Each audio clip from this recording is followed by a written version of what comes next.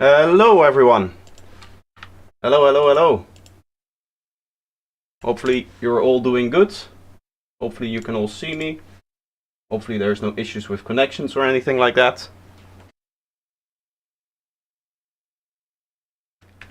Let's see. I'm just gonna wait for the chat to come in. Just so that I can check if everything is okay.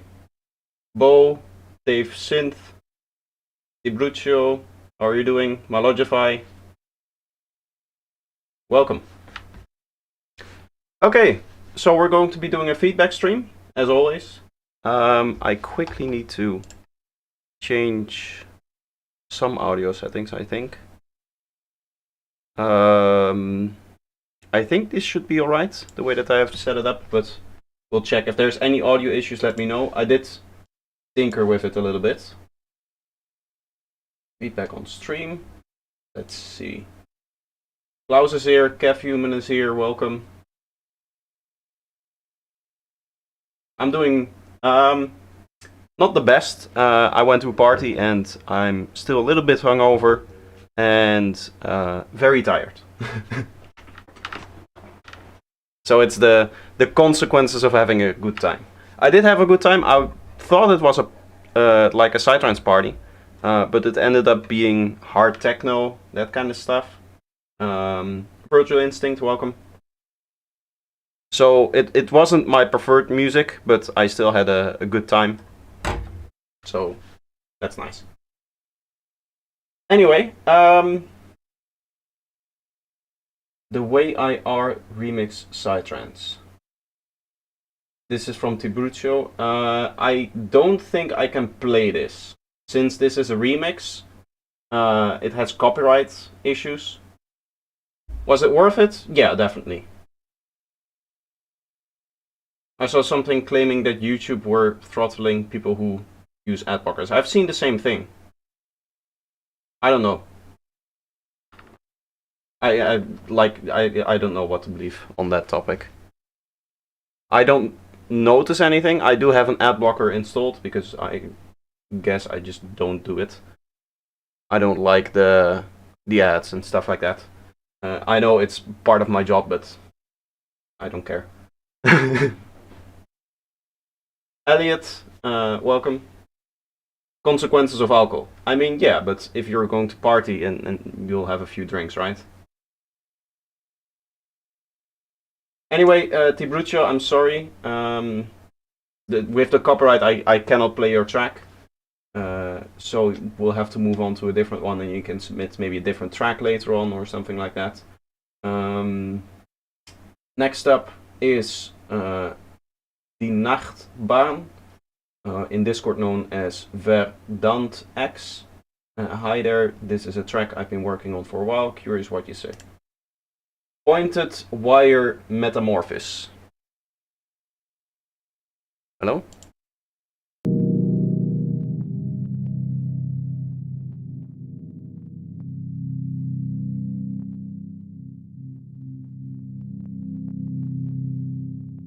It's just a pad.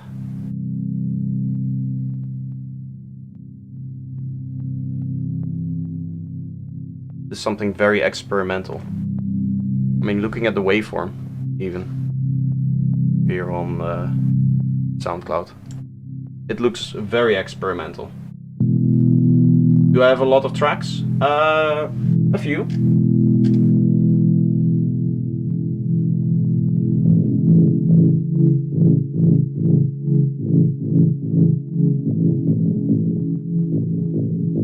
There's some strange distortion going on.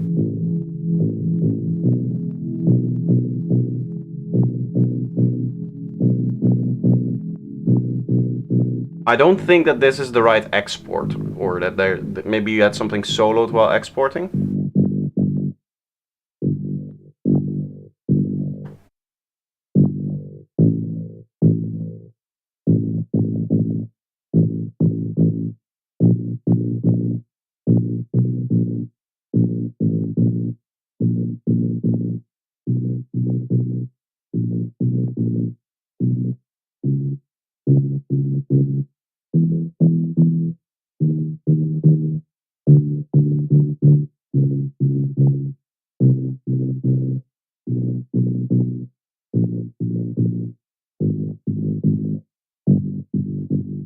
I don't know. I don't know what to do with this.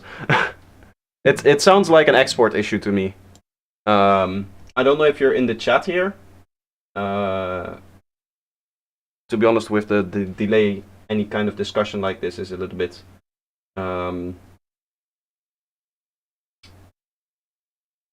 It's a little bit hard to have discussions about this because of the long delay. Is it better something that I've never submitted? I will send the first track I sent for feedback with the corrections. Is that okay? You can choose whatever you want. I'll just sit here and listen to music. To be honest, Verdant X, Verdant, die Nachtbahn, I'm sorry, I don't think that this is supposed to be what the music is supposed to sound like. It's literally like 9 minutes, almost 10 minutes of this stuff here. I think you filtered out, or you put some filters on something, and you left those on, but then also it's not even all of the sounds from the track, because at least that's what I think. I have too many tabs open.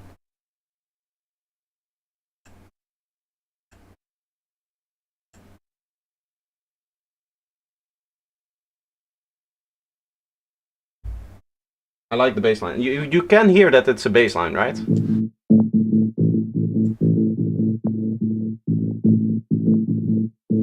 Like, you can see that there's some saw wave harmonics. There's also some aliasing, I think this is.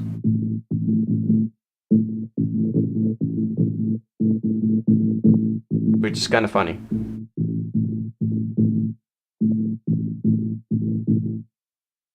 Sorry, seems that something went wrong there. Yeah, I figured. So we'll you can, if you can update it, then we'll listen to it later on stream. But that means that we have to work, or we have to listen to the next track. So the first 2 tracks were duds, but we still have many more, so that's okay. If you can re-export it and re-upload it, then we can listen to it properly. Anyway, next up is one more by Ninx Z. Ninx Z. Let's see. This is sounding much more like it. The bassline button when it's played 20 kilometers underwater. It is that kind of effect, yeah.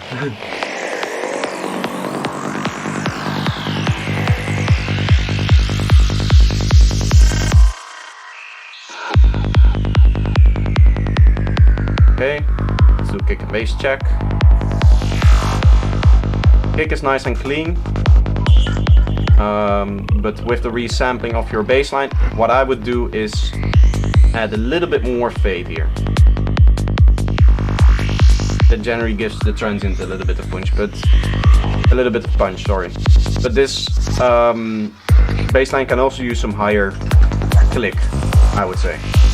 Just with an EQ, just enhance some of the higher frequencies to get that nice clicky sound.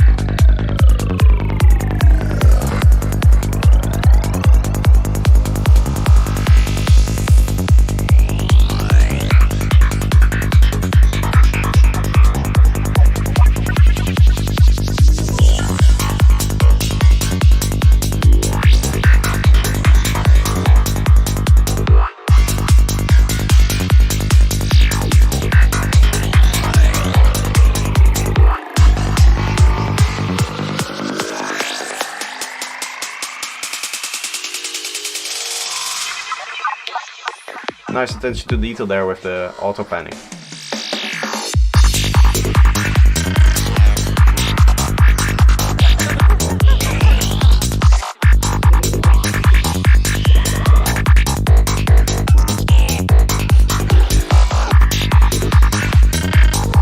Overall, not a lot to say. There's a great track.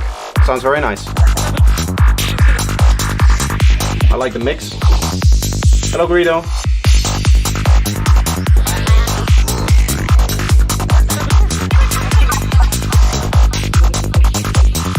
I like that vocal stuff that you're doing. But overall your sound design is great.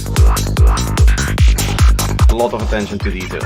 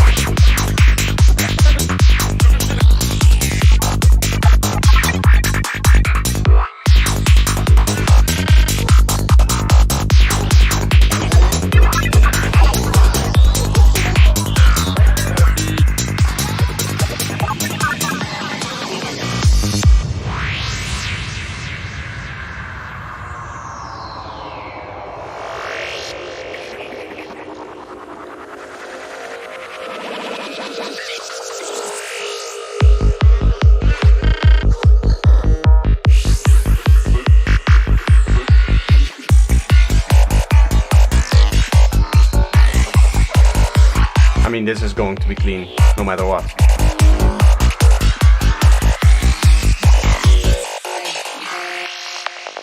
I just saw some random or really weird stuff where it was like towards the end very high, but I couldn't capture it. It's good. It's not good. It's fucking amazing.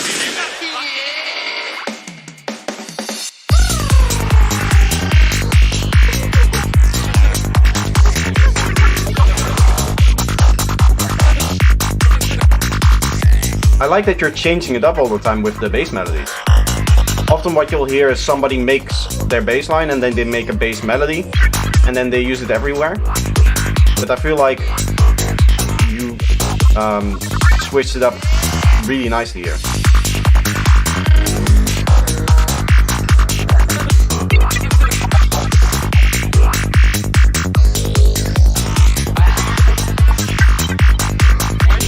I said I like the mix. The only thing I'll add to that is that your top loop, your top drums could use a little bit more volume, maybe 1 dB.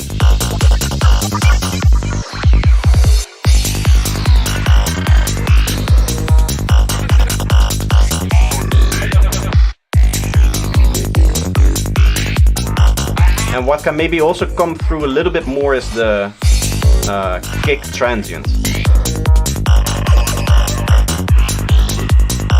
Listening to that now.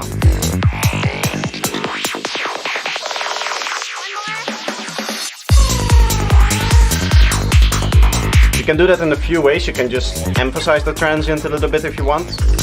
You can sidechain some of the elements that are clashing to it.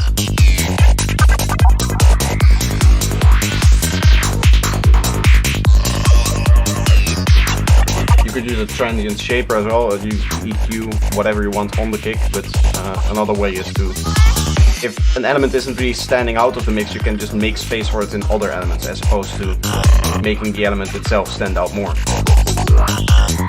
Sometimes that's a better result.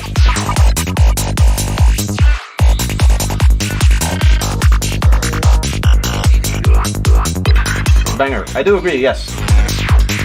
Very good track. Always switching it up with the sound design, doing a lot of complex and interesting things.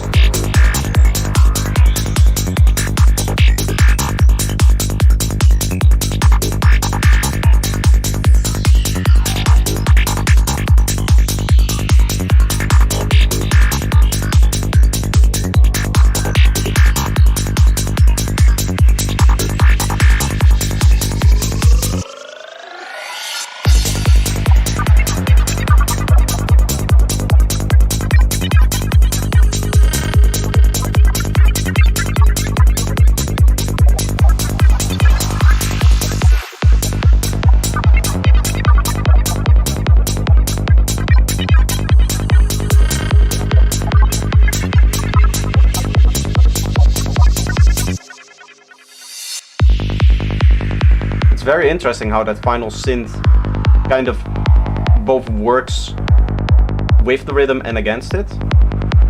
What I would do actually, listening to this last part here, is I would remove this last bit here.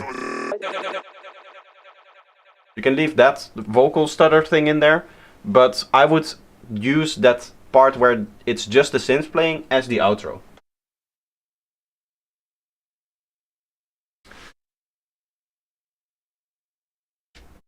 Anyway, very good track. As I said, the production was very well done, very clean. There was a few things that I would like in the mix to get cleaned up a little bit, some detail things, but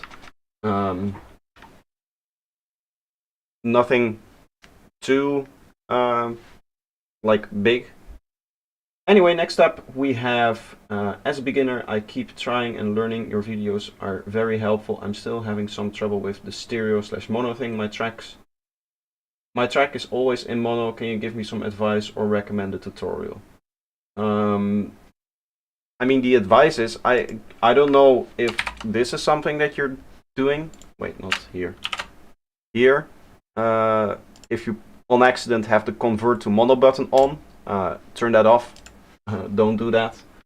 There shouldn't be a way in which like when you're working, you're always in mono, right? Because some things that you do when you're sound designing or something like that, if you add a delay, a ping pong delay or a reverb, they should just add stereo width to it. I remember, I think your other track was also completely mono. Maybe it just means... No, so there's some stereo here.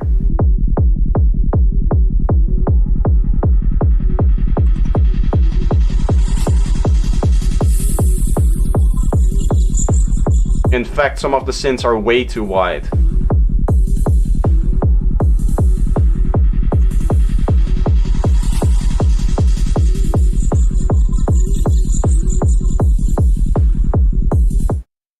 Oh, I wanted to freeze this. I'm assuming that this is supposed to be psytrance, because the vibe also could pass for techno here. And the reason why I say that is I don't know if this is a bass line or a rumble here. It's so extremely low pass, it's hard to tell. What is easy to tell is that you need to clean up more. As you can see, your kick is being influenced by whatever is happening here. So that's probably not a good idea. Your mix is also very, very bass heavy, but that's because there's not a lot of stuff going on in the rest of the spectrum. Could you see how stereo this was, by the way? It was fully stereo. So I don't know what you're on about with working in mono.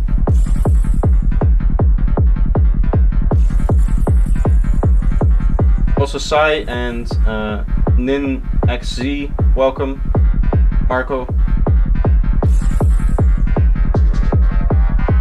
Again, the synths are very stereo. My biggest recommendation that I could give you on this is to work with headphones. For stereo width, they are actually very useful to judge the stereo width.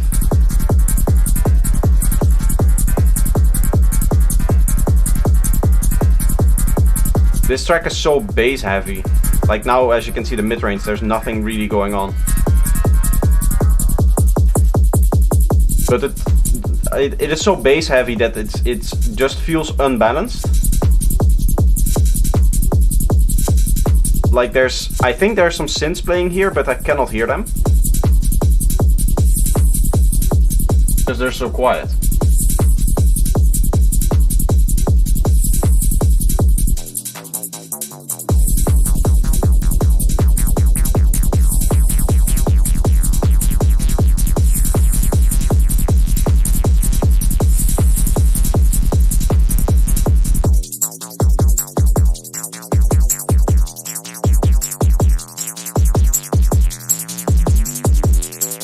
I mean, as you can see, everything from the kick and bass is super stereo.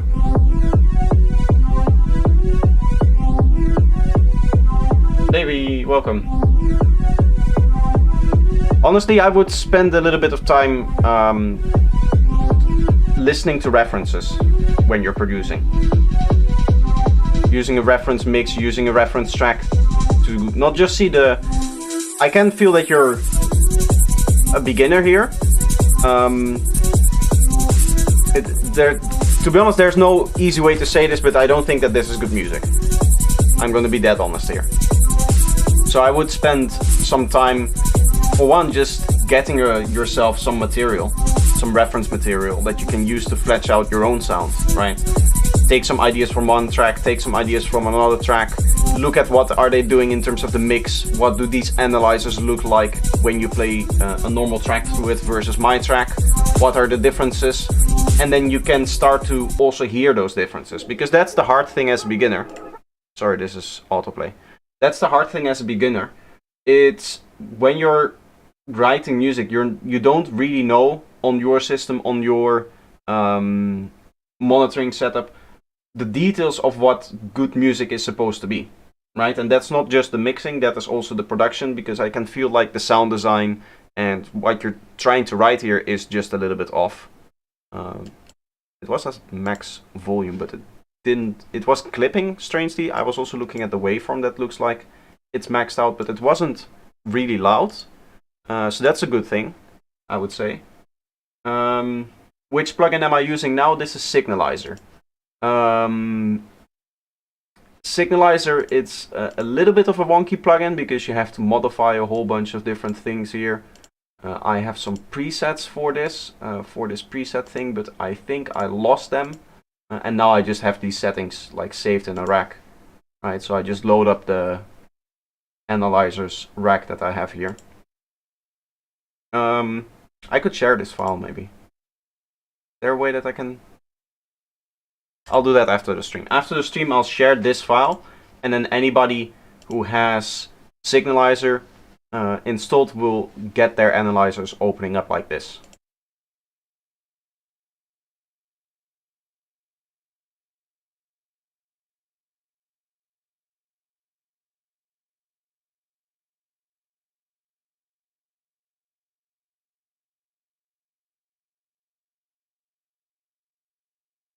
Is it for Mac? I don't know. Signalizer is VST, so if your Mac can handle VSTs, then it should work. It is in Discord to send the track? Yes. You go in my Discord, scroll down to feedback on stream, this page. Not this feedback, not in general. Sometimes people do put their music somewhere in here. To feedback on stream, and then you post it right here. That's where you can post. Exclamation point feedback. The bot should be awake if you need a link.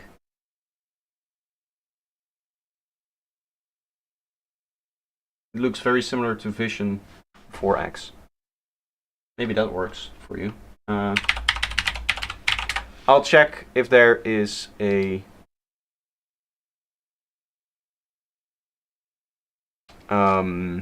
Mac version available for this. Binary download.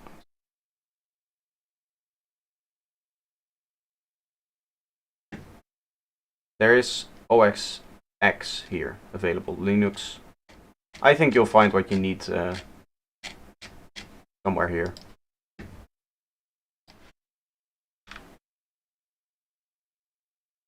Very helpful, man. Thanks. You're welcome. Next track. Next track is Virtual Instinct, Psycho Journey 150 BPM Final Project Master. I think we already listened to it once, maybe.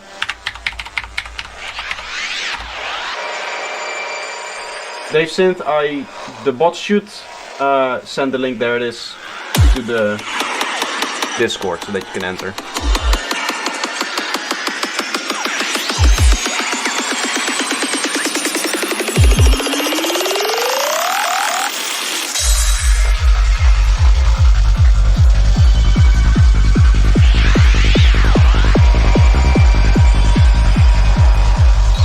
Personally, I'm not a fan of the kick and bass this loud when you're using it just as an intro, because you lose the power that they get, that you get from the bass, like volume in the drop.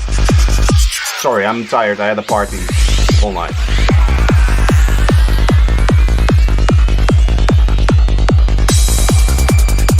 Very stereo bass line. I don't think that this is clean.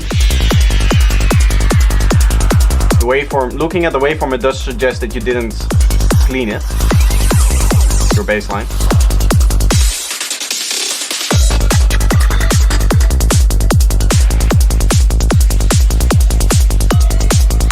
Not really a fan of the static hats. The hats, in my opinion, should always have a little bit of like ducking for some groove. I feel like the volume is a little bit random.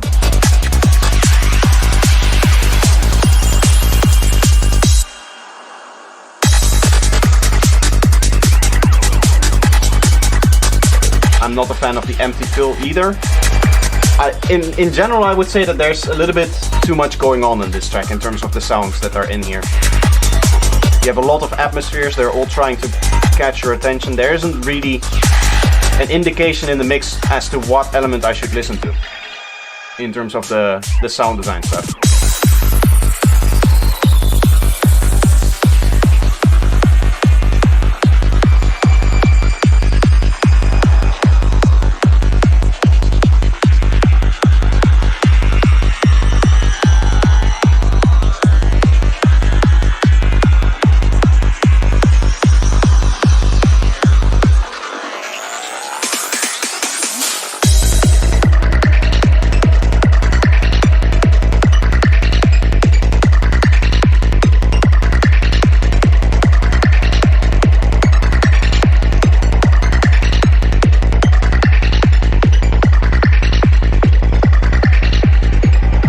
Little bit not a fan of this part here.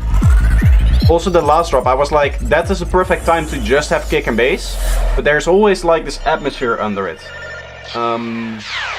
This track isn't slowing down at any point, and that means that the energy level is just like at a constant high. I would like to see a little bit more flow of the energy, because I think it's, as I said, it's too busy, there's too much stuff going on. Also, low pass your kick and basses differently. I usually low pass my bass line at around 8 kHz and my kick at 10, 11-ish. Dima, how are you doing? Welcome, welcome.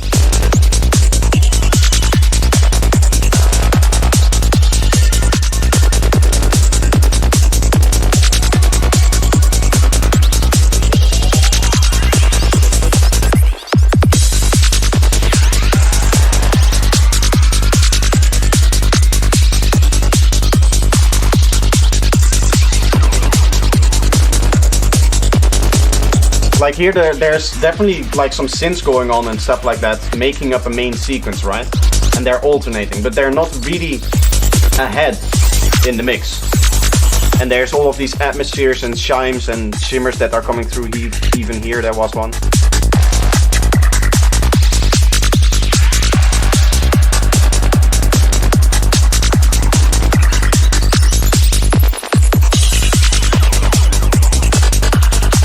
This part is a little better here.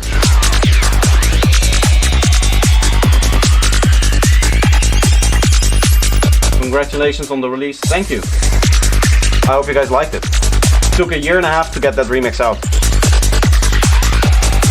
I was gonna talk about it later, but after this track I'll remind you guys that I have a track out.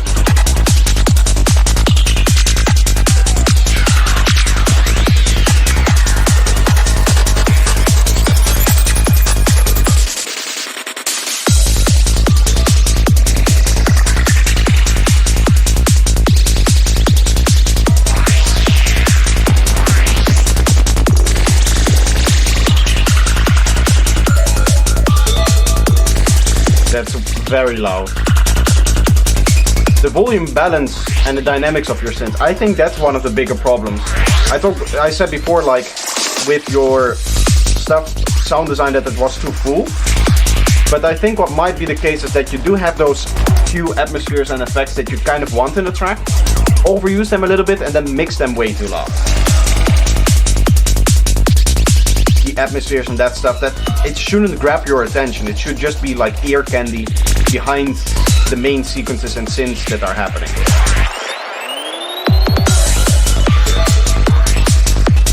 Final thing I'll say on this track, which I think should be addressed, is that your kick is a little bit too boxy for me.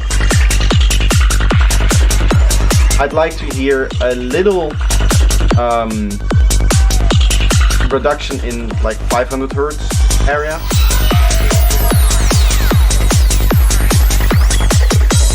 Hz is usually an area that I have to cut out of my kicks, and sometimes even the bass lines as well. It's that very nasally, high nasal tone that you sometimes get in the bass line. Or in this case in a kick.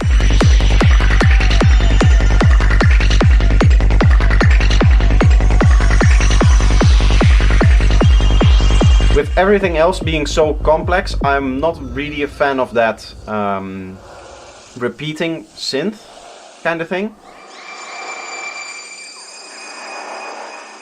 This is too stereo, that part. Maybe that's another issue that you have with some of your elements, is that the stereo field is a little bit too wide. But here we could definitely notice because it just dipped down below the line. Which for those that don't know, you shouldn't really go down this line because that's where frequencies start to cancel actually when they go into when you sum it into mono. So there, it's not mono compatible, your track. Which I mean, for the outro, I guess that's okay, because nobody on a mono system is ever going to hear your outro. And even the impact of mono compatibility these days is debatable because it is getting less and less. Right? There's smarter ways of doing it nowadays. But still, I think it's good practice to just have a good mono compatibility. Anyway, next up is Bo with his track Foundations. Foundation 47.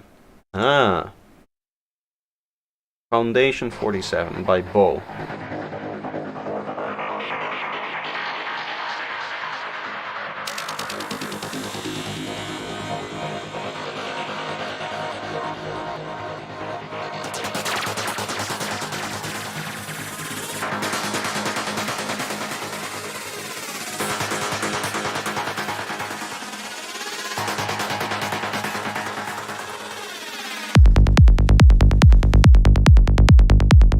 I like that. Very nice, clean kick and bass. I don't think I even have to pause here. But for the people that want to see it paused, this is what your kick and bass should look like. Separate little elements that neatly go back to zero or back to silence right before the transient of the next one comes. 47 is just a version. Okay.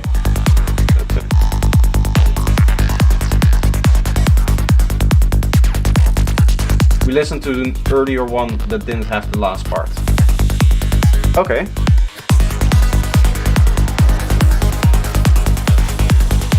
We're getting into a groovy bass line here.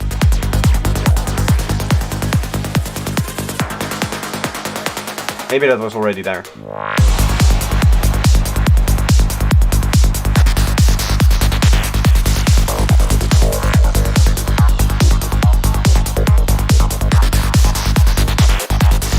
I don't know if I'm a fan of that very high FM synth, also because it's fully mono, while the rest has some stereo feel to it. Maybe not fully mono, but very mono. This one here, that plays every part there. Overall, your sound design is very nice though. It's just that one synth that was standing out. It's also a little bit strange in the high frequencies, like it's aliasing, which can happen.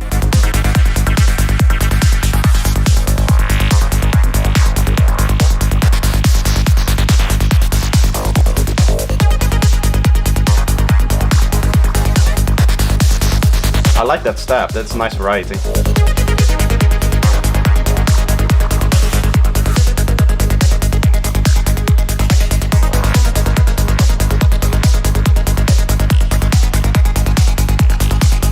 I feel like we're missing some elements in here.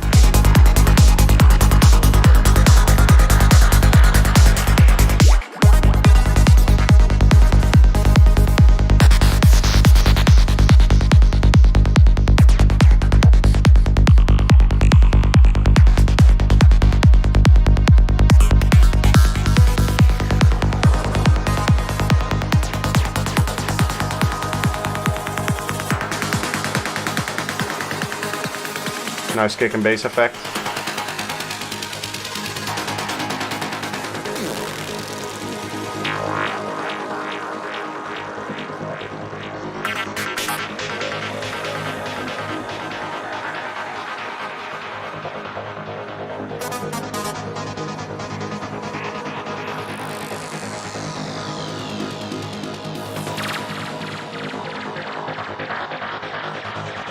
I'd like to hear like a pad in here that just adds a little bit of stability into it. Something that the other elements can play around, just like one root note, no chord changes or something like that. I shared a download link to one of my tracks via WeTransfer in the feedback section of the Discord. Did I do right? No. No. There's the feedback on stream. and I would like to be able to play it in the browser so that I don't have to download it. Foundation.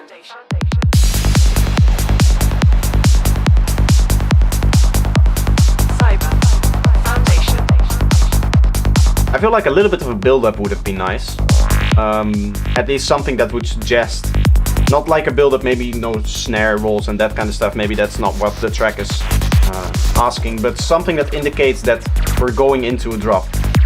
It just kind of happened out of nowhere. Yeah, we'll fix it. Thank you.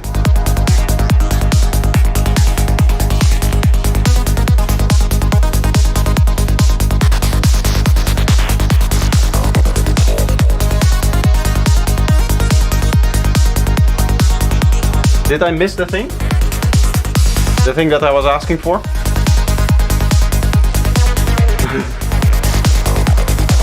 Maybe I didn't notice. You're right, I did talk a little bit there.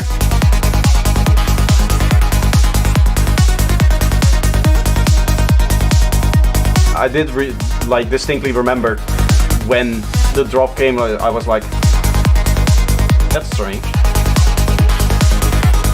The rise before the drop. Once the track is finished, I'll go back to just make sure. I mean, I believe you that there is one, I just want to know for myself now.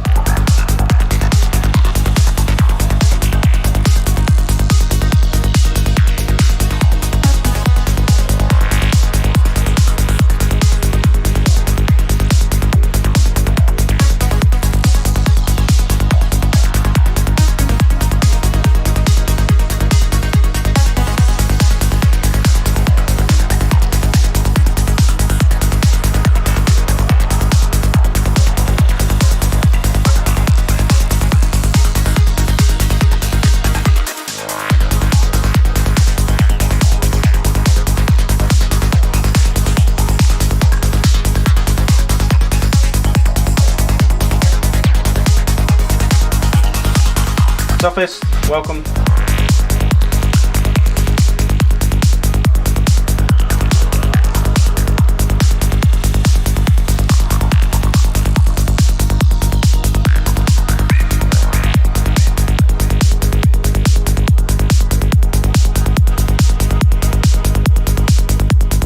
I feel like your open hat could use a little bit more air. Like the very high frequency, so that it has that nice hissiness to it.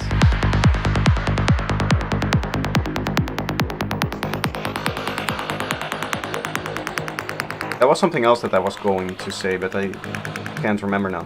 Oh yeah, you're lacking some fills, I feel like.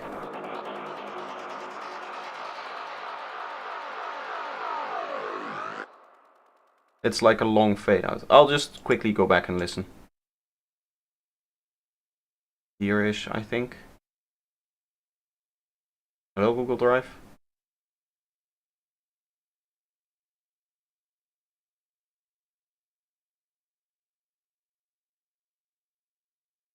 Let's try again.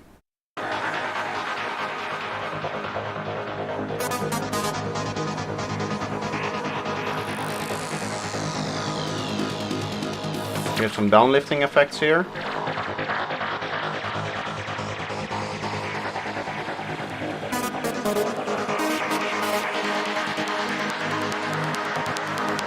Kick and bass coming in. I guess that's a sign that something is about to happen.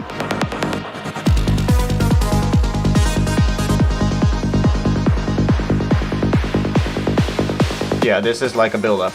Yeah. Foundation. Yeah, I just completely missed that. I mean, I was talking in the chat. 4-ish. Yeah. There's just a proper build-up and I just skipped over that while I was talking to Ion Chu Skizu. I'm sorry if I mispronounced that. I probably did. I'm not a linguist. I don't know anything about names, so please don't blame me. Some FM after synth would be great. Unfortunately, with the long ass delay that we have to run these streams on to get proper connection nowadays, I don't know what you're talking about anymore. I think you mean the like melodic synth. I do like that it's standing out on its own and really coming through. So I wouldn't personally add another synth to that part, to be honest. But I don't know if that's the part that you meant. Noctuned, welcome. Next up we have Kasebrot in Discord, also known as Magic Panda, with No Name Mantra, 200 BPM, 8.3.mp3. Okay. A little bit of a strange naming scheme there, but I guess he's a programmer. He just keeps versions like that. This is the alpha release of his track.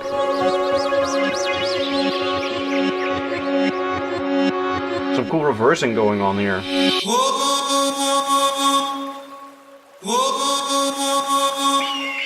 Not really a fan of the side chaining.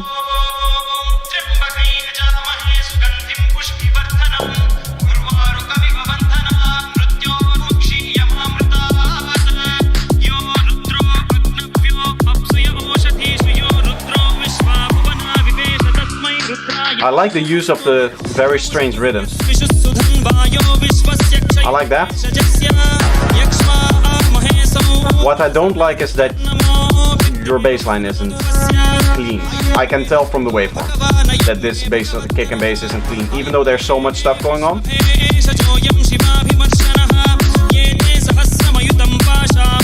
There's some really strange cancelling going on your snare. I'm not a big fan of the drum samples that you're using.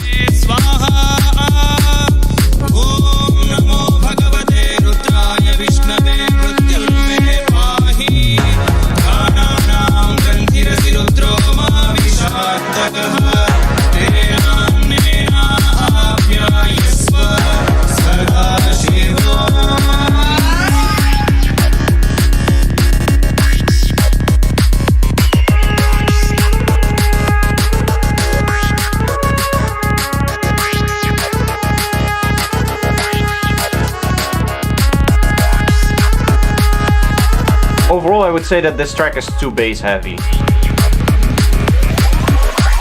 Like sub bass, mix wise. The bass itself is actually quite quiet.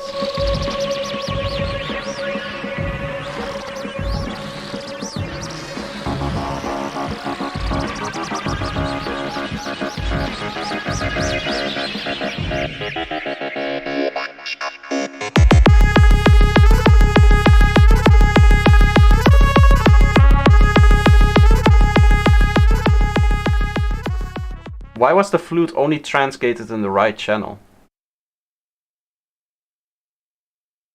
Do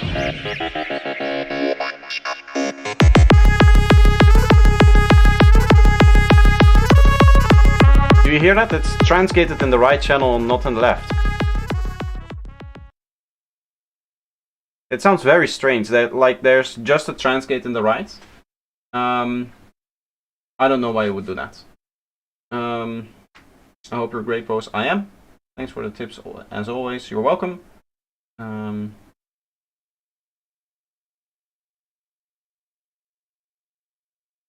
it's not even a bit finished. Okay.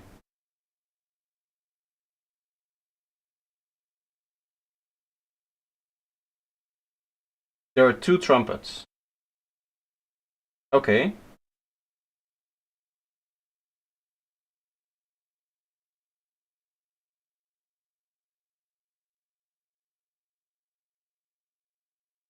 Post running.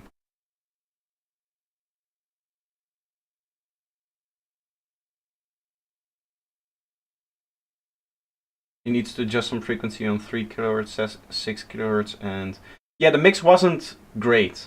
I'm gonna be honest here. The mix wasn't great, but as I think he said it, it's not yet finished. So that's probably something that he's going to work on. Main tip right now in terms of feedback would be, I feel like when it comes to your elements, there's too many like musical ideas very close on top of each other. Like you have the synth coming in here, clearly announcing itself, right, in the breakdown, and then it goes into that flute, trumpet, whatever. Also, while I'm here, Q Ramzai, welcome. Arnova, welcome. Anybody else? Elliot, welcome. I think Elliot is the one that submitted this. At least that's how I'm reading it.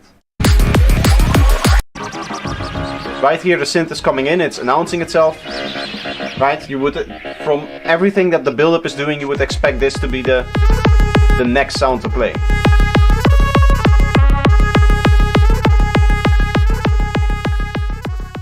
I guess there's a trumpet that is in the center, and then there is one trumpet that is transgated panned right.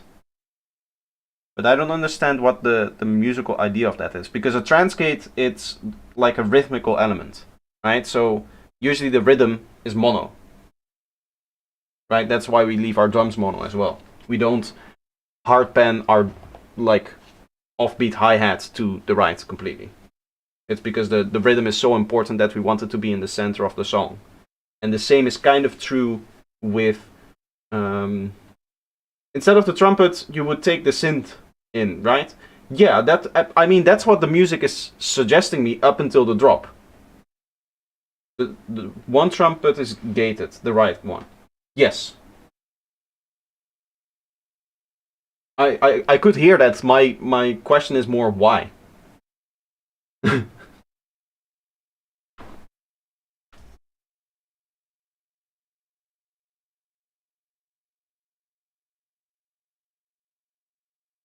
Doesn't really matter. I know with the delay, if I start talking again, you're gonna respond to it later, and then it's going to be. But it doesn't really matter. It's just something to think about, right? The rhythm of the track, in my opinion, is so important that it should probably be in the center of the track. Yeah, I would do the same thing, Tibruccio, because I do like if you fix the gating issue, I do like the idea of the trumpet as well. I think somewhere else it was also playing on top of that synth.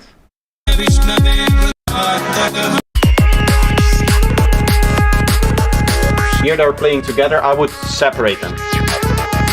Make two sections, one for the flutes and then one for the synth.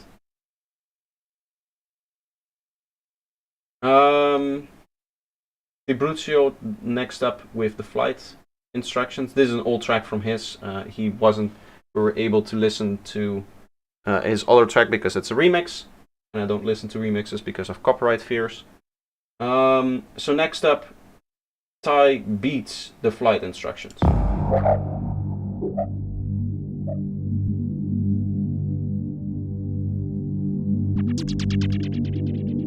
Starting off nice and dark here.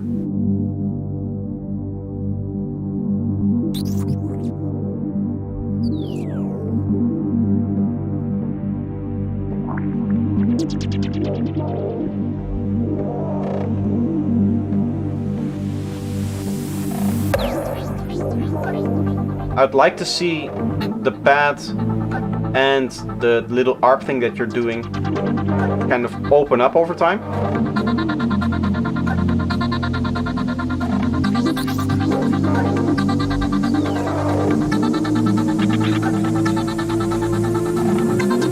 There's some click in that vocal. See if you can remove that click. It shows in the waveform as well.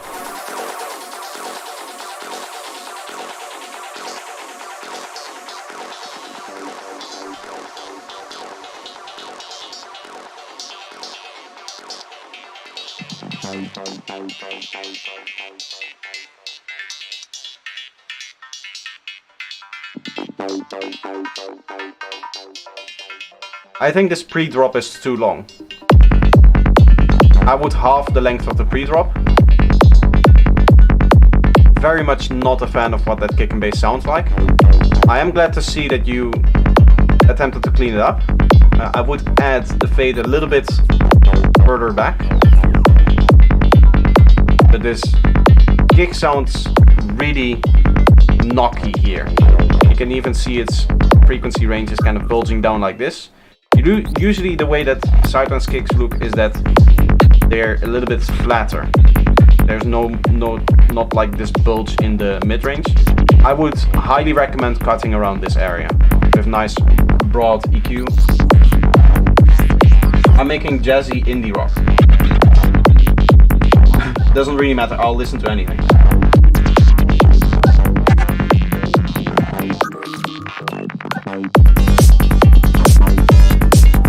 You're only making electronic drum and bass music, or are there also people who make different genres? It's mainly psytrance. I am a psytrance channel.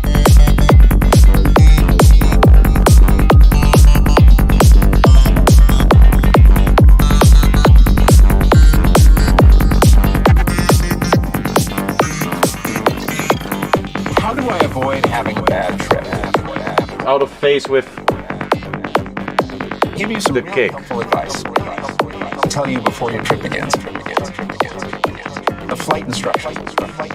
If you feel like you're going crazy, dying, Honestly, I don't know. melting, That's not something that I can just hear. don't fight it. Go with it. Surrender. Relax your mind and float downstream. Even with that good advice, there are scary things that may happen. You may confront dark things about yourself. You may confront trauma. And I think people have to understand going in that that's part of the deal. Part of the deal. Part of the deal. Part of the deal. Part of the deal. Part of the deal. Part of the deal. Some stuff is sounding very mono here. Not sure if I'm a fan of that sine wave there, being so loud.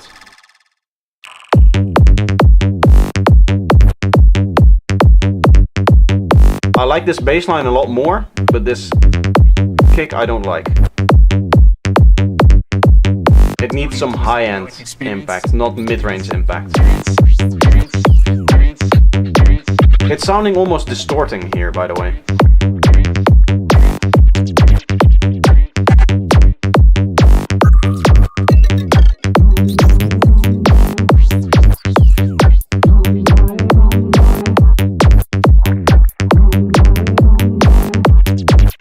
I like how the vocal works with the rhythm of the track. I don't like it being filtered in like this. I would use the other rhythm that you were using and then just open it up there.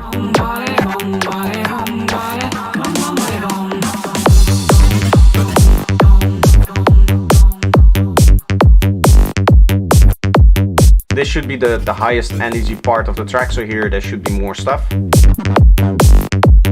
For at least of this section here, you should be slowly building it up. You were building it up with the vocal, everything was suggesting there comes the power and then it's empty.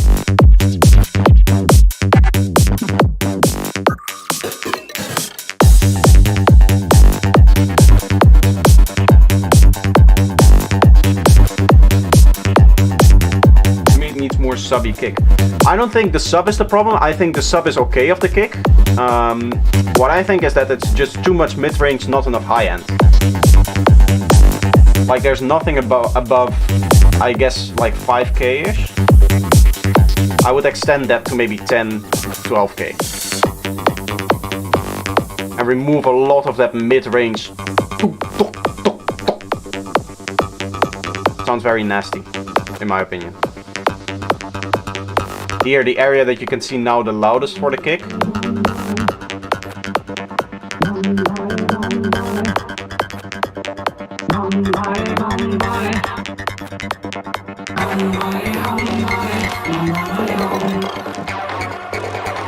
I feel like that vocal should be the thing that announces the drop.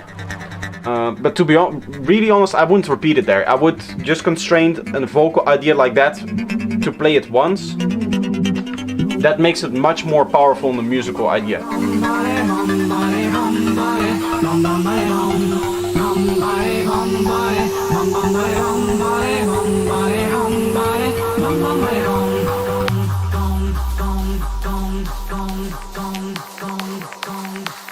Now the vocal starts to feel a little bit boring because you've used it in the exact same way like twice.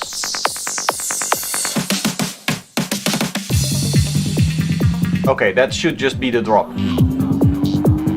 There's too many fake drops in here.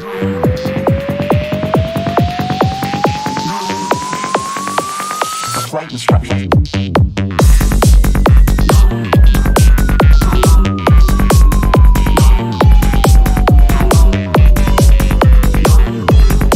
Again, not a fan of the sine wave, and I'm not a fan of the vocal in here again. I would just put it, because it worked so well the very first part when it played with the bass line and you had to just split up like every other bar.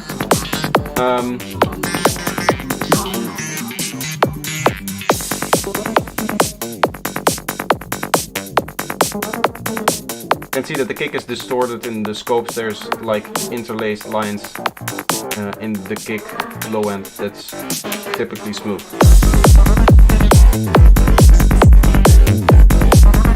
I mean, there is other stuff playing on top of it. Keep that in mind, right? This fuzziness that you see around the edges is probably other synths and stuff like that playing. But maybe it is. Maybe it does sound gritty to me. It does sound very aggressive to me. But that can again also be the very mid-range of this track, because that mid-range of the kick is very aggressive. It feels like there it's distorting more than the sub actually. To me at least. Plus, welcome. Spectrum scopes.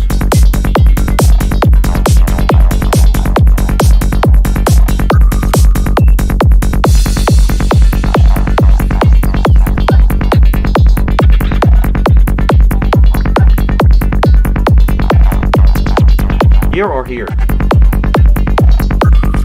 Spectrum scopes, not the oscillator. I don't know what you mean with the interlaced lines.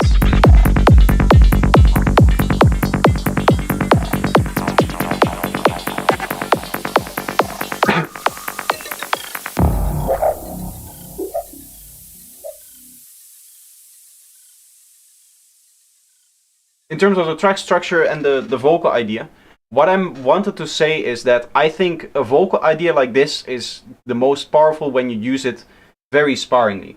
So what you did is, in the beginning, which I really liked when you used that vocal idea, is that it intertwined really well with the kick and bass. Here, I like how you use the vocal there. What I would do is keep it this bit up until the next fill. So it plays like 4 times, I think. Is the bass out of tune? It might be. It might be out of tune. I'm not an expert on music theory. I have no clue for pitch and that kind of thing. Out of phase. I don't know if you can hear or see if it's out of phase. That's really hard to detect. It might be. I cannot hear if something is like phase aligned or not. So, but with this part, with the vocal, I like just no filter on it, fully out there, so that it fully opens up, and then it's just this small moment in the track that has this unique vocal in there, and then the rest of the track doesn't have it. Because once you start to use it so much, it just becomes like a boring element. If you use it once or twice, it becomes this really cool element that kind of makes that part of the track stand out. If then the rest of the track also uses the vocal, that cool part of the track no longer stands out, because the whole track is using that vocal. I hope that makes sense. I did not get how it's out of phase, but it sounds out of tune. Yeah, as I said, I cannot hear that, but there are people that can. I think they referenced the first bass line though, this one.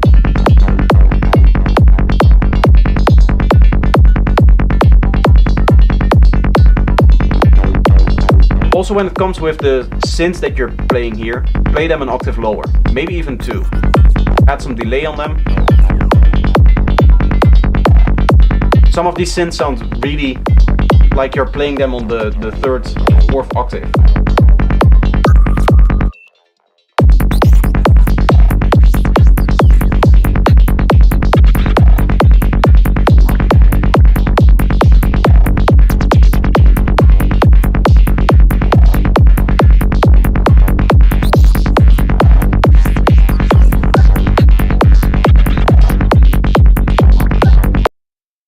As I said, I cannot hear that, but you guys may be able to hear the phasing issues with it.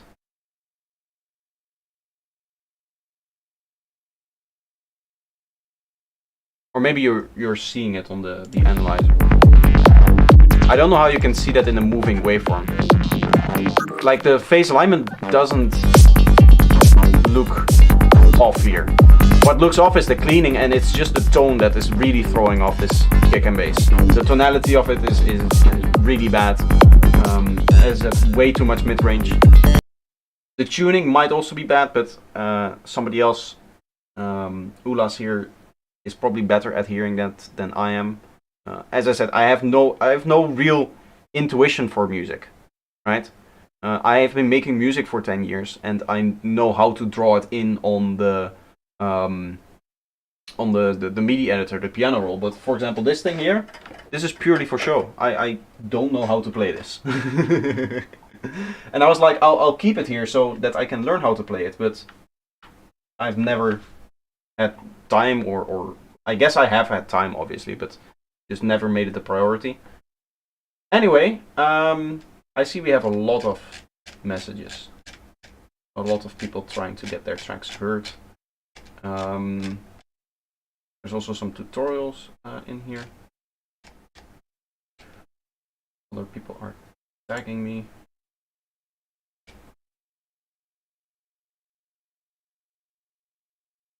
I'll look at that later. Let's. We have some more tracks from Casalot. We might let those go because I have many tracks being submitted. I should also check if there's anybody from Patreon that submitted a track. I did see earlier that Bo submitted one, but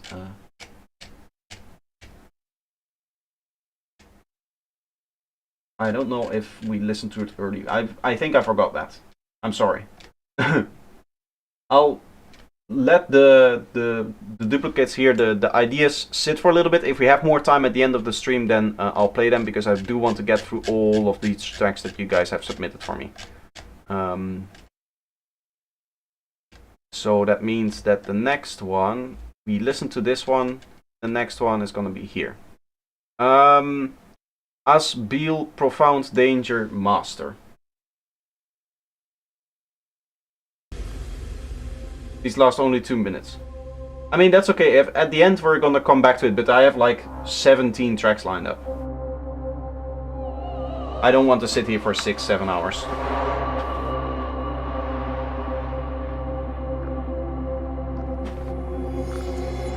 Reception 165. 165, pre-flight park.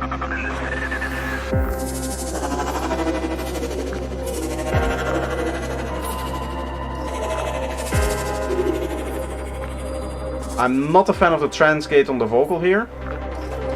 Our world is in profound danger.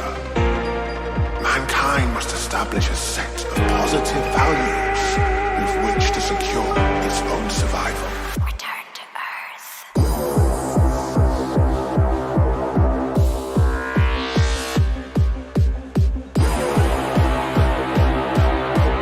Nice big horn thing there.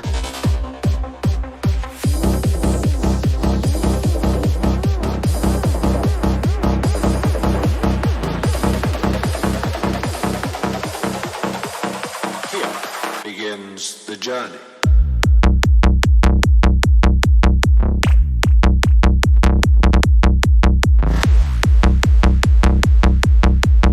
I like this.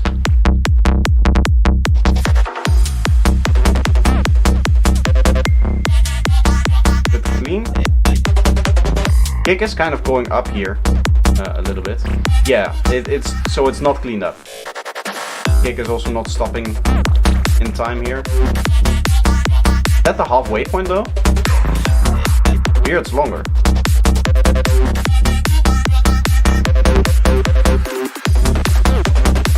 I think it is. Maybe it has to do with the way that I'm pausing it.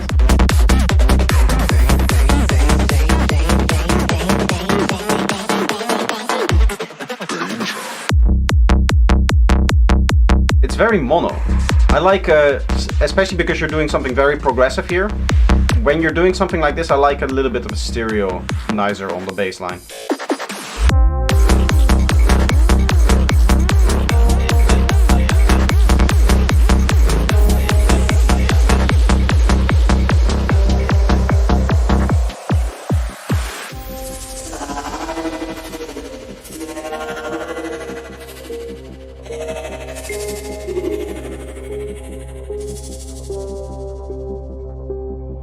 I think the vocal just says psychedelic experience. Man must establish a set of positive values with which to secure. But as I said before, I don't really like the transgate like that.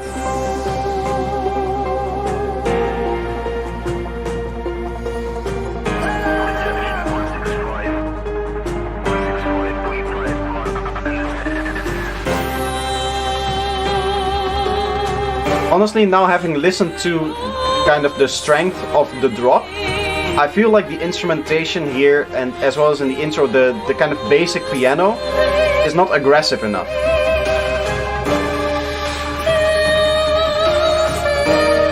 If you want this to be a big orchestra thing, then I would go with some strings in there, especially some lower strings that add a little bit of bass, a little bit of weight, a little bit of warmth. I think that will fit better than just the piano.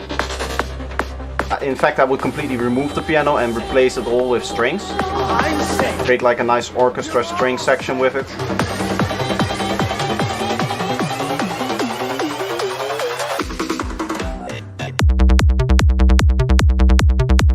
Nice square bass. You don't hear that often. You didn't clean it up though. You have to resample it. And here again, the square bass, because you're doing something so progressive, you can make it stereo. In fact, I would almost always recommend making the bass line at least a little bit stereo, but you can go very far in the more progressive side of things. Like for dark side, it's understandable that you lean more towards something mono or forced or something like that. But the very progressive stuff that you're trying to do,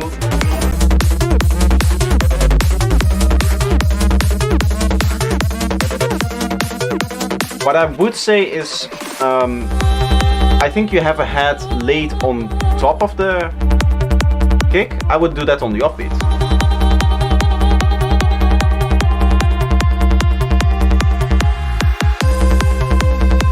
There's like a closed head on the kick. I would put that closed head on the offbeat. Not here anymore, but in the last section.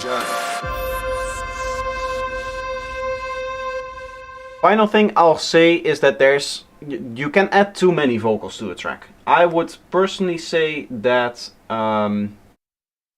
this track has a few too many vocals in it. And what starts to happen is that there isn't really an established vocal theme. I mean, there is in the main vocal that sits in the breakdowns, in that there's this danger and that we need to live positively.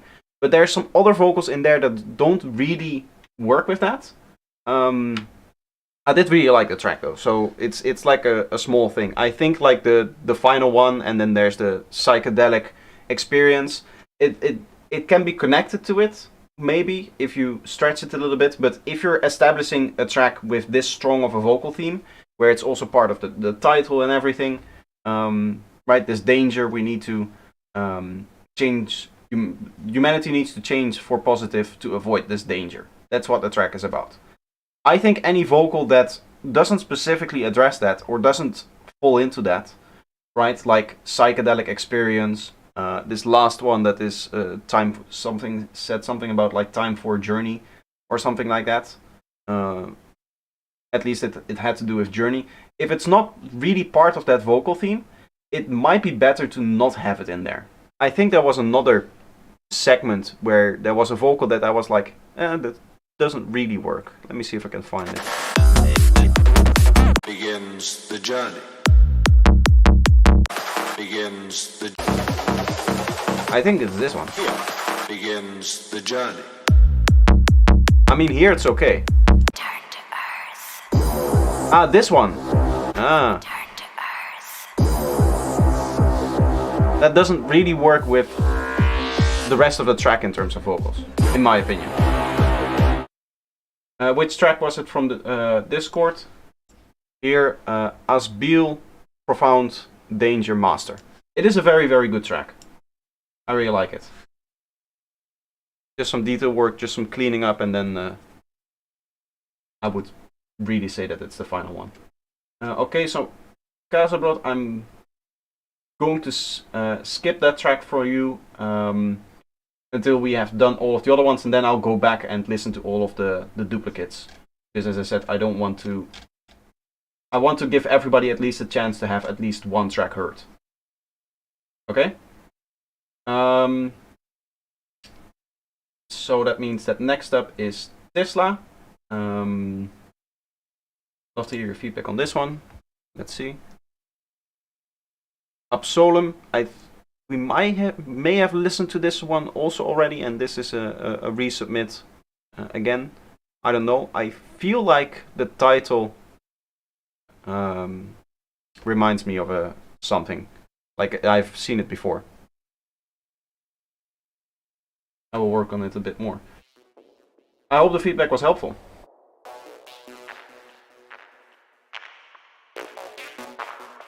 I vaguely remember this.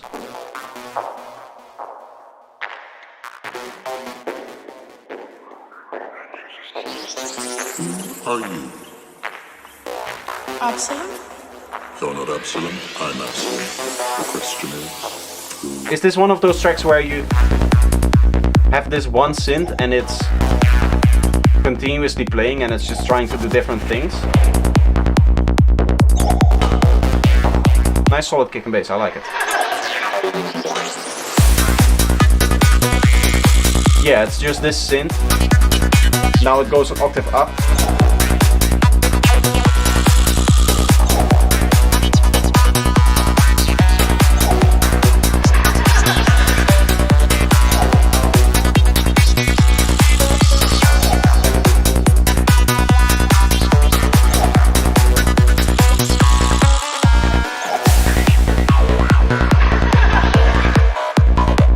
I think that might have been my feedback for the last time, that he was trying to do everything with the other, with that one synth here, and I like to hear that now this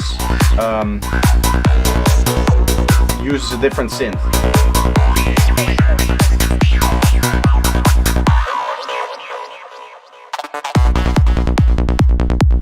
Oh no, he goes back to it.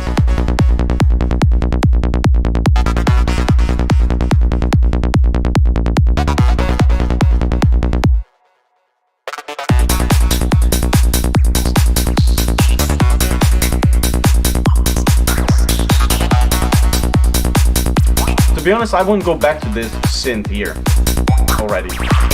Maybe in the last drop if your track has one.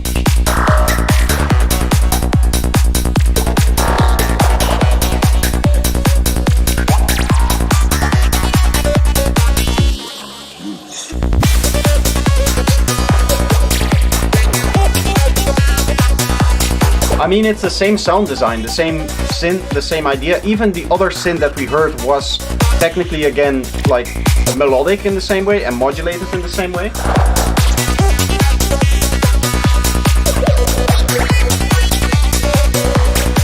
It's also very loud. Like it's in front of everything else.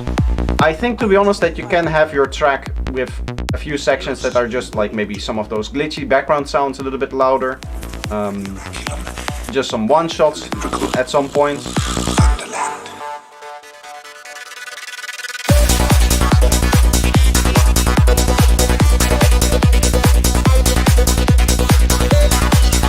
Dash Glitch also have similar sound.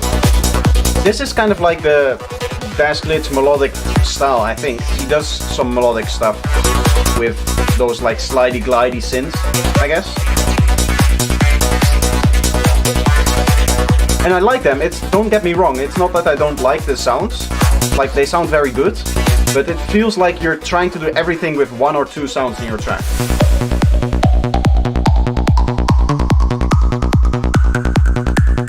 This is really cool. Like, this is a completely different idea. I like this.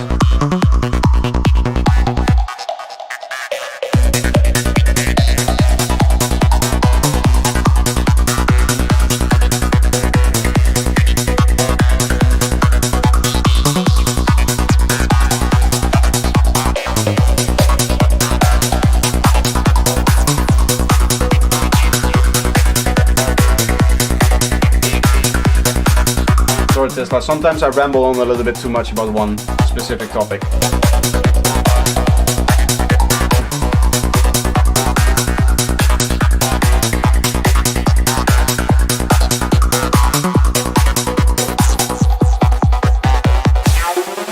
not Absolum, I'm Absolum.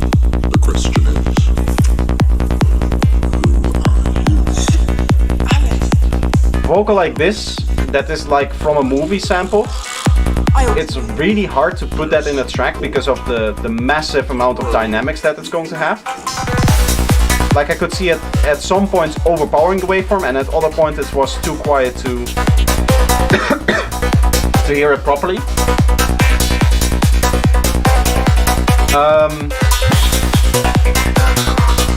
So what I would do is I would try to compress that so that it's easier to mix in. Because you want your vocal to never really overpower the waveform, then it's probably too loud. But you do want it to be fully understandable throughout the whole thing, because otherwise it doesn't really work in terms of the storytelling that it's supposed to do. Here as well, it's impossible to say what the vocal was saying, because it's too quiet, and in this case it's also covered by other elements.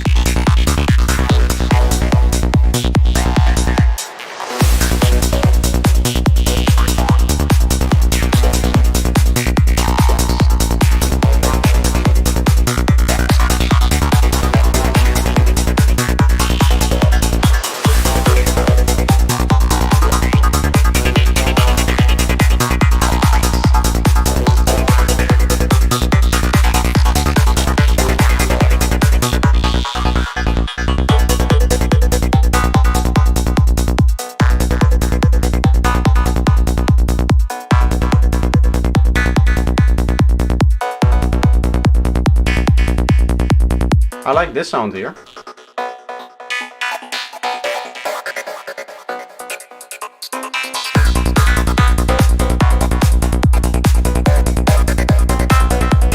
What you can also do is make use that new sound that you just introduced and play it once on the offbeat of like a bar. Just you take one beat out of the 4 from a bar and you just place it on the offbeat.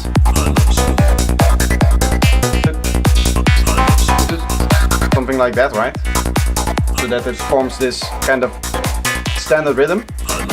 And you do that with a couple of elements. Essentially you just make grid synths.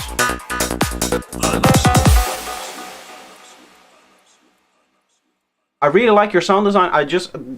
The main way that I could like summarize the criticism that I would have for this track is that it feels like all of the sections have the same idea behind them, like musically speaking. It's always like a melodic sound that is kind of like dominating, right? Which is those gliding synths. And I would tone that down. But other than that, the track sounded really good. I was going to go to the next one, but I'm going to take a quick break, which gives me time to announce the fact that my new remix for Psynox Live just released. You guys probably will have seen that earlier today. If you want, you guys can add it to your playlist. But I'm also going to play it right now during the break so that you can hear it. And yeah, that's all I want to say. Go check it out. I'll be right back and then we'll continue listening to more tracks. Gonna go. There we are. See you in a little bit.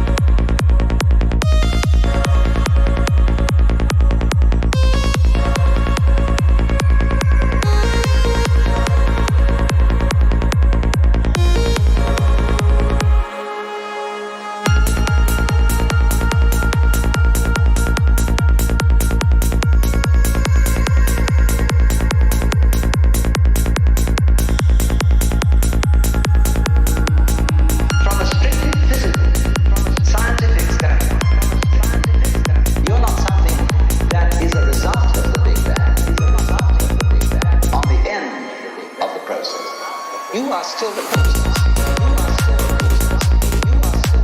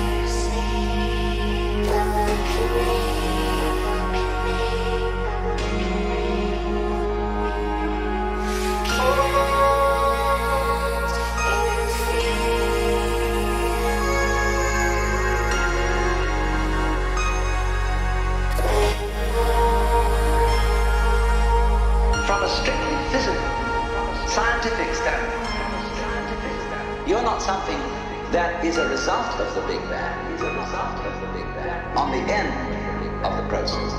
You are still the process. You are still the process. You are still the process. You are still the process. You are still the process. You are still the process. You are still the process.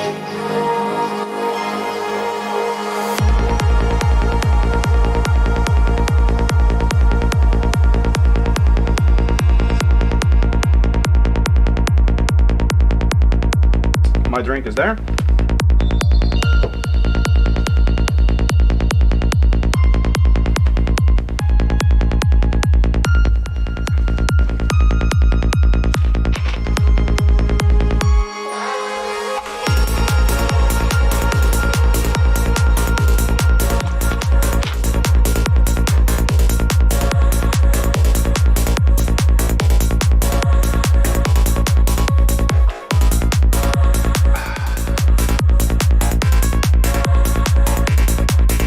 Got my drink earlier during the stream, so that's one of the reasons why I decided to take a break, maybe a little bit earlier today. I mean, it's been 1.5 hours.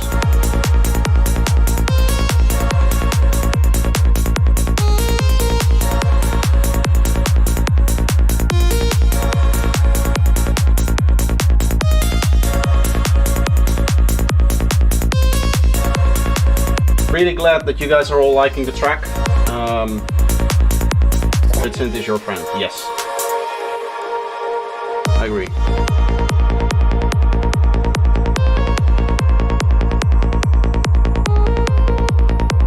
As I said, I really like that you guys enjoyed the track. This one came out today on all major streaming sites, so if you want to support me, go add it to your playlist.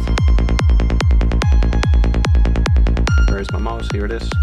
You can see here it is on Spotify, but it's on basically every streaming platform. You are still the process. You are still the process. You are still the process. You are still the process.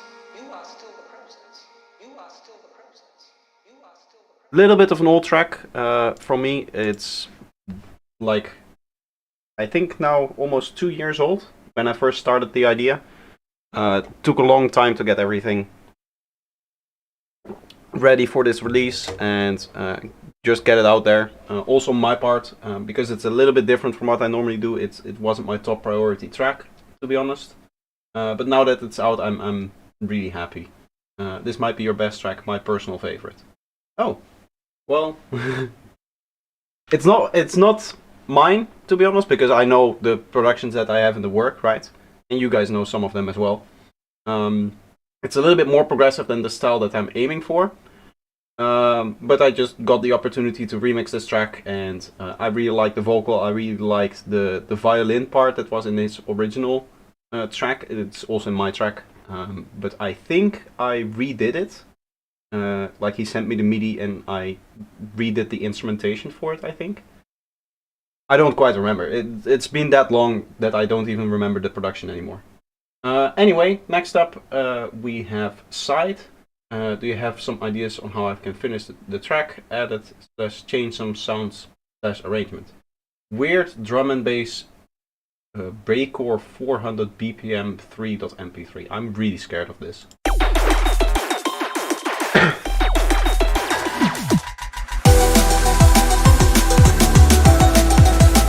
This is definitely not 400 BPM, right?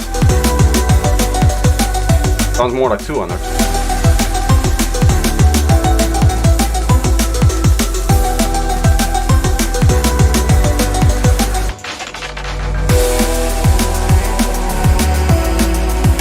I really like this.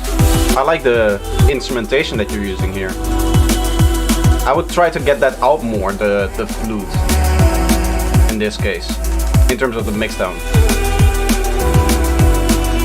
That's like your guitar solo, that's like your main element here.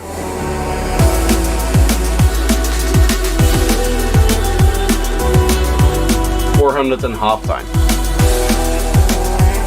Okay.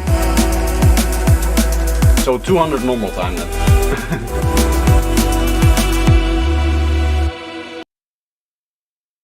In terms of ideas, I assume that at some point you want to go into a breakdown.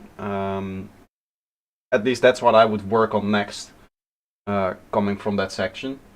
And then I would just add like a big pad, maybe some choirs on top of that are playing the same melody as that flute was doing. So that you kind of maintain that idea but change it up a little bit. Yeah, and then you just work on building up to the next drop and kind of do the same thing again. To be honest, with this strong of a theme, you don't really need to do 2 different drops. Another thing I would say is that it felt like the atmospheres in here were a little bit on the loud side.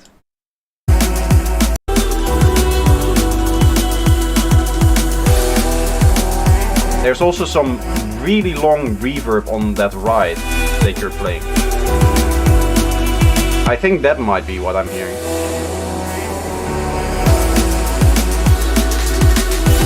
But there is also some washing stuff going on.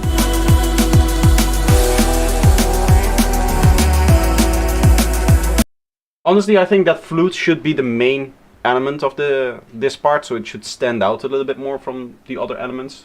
But you can also duck the other elements a little bit more if that's more your mixing style.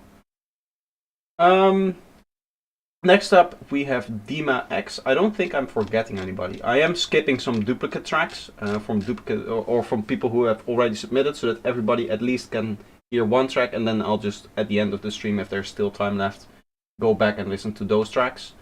So next up is Ninx X. And his track is Raindrops.mp3. His artist name is Francis Owens.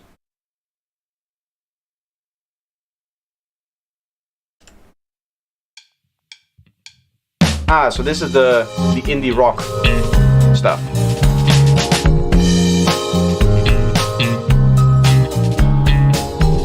Look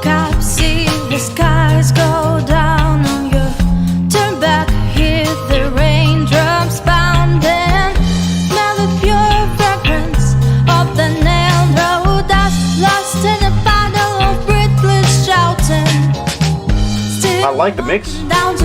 Very well done. It might be limited a little bit too hard here.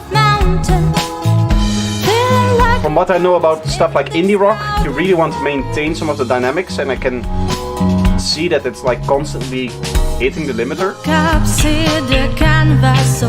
Right, you can see it's kind of squaring off in some spots. Here's the sound of the heartbeat in the breeze. Maybe I'll find someone who understands my dreams.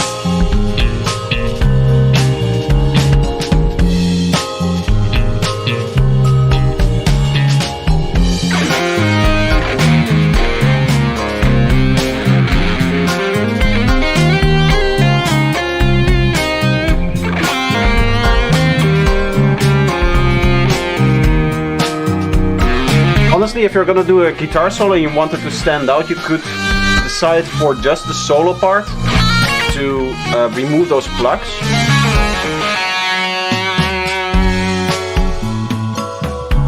That way they come back in here and they kind of, you know, they get a little bit more impact because they aren't playing the whole way through. What a mess was done by Fontaine, rivers of black oil dumped in me to be. Hi guys, how do I submit a track for review? Exclamation point review for feedback. This should tell you everything. Look up, see the skies go down on you. Turn back, hear the raindrops pounding. You can see the limiter thing that I'm talking about, right? How it's like squared off the waveform. Look up, see the canvas of grey hues. Turn back, hear cacophony of cities view. Here's the sound of their heartbeat in the breeze. Maybe I'll find someone who understands my dreams.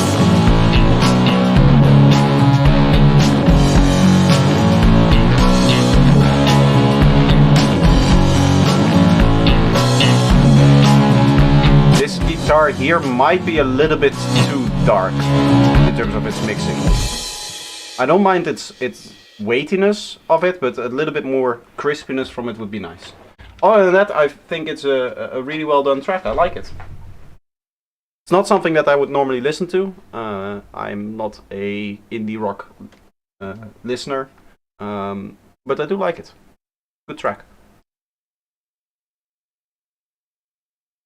Okay, so the next person is also a Dima, although it is written D-E-M-H-A, and they made a track together with Yumi, Lunar Hall 148 D sharp. Let's see.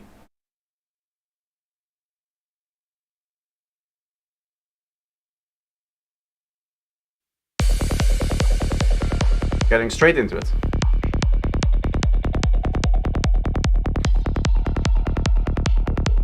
It's a little bit quiet. Unfortunately, I cannot turn it up more, I think.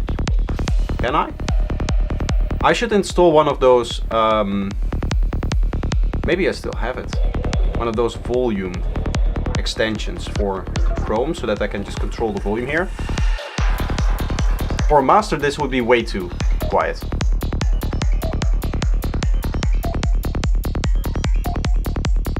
But then I would expect the masters to also have an intro and not just kind of drop into it straight away.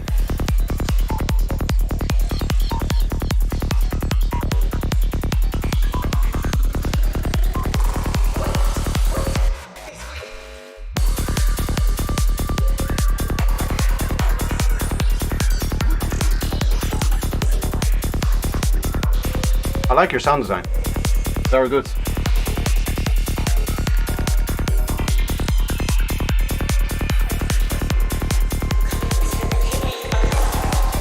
Your hats could be a little bit crispier, especially your offbeat hi-hat, like the main open hat.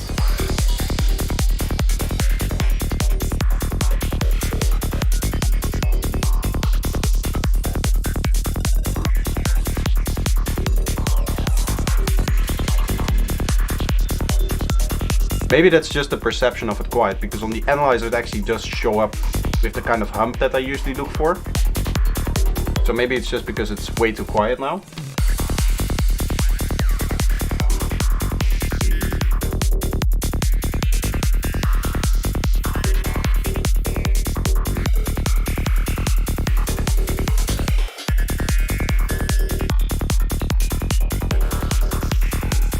See if we get a chance later on to spot the cleanliness, because that's something I forgot to do.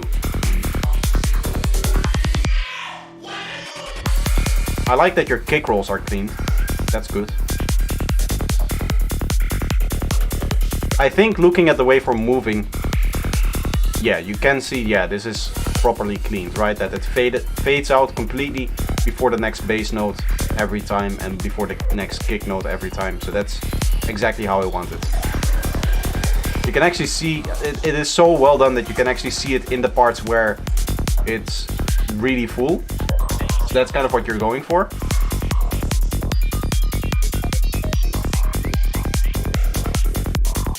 You can overdo it, by the way, the length of the fade. In this case, I think it's okay.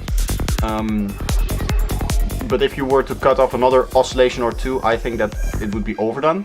This is good. I think that this is the way that you did it here is good. Really cool vocal effect.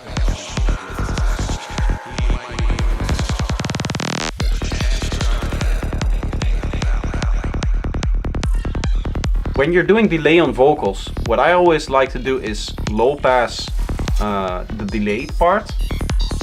Right, so in Ableton, it just kind of randomly stops.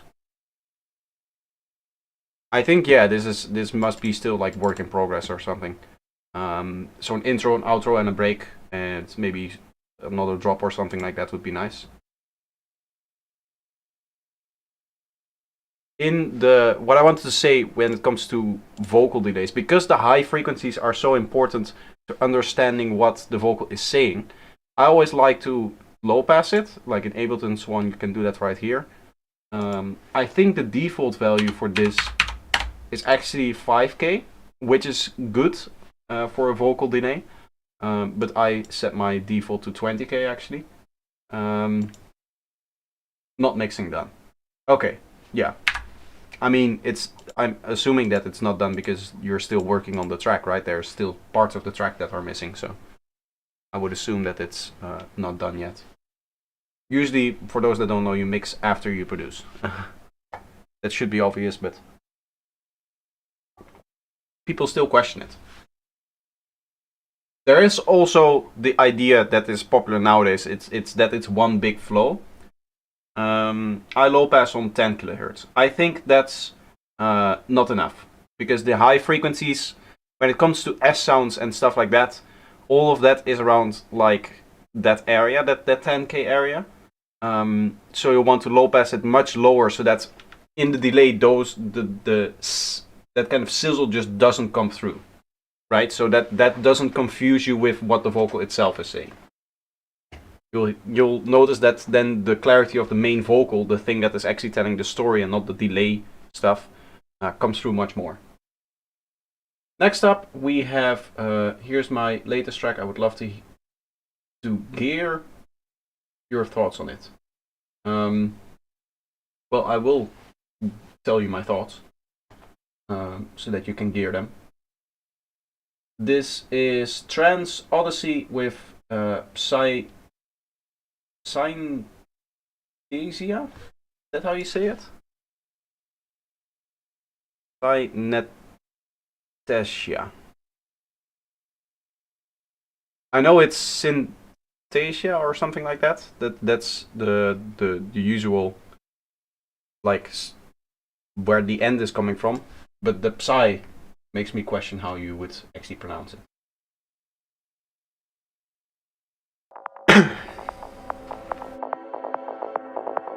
Anyway, this is Trans Odyssey. Or is it Synesthesia? Synesthesia is the artist name, and Trans Odyssey is the track. Sorry for the confusion there. Usually you put it the other way around.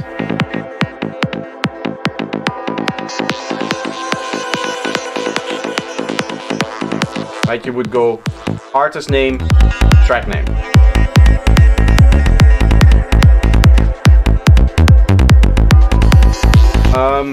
I think you cleaned up the kick with sidechaining, but not the bass. I would resample the bass here. There's also a very strange click on top of the bass line.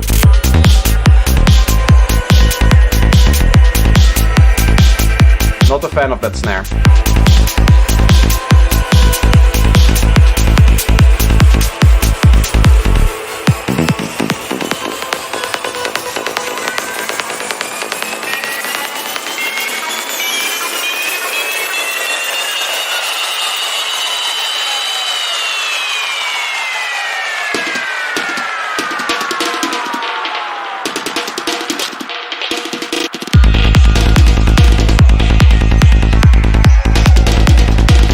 Now you can see this is becoming a little bit of a mess, right? You can see that there's no individual bass notes like we saw in the last track.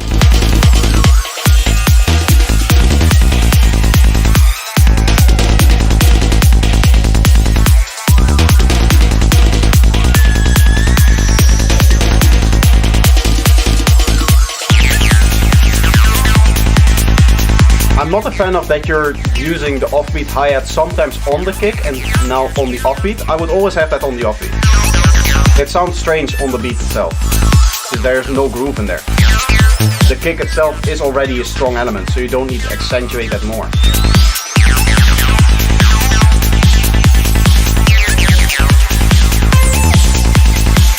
Interesting rhythm with the bass line. It's going a little bit all over the place. In the beginning there was like a strange rhythm. Now there's melodies. It's not very consistent.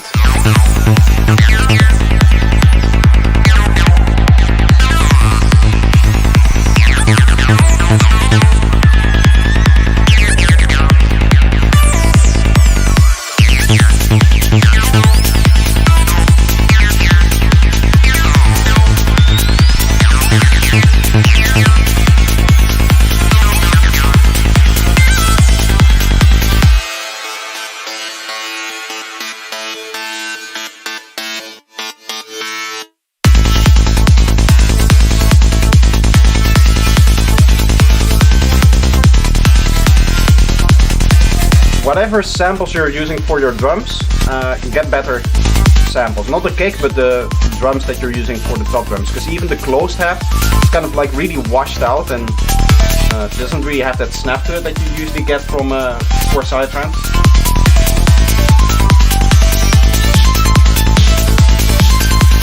To me there's too much happening, the bass line is jumping a lot and also the acid melody is really doing a lot. I agree in that the amount of complexity in this track, it's not like the complexity, it's the lack of consistency for me. Right now there's this melody which is always doing the same thing, so that's good. But I do agree with you that there's a lot of elements are doing a lot of stuff. Like you use the open hi-hat also as your build-up element, for example, there.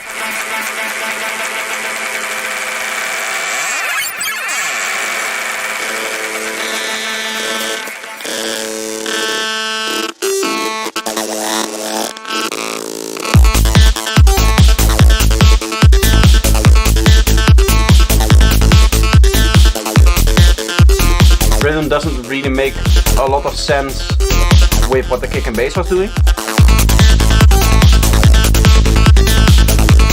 And here suddenly we go into the rolling kick and bass.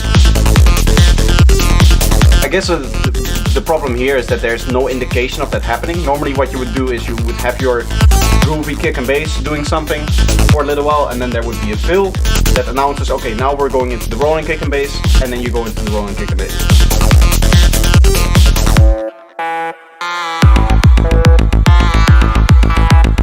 Sudden switch to triplets is very strange.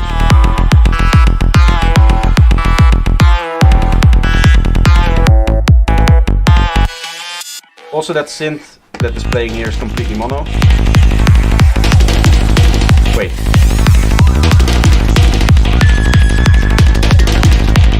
Suddenly it's high-tech. That sounds very... I wouldn't do this. It's too complex.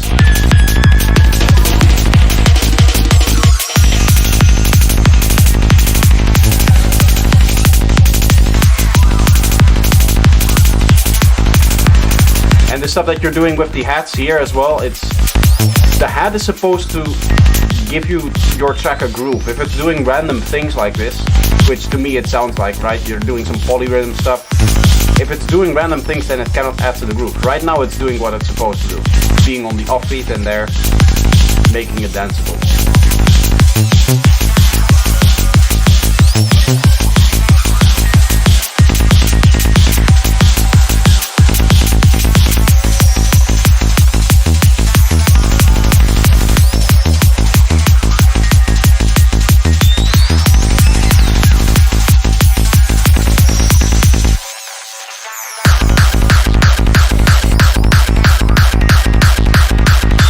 I don't like this.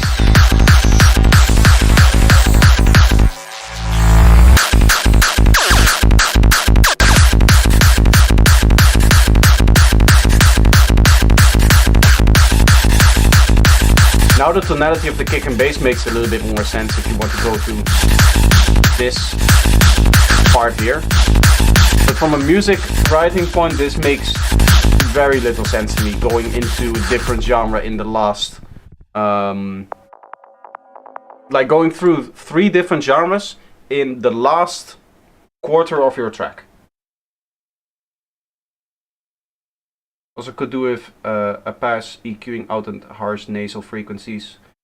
Yes, that 500 Hz area. I was going to say that I don't like the tonality of the kick and bass here. But then, as I said, now I understand why the kick and bass sounded so kind of aggressive. To actually also accommodate for the more aggressive part at the end. I would remove the high tech and that very aggressive thing. I think you're doing way too much with this track. Do you have ideas for like 3 tracks put into one? And there's all of the there's the ideas in there, right, with the different genres, and then there's all of the kind of complexity that you're doing with, for example, the kick and the bass and all of the drums kind of going off on their own, doing random things. To me, this track is too complex. I will give it some positive feedback. I sometimes don't do that. I will say that the mix was very good, and you definitely know something about like sound design or sound, getting the right sounds for the right track. As I said, I'm not a fan of the drum samples. But other than that, the other sounds sounded very cool. Elysium Limitless Energy. Let's see.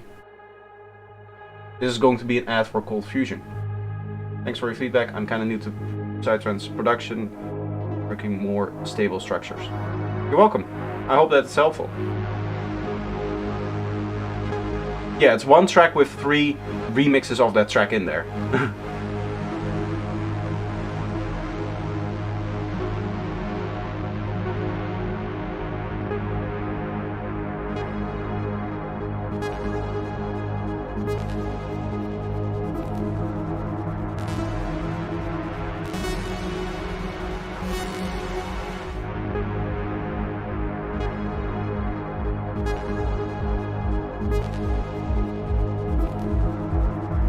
I just renamed myself from Elysium to Arova. I did see that, yes. I didn't comment on it, but I did see that. Arova, for those wondering. Nice clean kick and bass. We love to see it. Again, this is how the waveform should look like. We have kick with the encompassing bass note that is here for the rolling. Stop, next bass note. Stop here, a little bit of silence. You could maybe fade it out a little bit stronger if you want to, but this is honestly okay. And then you have your final bass note here, and then it stops, and then the kick is there. They shouldn't influence each other, essentially.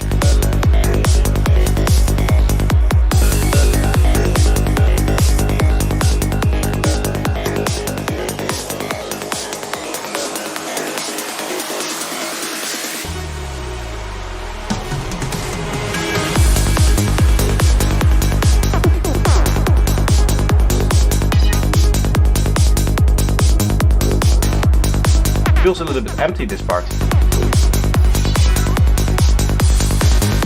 With all of the drums going high energy, and the track being called Limitless Energy, I was expecting a few more things to happen.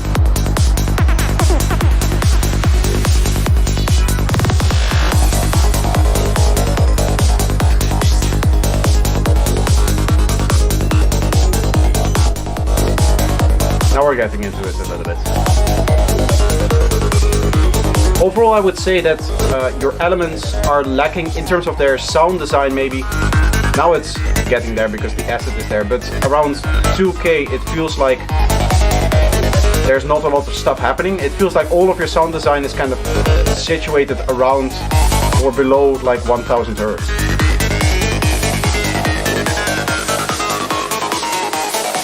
Now the asset line kind of takes over that area, but in the rest of the track it did feel like that. Okay, this part is too quiet. Limitless energy.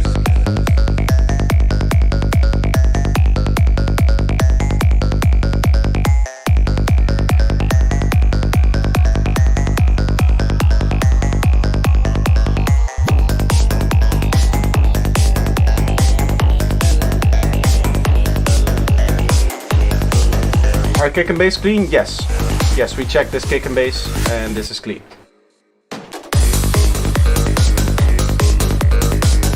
Some of the sounds are very mono in this track as well.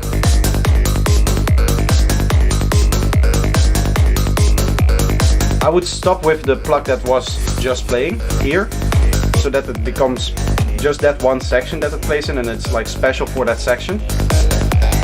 It doesn't really do anything here. You could easily just substitute that with some bandpass plugs or some other particles like that.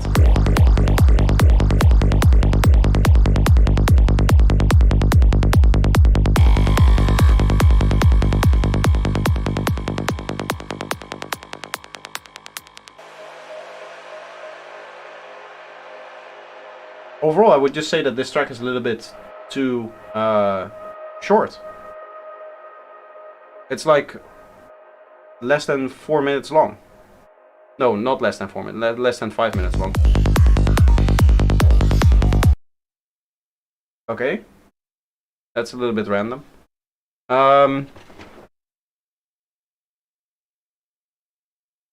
You could easily just make the drops longer.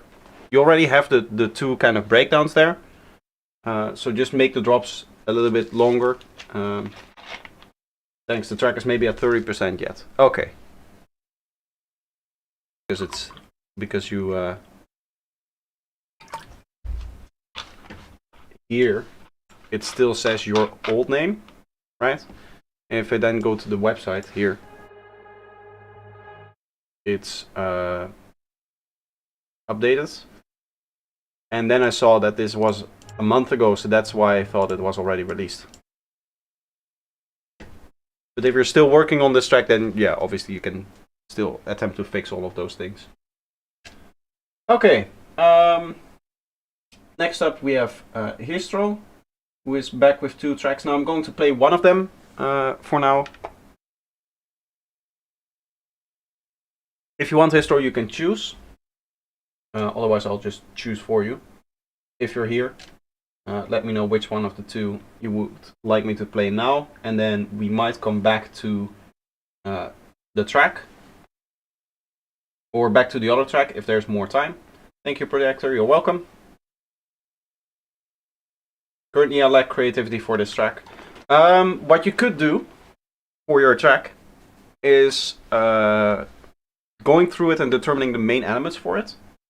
Right? Because right now the only thing that really has a main element is, I guess, this. That kind of melodic thing there. But that idea of this being the kind of core element to this section falls apart because you're also reusing it here. I would remove it from here, so that maybe here you can have a different sound in there. So that that sound is really just tied to that part of the track. And you'll see me do this all the time with my own tracks. I'll show you a few examples of how I like to do stuff like this.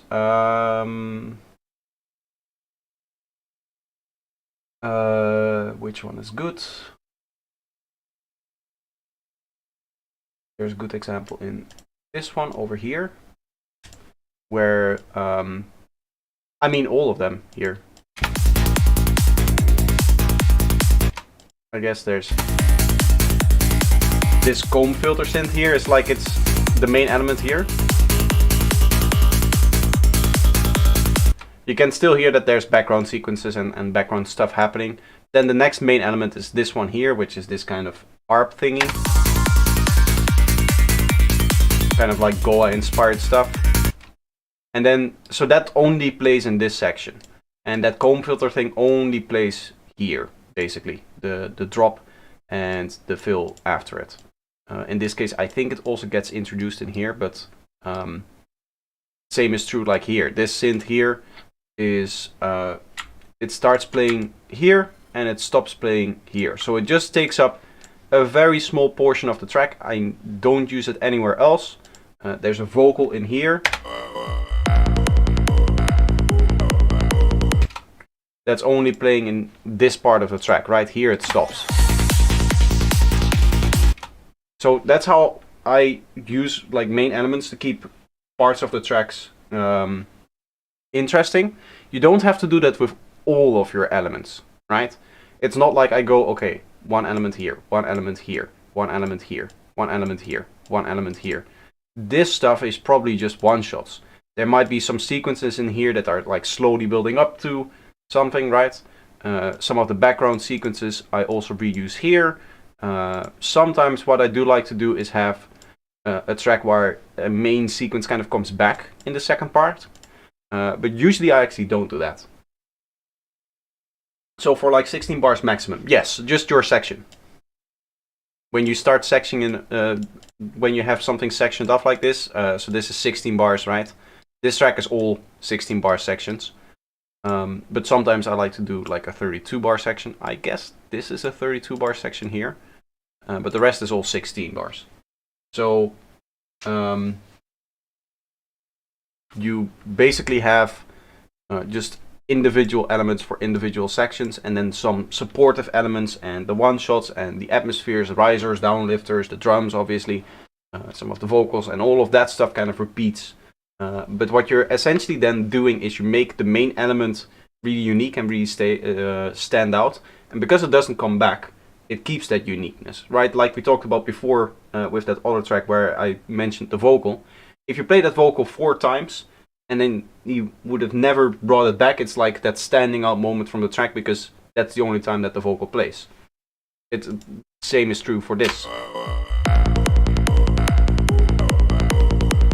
It's not properly mixed, the vocal's a little bit too loud, I would say. But it kind of starts here. And then from here till here, this is where it plays. So this is a little bit of a longer element. In this case, I'm using it to bridge kind of the breakdown as well. But here there's, for example, stuff playing on top of it. That's one thing, it's a fun game. It's barely audible. It's still under there, but you can barely hear it. Here it's in the build-up.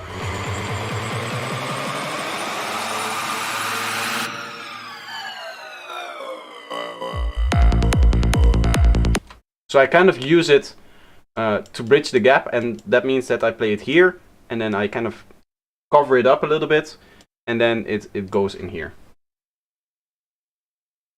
So you would kind of say that it's unique to this section and this section, but that's still like a very small section of the track or as a whole. So it still has that unique feeling to it because you're not using it throughout the whole track.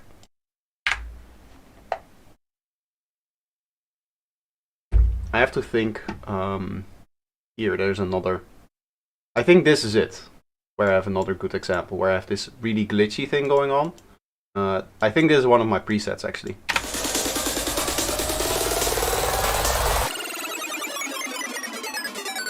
Yeah, this is one of my presets from my preset pack I recently released, the Psychedelic Essentials Volume 3 for Serum.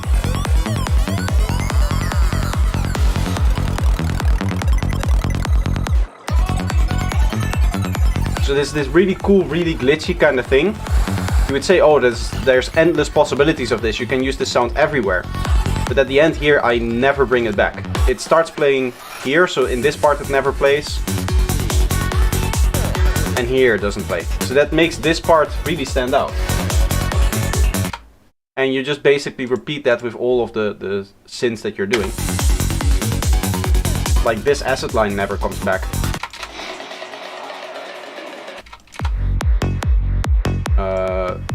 To be honest, I don't quite remember the whole track. Yeah, this is still a little bit weak here.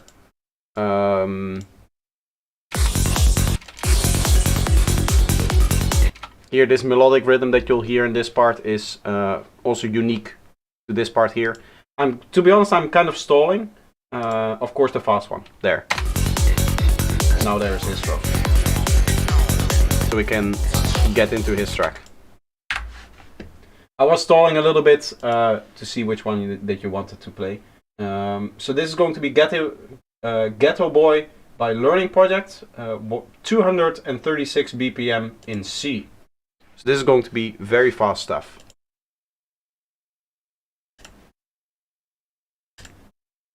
And then the other one, we'll listen to it later.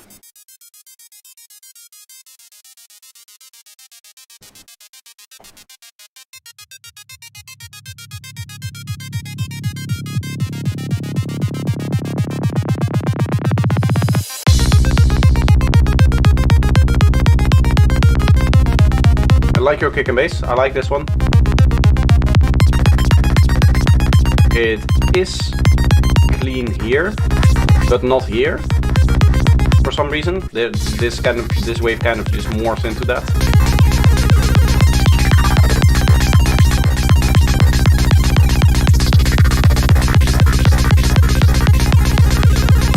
Offbeat hi-hat is too low. That should be, it's sitting at around like 8K. I think it should be sitting above 10K.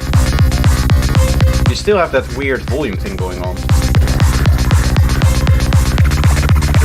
At least that's what it looked like there.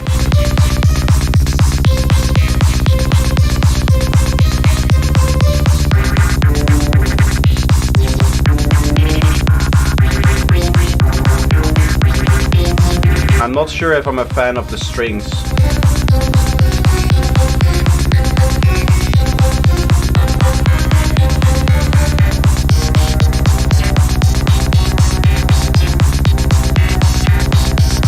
Too slow? Yes, I agree.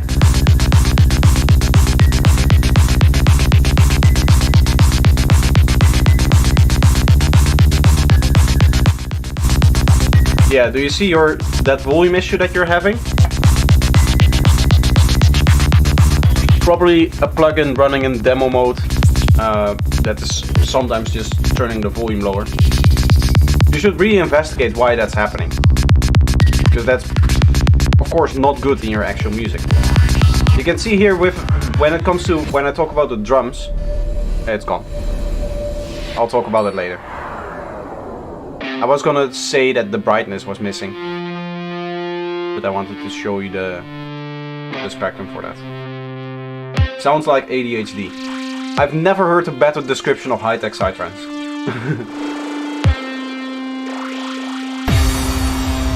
A little bit basic here in the breakdown, some background pads, stuff like that could usually help with that.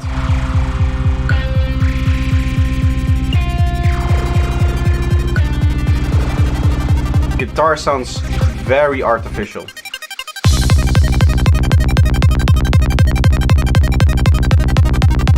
If we're going to go triplet rhythm with your main synth, then also do it with the bass line. Now it sounds really weird.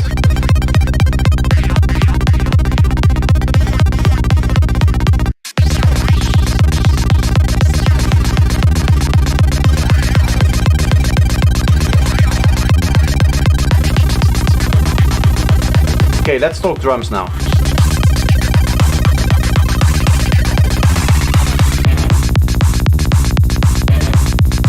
Okay, first of all, they're not snappy enough, your drums. Your drums kind of shush, shush, shush, shush. They're doing that. When it comes to this kind of psytrance, especially because it's happening so fast, you want it to to have snap. You know what I mean? So that the tick, tick, tick, tick, tick, instead of shush, shush, shush, which is what your hi-hats are doing. Second of all, when it comes to mixing hi-hats, or mixing psytrance in general, or basically most rave dance music, what you'll see is that the spectrum is going to go down, and then there's going to be a slight bubble here at around 10k, just above 10k, where the hi-hats kind of have their crispiness in it. In this case, the track is sounding very dark because it doesn't have that hump to it. And because your open hi-hat, as I said before, I don't like it being so low in the frequencies here.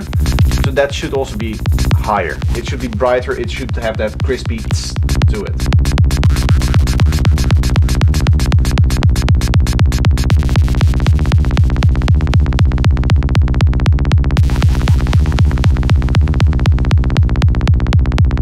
Sounds like pushing the play button on the cassette tape while fast forwarding. It does kind of have that vibe. I do think, for my personal taste, your music is too fast, Istro. But I think we talked about this before. That's a personal taste thing. So, yeah, 240 BPM is too fast for me. Anyway, next up we have Verdant X, who submitted before but had some exporting issues. So hopefully everything is fine here. Pointed Wire Metamorphosis by Die Nachtbahn.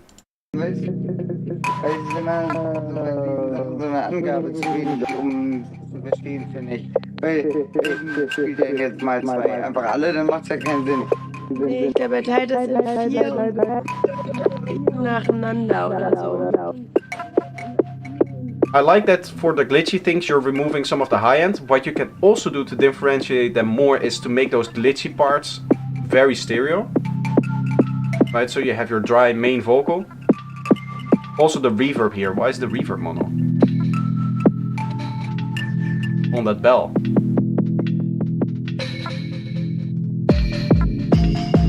Sounds really unnatural that the reverb is not stereo.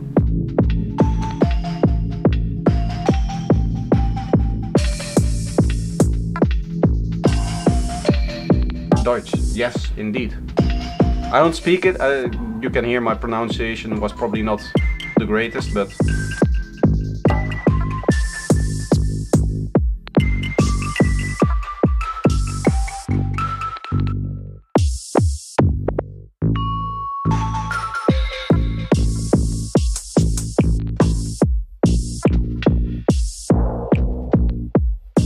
to be honest, for a long time I thought that this was the build-up to the drop. But now looking at the waveform, I don't think it is.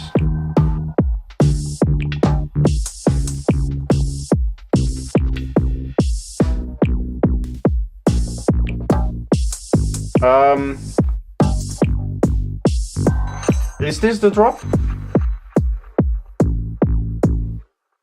Thanks for recommending me M Equalizer. I still use it. You're welcome. Shadow Rage, that name does ring a bell.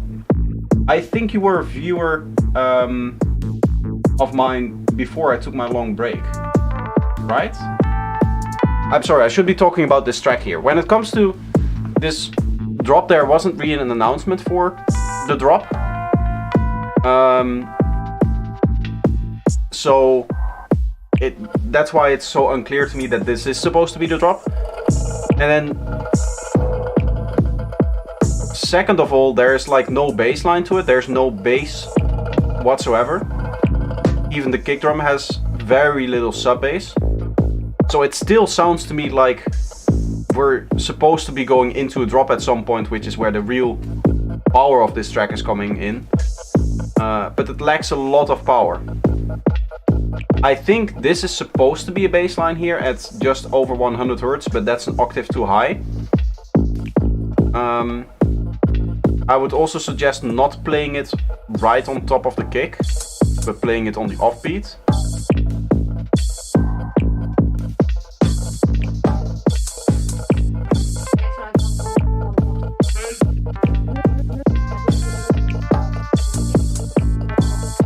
It is like a very experimental track, so maybe this is kind of the goal here. I wouldn't say like mixing wise that it gives me the impression that it's a very beginning production.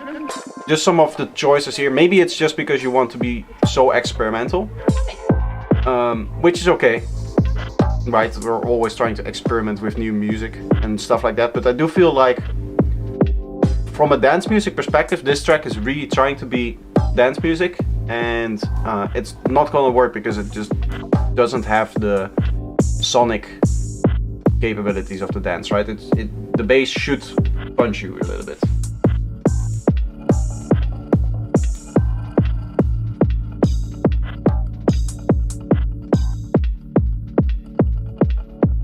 It is a bit quiet, yes. Overall, I would say that in the production there's fairly little happening here.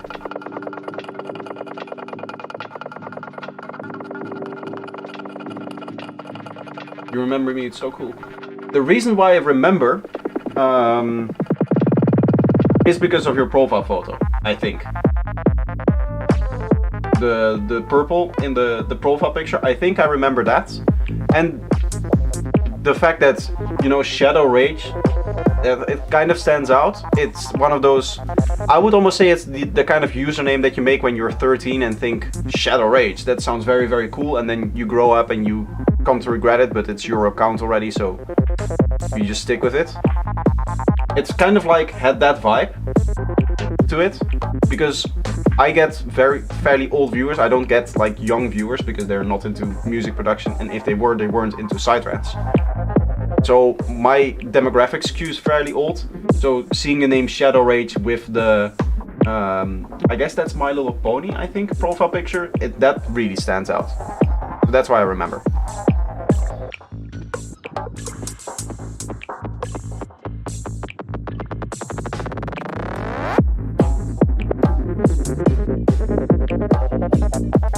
We do have an offbeat bassline now. But I think it's paired with a bassline on the kick.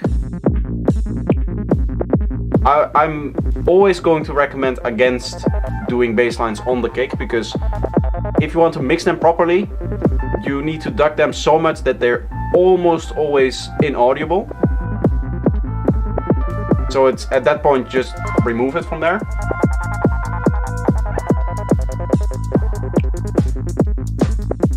Do you think it's a cool name to release music to? I mean, it's gonna depend on the genre. In psytrance, I think it might be a little bit too dark, unless you're doing some real dark side kind of stuff. Bass is quiet. Yes, I agree. Everything feels a little bit quiet in this mix.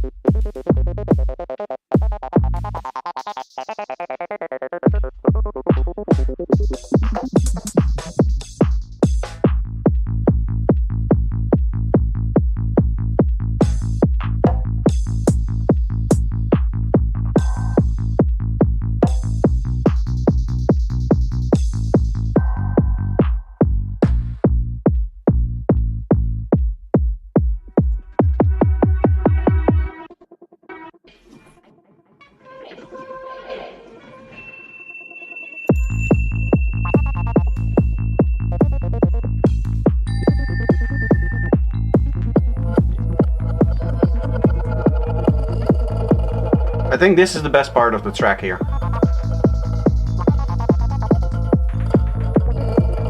Just because it does have a little bit of bass presence here. But even still, if you're going for something like a techno vibe here, then you would have that kind of rumbling bass line everywhere, so it's just on the offbeat. And you would do that throughout the whole track.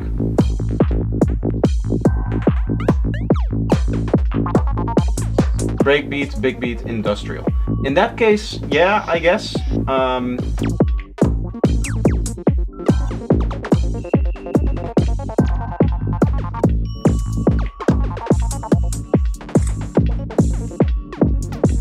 The intro in this song had some excellent glitchy sound design, but now there are too many dry sounds like random toms and general MIDI quality drum kit.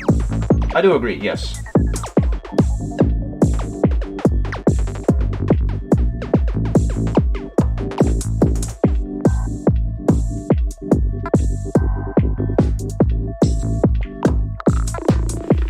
I can appreciate this. Okay, I'll say this. I can appreciate this track very much from an experimental and sound design perspective because you're definitely doing some very cool stuff. But I would never dance to this or play this as like a DJ somewhere. Or even like listen to it casually, I guess.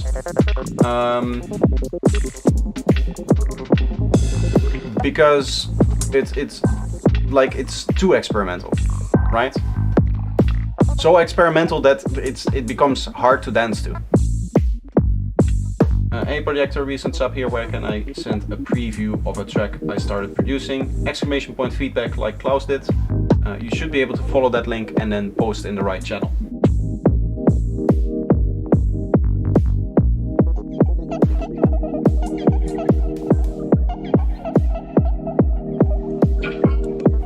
Given a lot of pad cycles through applying the given function to each pad in turn.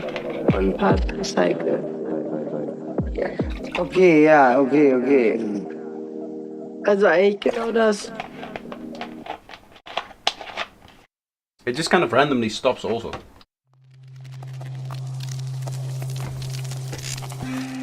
That's a new track. That's the autoplay. You cannot turn that off. Overall, as I said, from a producer standpoint, I really like the track. I really like that experimental stuff. But from a listener's perspective, I would think that this track is you would have a hard time listening to it because of the you're doing things that are so experimental that it's really hard to like from a listener's perspective, in my opinion. Getting some nice Foley sounds, like a billiard ball clanking together every now and then. It sounds really good. You just need consistency. A little bit of consistency, I do agree. Yeah, but that's kind of removing the experimentational part of the track, I guess. Where can I send tracks? Exclamation feedback. You can submit there in the feedback on stream channel, as the message above you says. So you just drop your track in here, not here.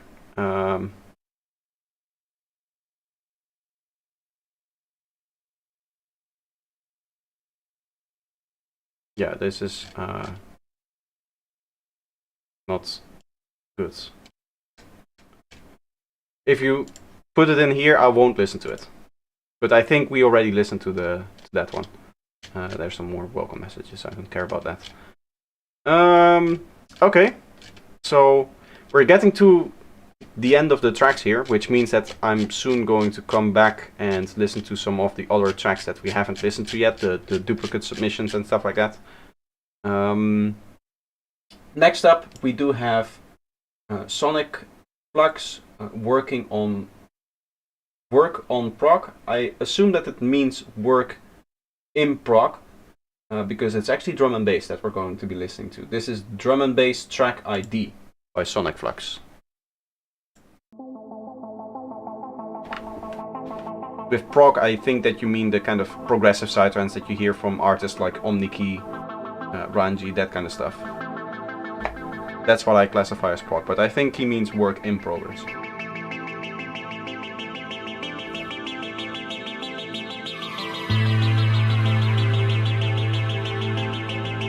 Nice light vibe here.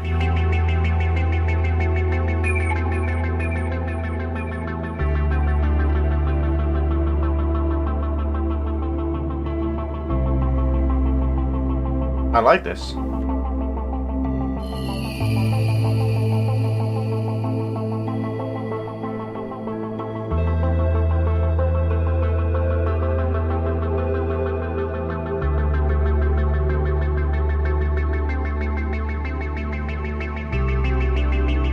Maybe the bass line is a little bit on the loud side, like maybe minus 2 dB here. It's also very high in this case, that first note there. The other 3 notes are like...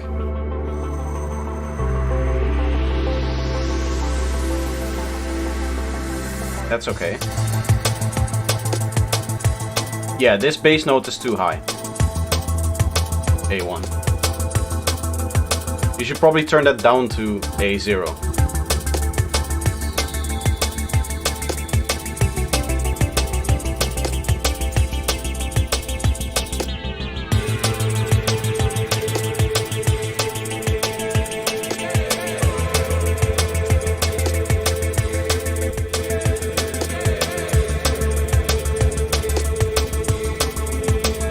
A little bit more oomph from the kick would be nice. Overall, I do really like your sample selection. It's nice and visually nice and bright.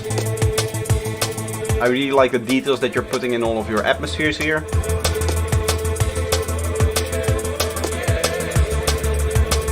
What would also be nice at this point, when the drum starts to play, is if the bass line becomes a little bit more playful, I guess. I guess it's doing the trans-gated thing, but what you could do is play the same rhythm but with a bass line that has a little bit of flux to it. Almost like just like a psytrance bass line, I would say. Because right now it just kind of feels like it is being gated, but it could do more.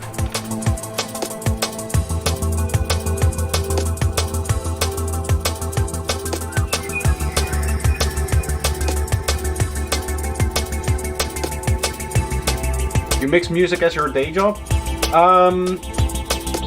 Not part of it, yes. I just recently, for those that don't know, I recently started accepting clients for mixing and mastering. But my main thing that I do is the private lessons, the products, YouTube. I guess Patreon is part of my income as well.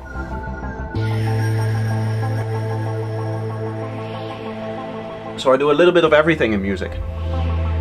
Anything that really revolves around the channel, right? All of the services that I'm able to promote there. I made masterclass things. A masterclass one was... I guess you've seen that one, because that was before my break. I made another one after mine, which is like 24 hours. So that one is much bigger. But that's like video tutorials, but behind the paywall.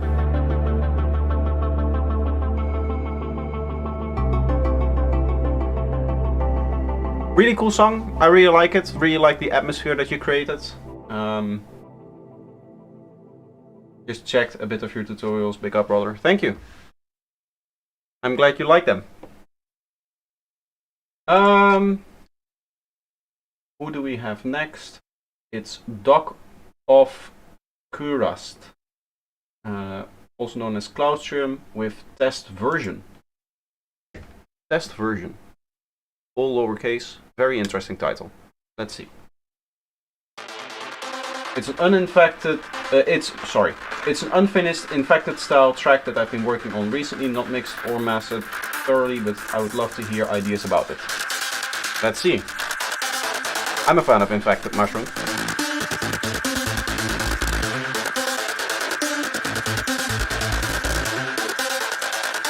I don't think I'm a fan of this screamy frequency resonance here, sitting throughout the whole thing.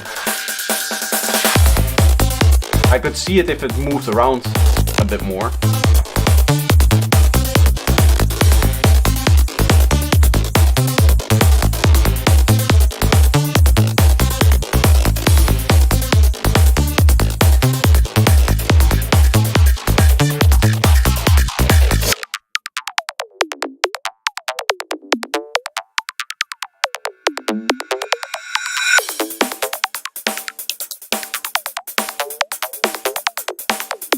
Part, I would say, is a little bit empty here.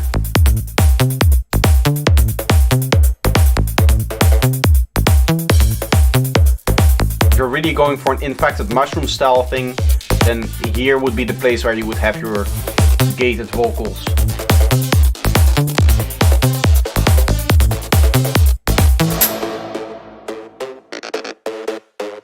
Are YouTube links okay for feedback? Yes.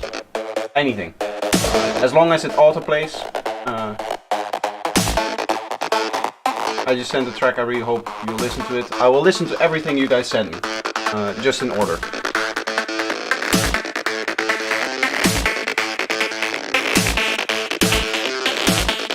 Cloudrum is going to be the song name. Okay.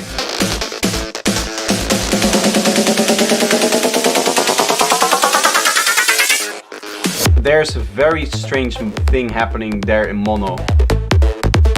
I would make it wider when the build-up happens. It felt like it was becoming more mono.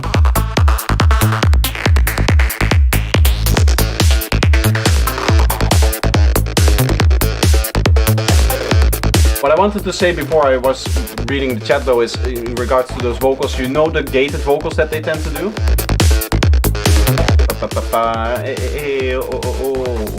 There's that tutorial that they did on Ambassador, I think, where they showed how they do those vocals. He basically just sings like I sung and then you put in I wish and manipulator. Something like that in that space where I said before it was a little bit too empty.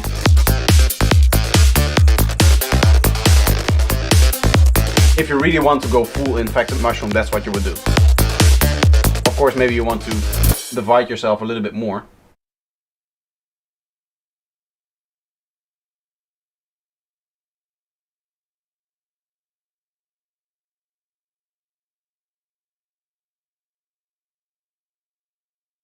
With the delay, unfortunately, I cannot tell which sound you're talking about. I'm assuming that you're talking about the sound in the intro, which I agree. I think that is just a cause of a bandpass filter being a little bit too resonant, and I wouldn't use Soothe 2 for that. I would just turn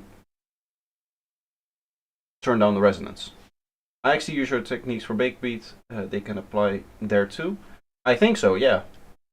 I mean, a lot of the things that I talk about are just general stuff about at least dance music, in regards of how you're mixing them, in regards of how you, I mean, would clean up the kick and bass. You would need to, I guess, do that for any genre, right?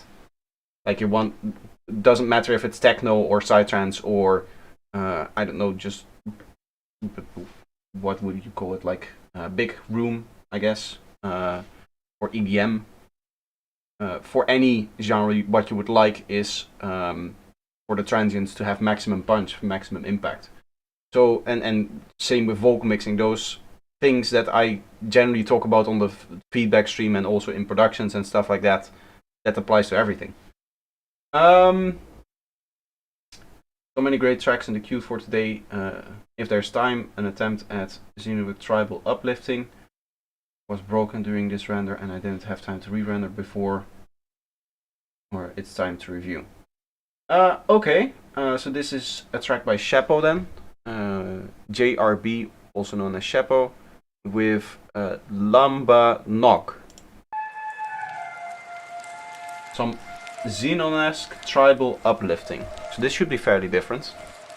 I like the nice ambience in the beginning already. Yeah, I know, it's just not finished. Okay. I did really like your track. Maybe I was talking a little bit too much about other things during it, but sometimes there's not a lot of feedback to give. You know what I mean?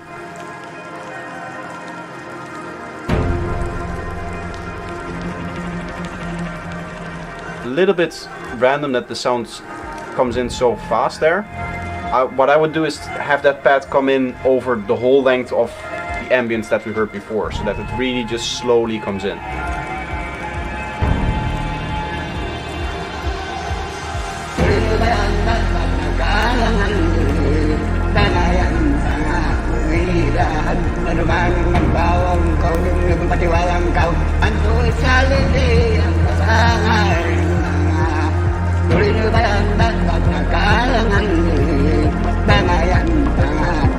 I don't know what he meant by the sample is broken. I guess we'll find out if it's this sample or another sample. But this one feels like it's...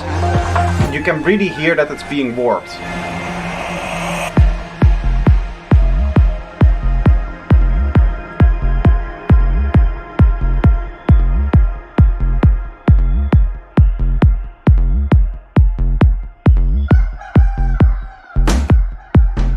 I like that. I would turn it down a little bit, that's like offbeat thing, but the rest of this drop I really like it.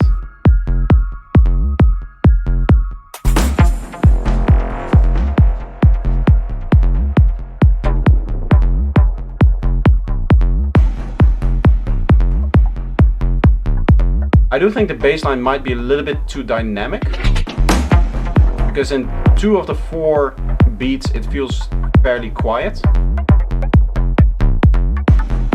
I guess what you're doing is you're slowly building up the bass line into doing more stuff.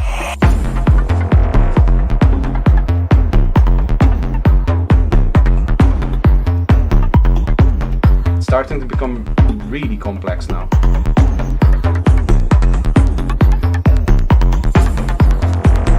What I would suggest is that you sorry, that you sterilize it a little bit, your bass line. It was that sample.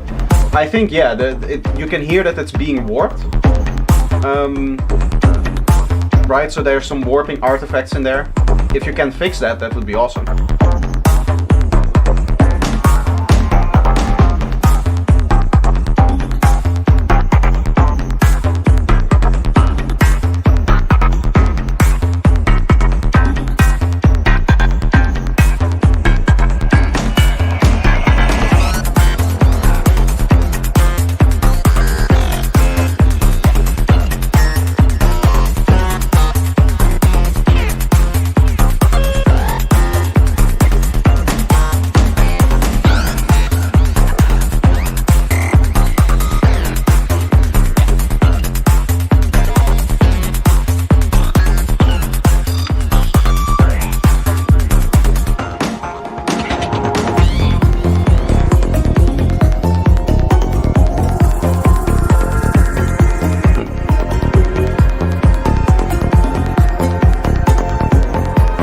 Why are there clicks everywhere here though?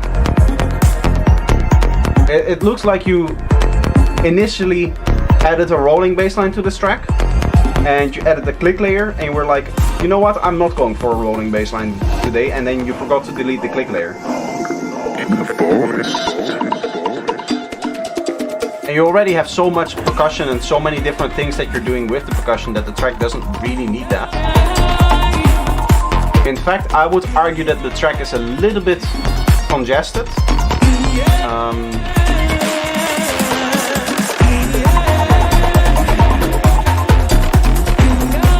It sometimes feels like there's not enough space for some of the elements.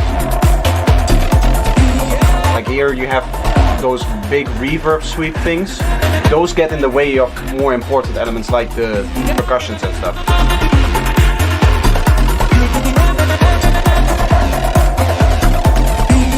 Something like that swoosh there, I would just remove that. Here as well, there's a vocal in here, but there's so much other things going on that it's hard to hear. I don't think that the vocal is necessarily very quiet. It's the rest is all kind of in there, and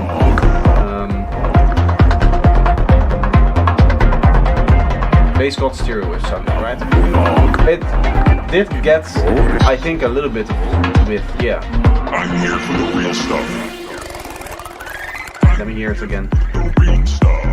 Laminar. I'm here for the real stuff. Yeah. Laminar. I'm here for the real stuff. I don't think it had this stereo width in the beginning. Real stuff. I'm here for the real stuff. It is a very full track. It, as I said, to me it does feel a little bit overcrowded, especially with those things like the reverbs and the mid-range rumble, that kind of overcrowding. It's not too complex from a musical idea standpoint, because all of the elements are working well together and all of the elements that are like main elements are nice and in the front.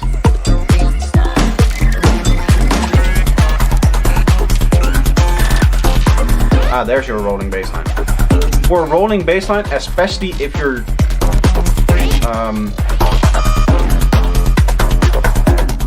especially if you're doing it so late in the track, a rolling bassline, you would need to announce it more. You cannot just go into that change.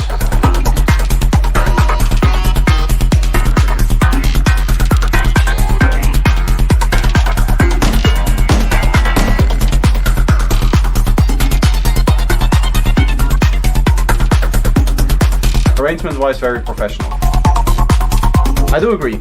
Apart from the rolling bassline just suddenly coming in. I would, in the arrangement, have a little pause and then go into a rolling bass line. Overall, very nice track. As I said, to me it sounds a little bit congested, a little bit full, but overall I do like the sound. It's a good sound. Okay, next up is Aaron Bell, also known as Cadabra, with Memories and Passion. Very nice artwork. Good stuff. He also has a professionally taken picture, so I'm sure that this will get copyright claimed very, very soon. I'm sorry. I don't want to judge people like that, but that's usually what happens when you have a good picture and good artwork. It usually indicates that there's a label behind it and that they tend to just copyright claim anything, even though you submitted to my stream and therefore you gave me permission to post it, because that's the conditions under which you submit.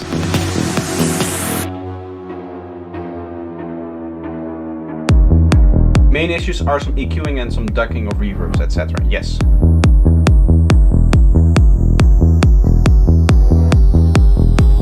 A little bit of a wonky kick in my opinion.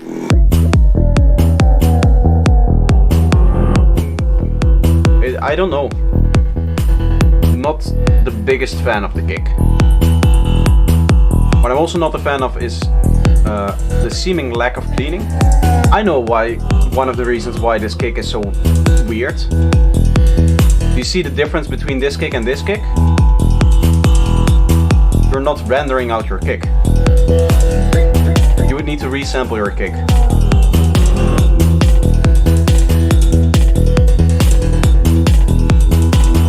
I do really like this sequence. Not out yet, so it's fine. Okay, but then in the future, they still will strike the stream in the future. Not that it matters much, like it gets no views, so at that point it's more just principle.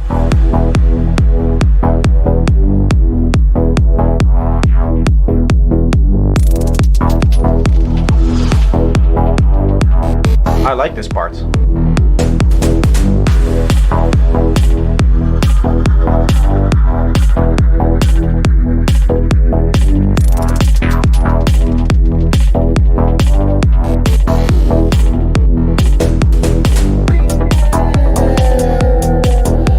A little bit loud there on that vocal effect thingy.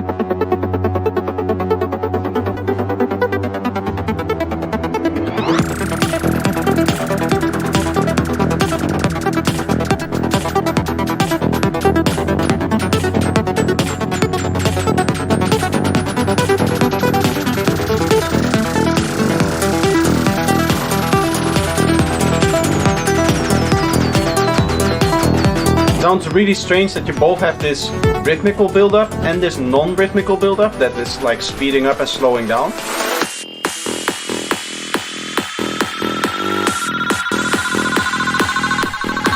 Track is becoming more aggressive here.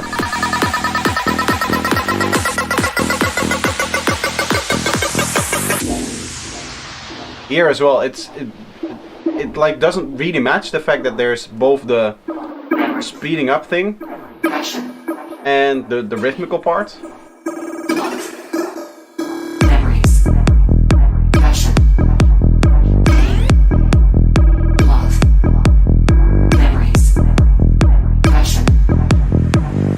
I cannot really say with certainty why I don't like this kick. I think it might not have enough like punch to it, and that's because the pitch envelope is like too squashed to the beginning. Like it's a really fast click and then it's almost immediately in the sub bass.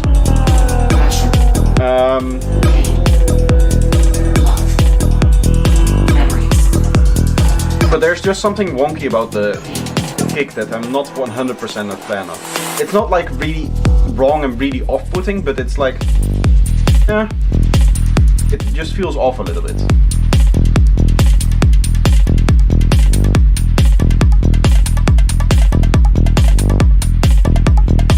I think what is also happening is that it's probably tuned a semitone too high. I think that's something that I can see here. Okay, now the bass line is playing a different higher register. Here you can see it. Here you can see the sub bass of the kick kind of lowering a little bit to catch up with the sub bass of the bass line. What I like to do personally is have my kick kind of duck under the sub bass of my bass line.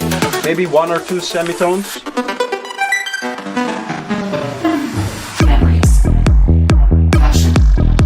Sounds more like an uplifting trance kick than side trance. Yes. It sounds more like house kick, to be honest. Even like the trance that I know has a very punchy kick to it. The kind of uplifting trance, the normal trance. Passion, pain, love, memories, passion, pain, love. Overall, very, very good track though.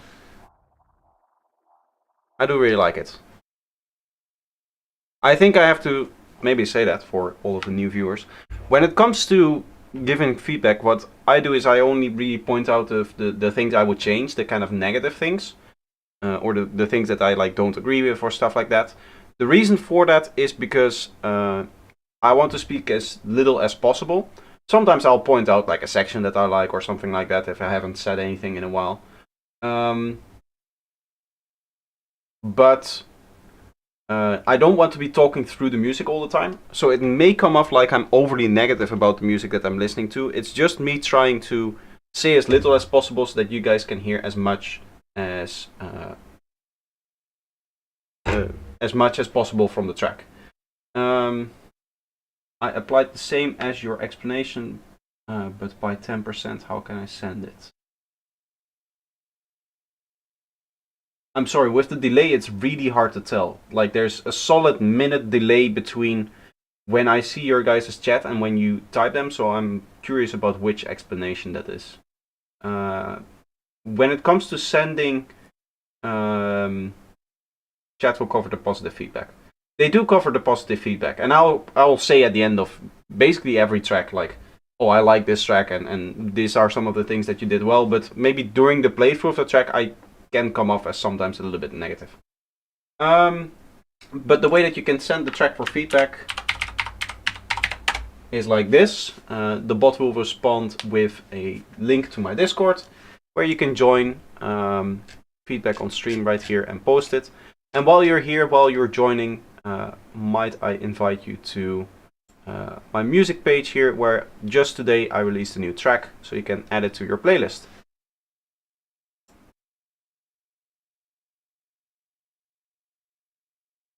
You see frequencies like Neo sees the Matrix. I like that.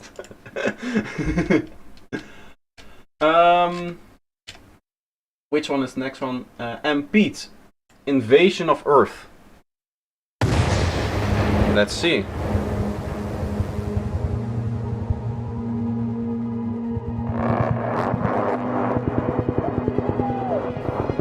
I'll maybe change the kick, thank you. You're welcome. I hope that the feedback is helpful.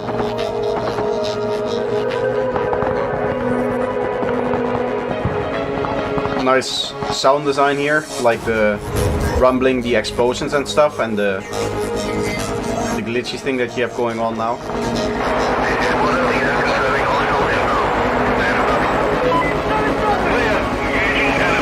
What you can do in cases like these where you have this, where you're simulating kind of like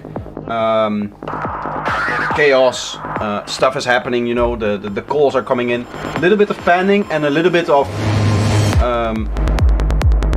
spatial stuff, right? Where you can make it sound like it's one sound is coming from there, the other one is coming from there, another one is coming from behind you. Overall, when it comes to the kick and bass, not a fan of the tone.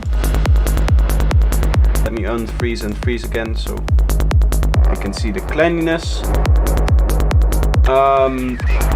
You lack a lot of processing on your bassline, therefore your transient on the bassline is sounding off.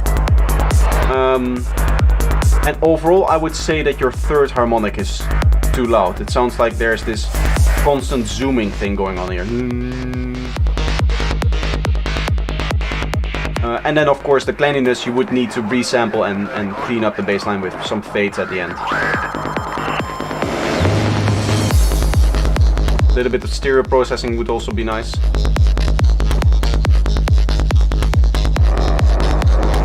The loudness of the track is actually mastered and very loud. It's just YouTube turning it down by a couple of dB because of loudness compensation. Nothing I can do about that.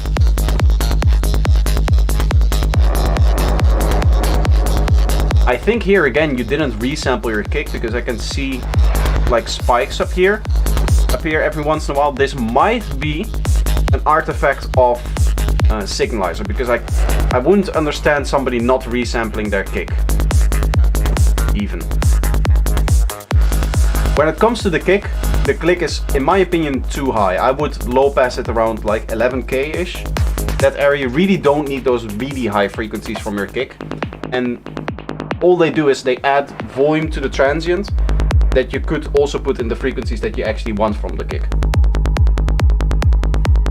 Because they do, when you low pass it, it does cut out some of that spiky, very start of the transient.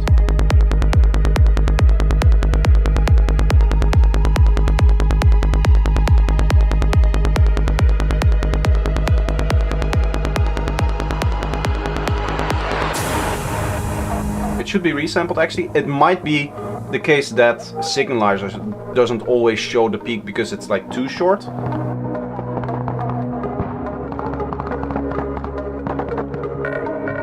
Here also, like with the battle sounds that you have in here, like as a background, I really like it, but it just sounds like it's coming from the television somewhere. It would be nice if you could pan it and do some spatial processing. With spatial processing, I mean stuff like this. What's it called? Dear VR, right? This thing, which is like spatial positioning for stereo audio. This is a free plugin, by the way. It's 360-degree panner, and it also has the elevation.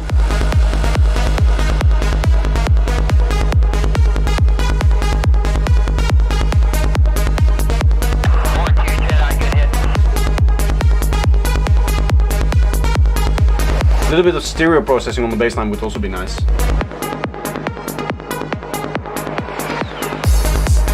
Do you have any favorite tracks that are poorly or amateurishly mixed?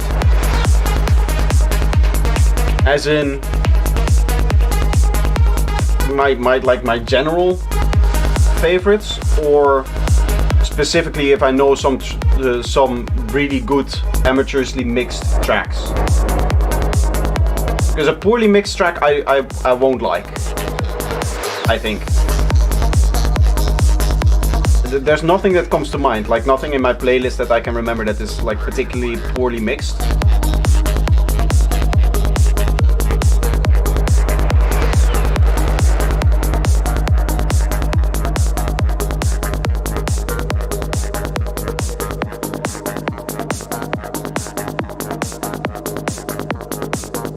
In general, no. There's no track that I like that is like poorly mixed or amateurishly mixed.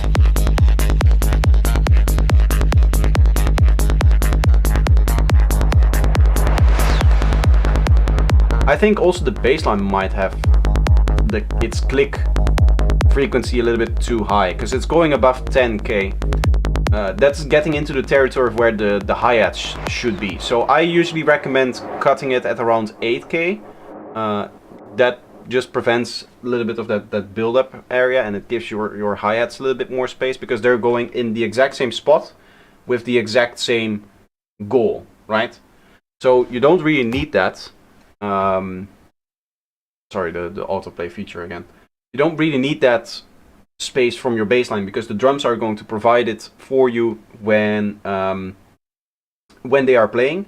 When they are not playing though, what is cool about it, if you low cut or high cut or low pass your bassline at around 8k, is that once the drums start to play, you get that extra bump in higher frequencies, so your track sounds a little bit more energetic, right? If you already use all of the high or the highest frequencies when the kick and bass are playing on their own, the drums don't really add all of the energy to them that they could add. It's more impactful if those frequencies aren't taken up by the kick and bass and then they are layered on top of it, as opposed to just expanded on and played more. If that makes sense. Does that make sense? I hope that makes sense. Soldier, God, I wish I hadn't sent it. I mean, if you want, I won't play it for you, but you've sent it already, so.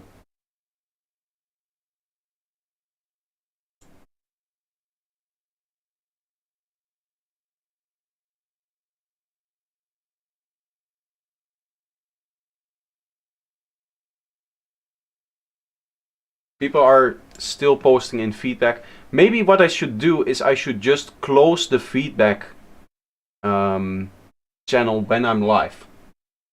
Because people, I don't know if this is like a mistake or people genuinely think that I'm taking tracks from here. It says it in the message now. It's feedback on stream here. Maybe it's also that people don't scroll down. Like they have Discord open like this, and they join in here and they just scroll and he said, oh, feedback. And then they just go in here. Maybe I should put the stream stuff above. Right, so right here. I don't know what the best order would be. I assume most people just talk in here.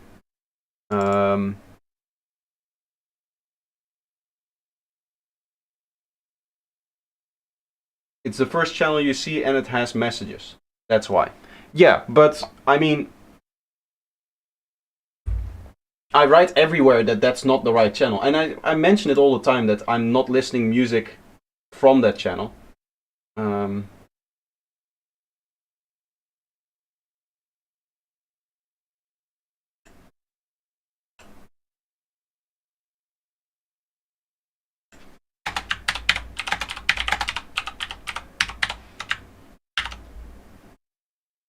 I cannot do all caps, but I renamed it to... Oh, I shouldn't show you the thing here.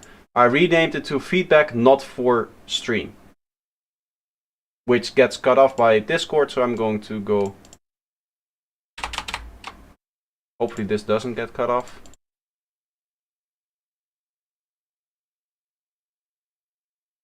If I do one more... feedback, no stream.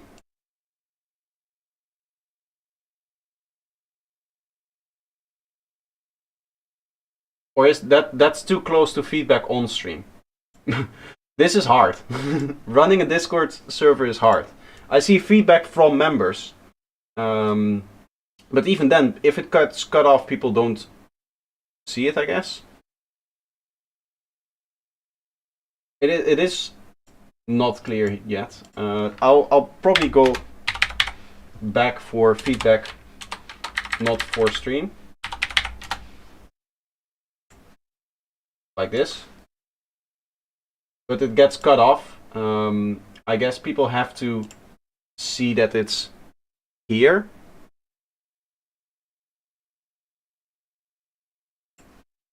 But yeah, if you want your track reviewed on my stream, post it in feedback on stream. Next up we have Jacob Stray. Not the latest version, but still side tech to 144 F minor. Let's see.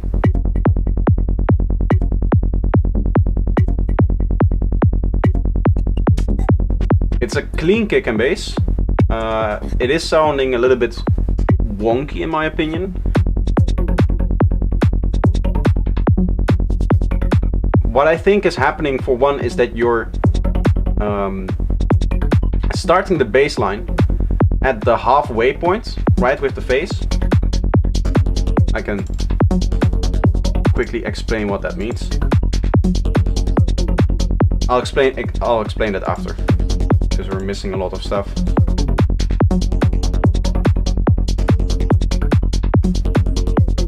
I'll explain after what I mean by that.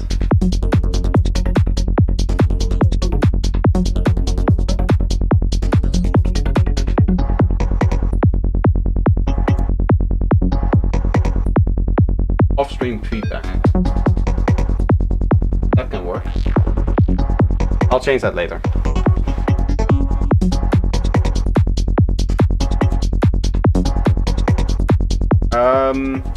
Overall, the balance of this track is a little bit off. It's like bass heavy, right? You can see the drums are like fairly low here, and that means that you don't really have that high-end fizzle. Also, the mid-range is missing, I guess. There's not much happening there. So really the only stuff that's there is the bass part here. And even then, I think it's still a little bit high, especially the sub bass. I would lower the sub bass a little bit.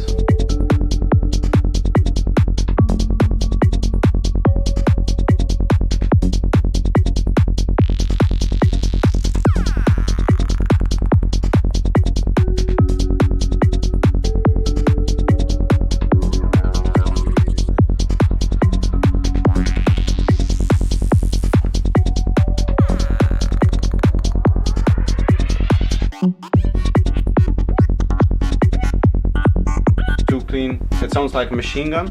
I think the reason why it sounds like a machine gun is because it uses the high-tech setup where you play 3 bass notes in the kick and your kick is like very short like that. What I would like to see is a little bit of groove, so a little bit of maybe sidechaining to get some differences in the volume. I think that will help.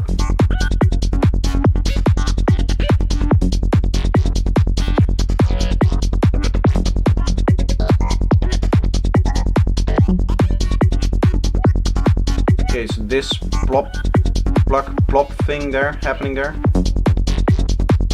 Wherever it's happening, it feels a little bit loud.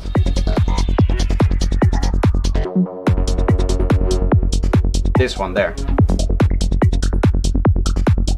This really strong bleep at that one frequency. Just a little bit strange. There was another thing I was going to say. Oh yeah, the last synth that you were listening to was doing stuff that didn't really make sense with any rhythm. Like it was in between, I guess, the hits of the bass and the kick.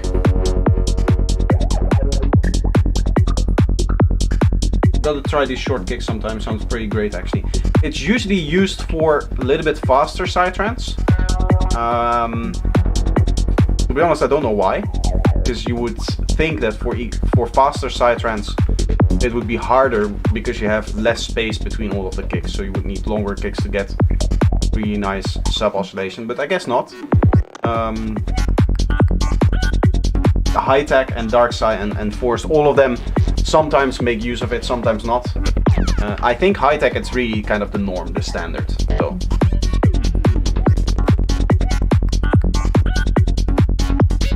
I guess it gives a more hypnotic feel at higher BPMs because I guess it almost sounds like you have, instead of a kick and then 2 bass notes, you just have 4 kicks in a beat almost, even though they're like a little bit different.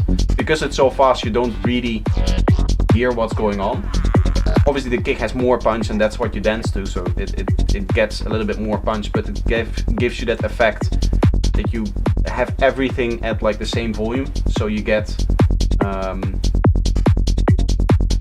yeah, you get more of that hypnotic constant trance rhythm feel to it. Kick and bass are fully mono, I just noticed. Again, I'm usually not a fan of that, so I would sternize it a little bit. What you did with your bassline though is you made it like this. You set the randomness to 0 here on the phase retrigger, and then you set the starting point right here. What that means is that it's going to take a while for the waveform to reach this click, which is where all of the high frequencies of the bassline are. Now, if you want some transient, which I think your bassline could really use a little bit of extra impact, what you would do is you would set this thing right before the click. What happens then is, through a process called phasing, we kind of smooth out that click. If you do it like this right now, you're just going to get an annoying click, because you get, what you essentially get is you have this click here.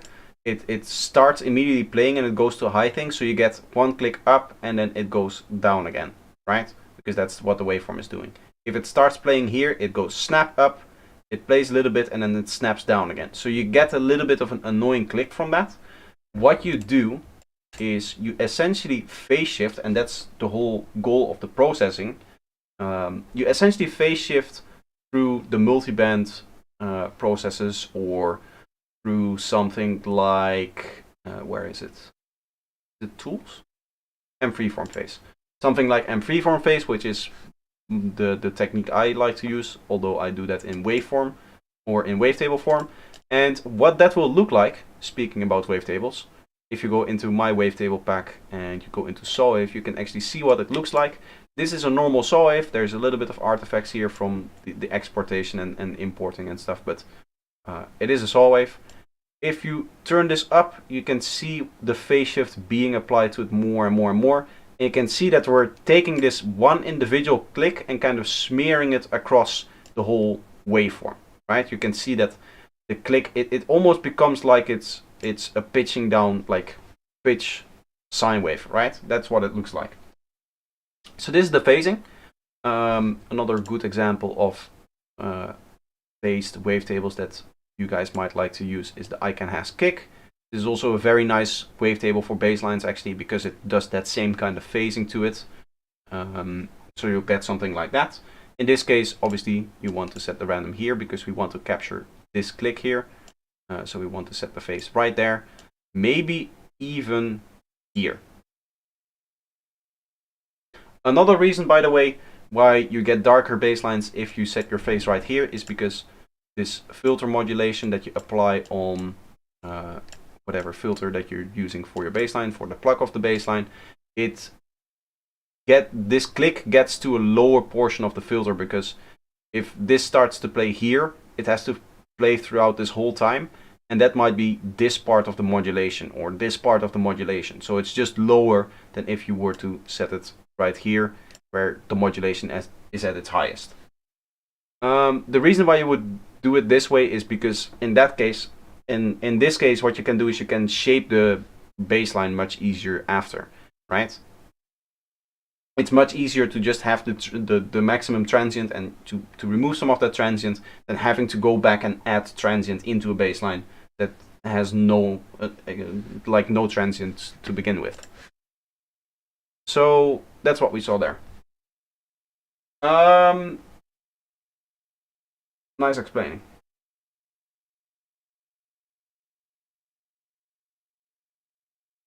Has anyone tried layering the bassline with a filtered kick to give it more punch? Yes. Generally speaking, I'm against layering for kick and bass. There is, I think there's like 2 sections I did on it in my recent guide, my mega guide for basslines, right? This one here.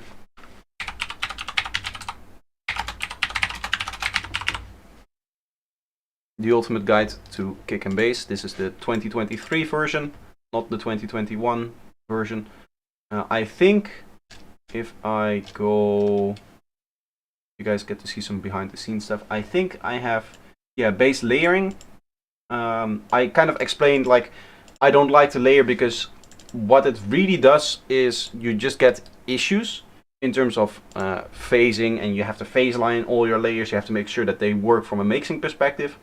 If you can get the sound that you want from one instance of whatever synth that you use to create your bassline, that's always better than layering your bassline. Sometimes there is no other option. You need sometimes a very specific layer if you want a very specific type of psytrance bassline, but 99% of the psytrance basslines that you want to make can be made with one instance of whatever synth that you have and enough time of time and processing. And even there are dangers to it, which is the reason why the tutorial is 3 hours and 20 minutes long. Because I go over everything that could possibly go wrong when you're processing. Anyway, next up we have Ernesta with It Was a Dream preview. Why is it both a link and a reason to start producing a psytrance style song based on the content I found with your tutorials? Very early stage, but I would like your feedback on the progress so far. I know I need to fill up the space. I'm working on that at the moment. Okay. In the end, if it sounds good, why not use layers? Because it is harder to guarantee that it sounds good. You will spend more time trying to align everything, trying to mix everything. So, efficiency. That's the reason.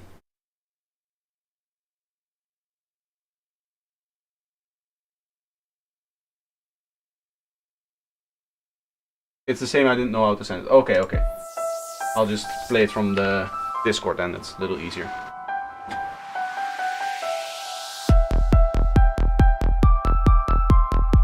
Okay. You don't often hear piano in psytrance, so already some different beginning there.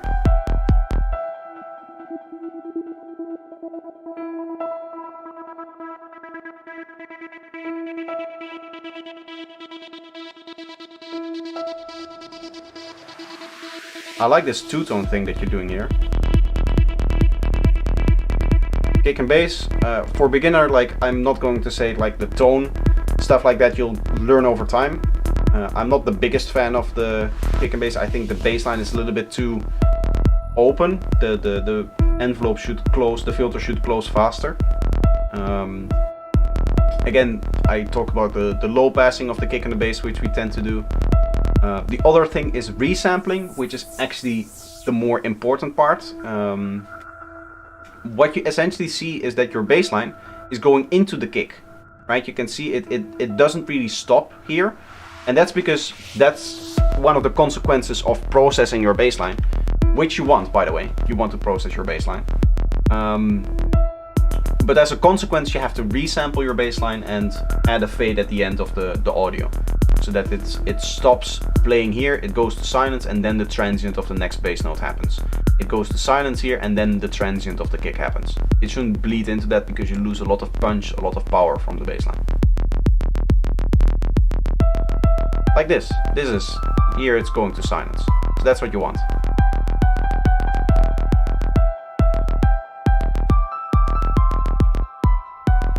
By the looks of things, you're using a separate sub, aren't you?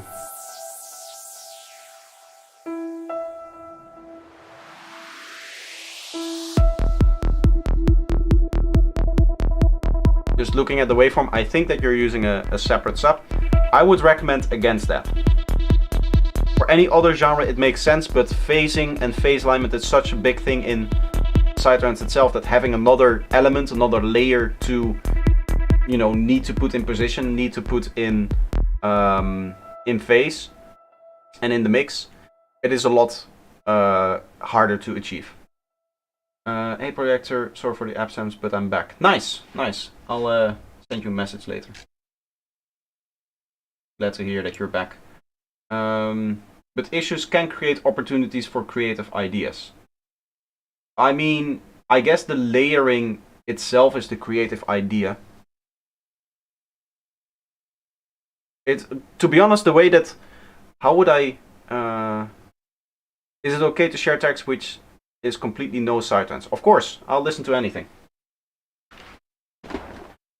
How would I explain this?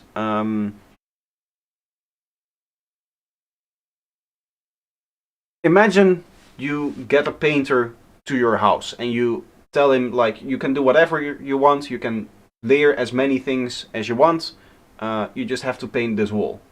You come back and you see that he has taken a knife and stuck it into the wall. That's a problem, right? That's something that he shouldn't do. That's kind of the same issues that you're going to get with like layering. Yeah, it can be creative. A knife in the wall is definitely creative, right? But it's an issue. It's not supposed to be done, because when it comes to the baseline, as I said and explained many times, the phase alignment is just key, right? For one, we do the phasing. Two, we do the phase alignment, where we match the sub bass of the kick to the sub bass of the bass line, or in my case, I remove the sub bass of the bass and I phase align on the transient.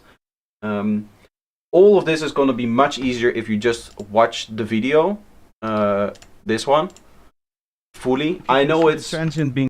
Oh, I know it's a very long video. It is 3 hours and 18 minutes. Not everybody has the time there, but if you resample, or if, sorry, I just read resample in the chat, but if you watch it fully and you understand that fully, if you watch everything I say there, you'll probably agree with me that layering is in most cases going to give you more issues than benefits. Not really, right? The issues can be solved. I just question that for some basslines you really don't need to layer. Like people use click layers, right? The little impulse things, the little ticks that they put on their bassline. I mean, the way that you make that from your normal bassline is you just do this. That's all that is. Because the click only happens in this frequency region. If you want a little bit more of this frequency region, just do this. That's why we have an EQ. That's much better than having another layer that you then have to mix in and work all of the things on, do everything for all of the as I said, the alignment and that kind of stuff. It's much easier to just do that with an EQ. I don't say that you cannot do that, but there's problems associated with layering that other techniques don't have, and you can get the same benefits most of the time. But I do agree, there are some times that you just have to layer. Are there any plugins on FL Studio to graphically see this stuff like you do on the streams? So the plugin that I'm using here is called Signalizer. This is actually a free plugin. You're right, in FL Studio you won't be able to open this analyzers file, which I'm soon going to provide you guys with. I'm just going to post that in like the Discord soon. So this file only will work for Ableton, and that will open up the analyzers just like so. But you can, if you want, pause and just quickly go over the settings for each of them. This stuff is not important, but so this is the vector scope. This is the oscilloscope with these settings, I guess, and these colors. You can change that and modify that however you want. And then there's two different types of spectrum. There's the color spectrum here, which is the frequency over time with loudness, and then there's this spectrum here, which is just the line graph for all of the frequencies. And then I guess you can check out the other settings in here as well if you want to really copy them. But this is a free plugin. You can just download Signalizer and use that in FL Studio. If you want FL Studio native devices, I think Wave Candy might be okay-ish. The problem with Wave Candy is that its waveform display doesn't really show longer lengths, I think.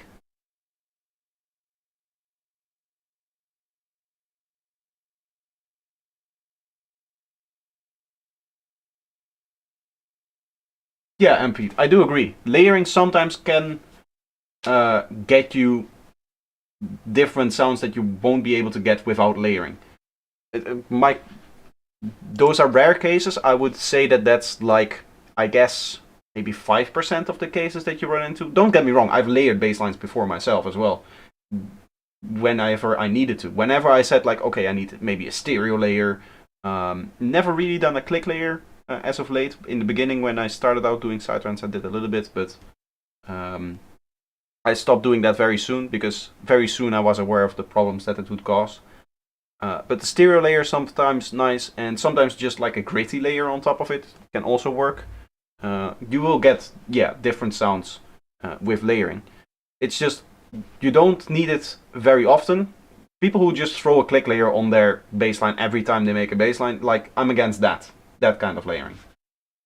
Do you have any videos on how to resample or the concepts of it? I didn't watch it yet. Start the video, but close to 1 hour. It is in that video, the resampling part. I think it might come up very soon if you're already 1 hour in. There is a other video I have specifically on the resampling process and what kind of problems you're solving with that. Clean, I think, is yeah. So this is just a segment on bass, kick and bass cleanliness and how you should fix that.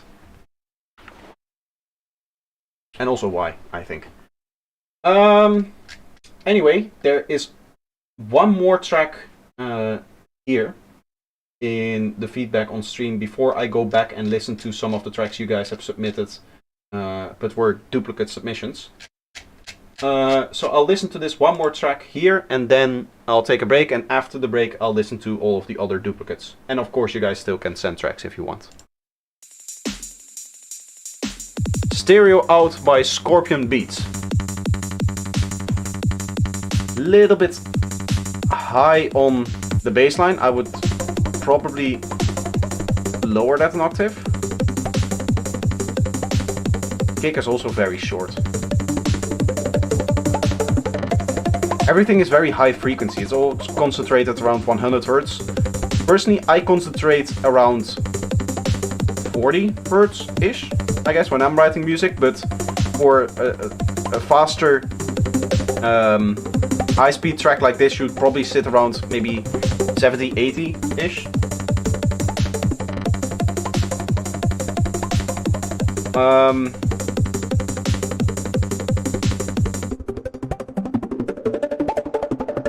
I like this synth. I'm not sure if I'm a fan of the loud-ass dubstep wobble.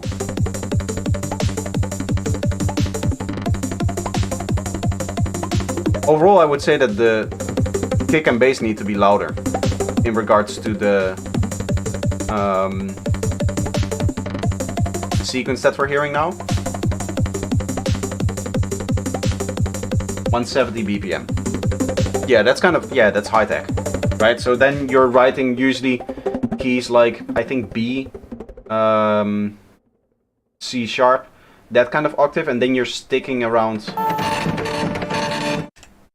I hate autoplay so much. Then you're sticking around the higher frequencies below 100 Hz.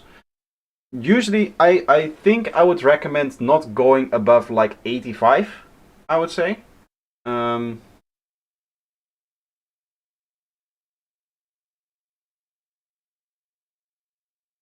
Maybe a sub-bass layer. I just talked about this.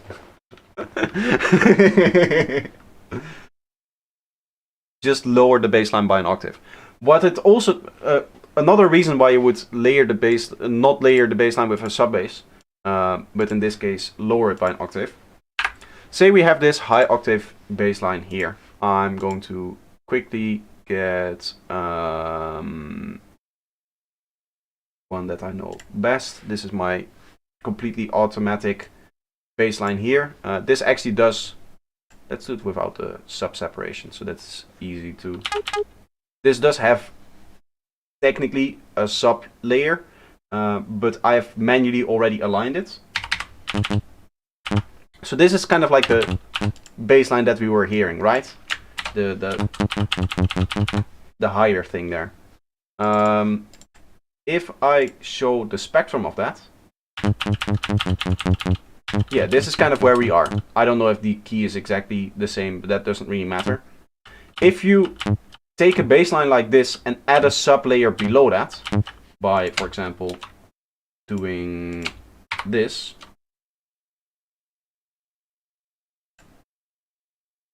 and then the sub would be an octave lower. So you would get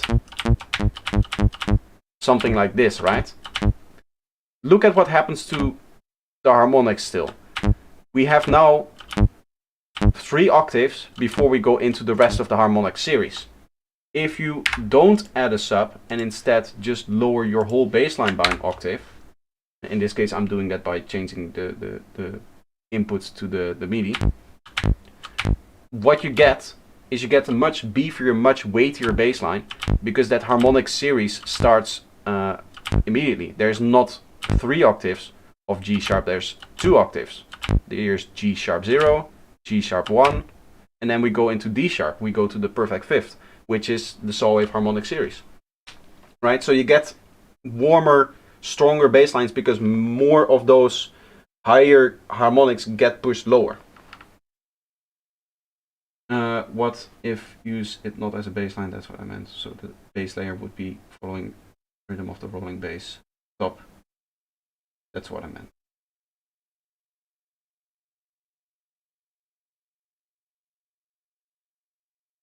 So it wouldn't follow the rolling bass line. That could be that would be a reason why you would layer a sub bass.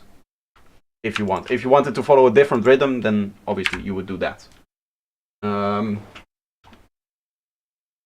But if you just want to keep the same rhythm, instead of layering in the sub, I would just turn it down to the octave where it just provides a sub bass.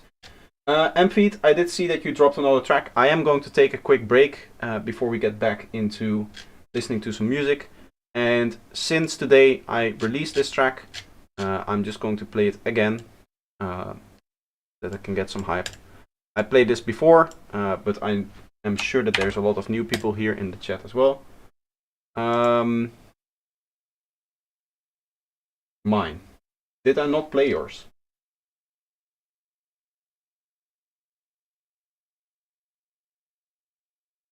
Save.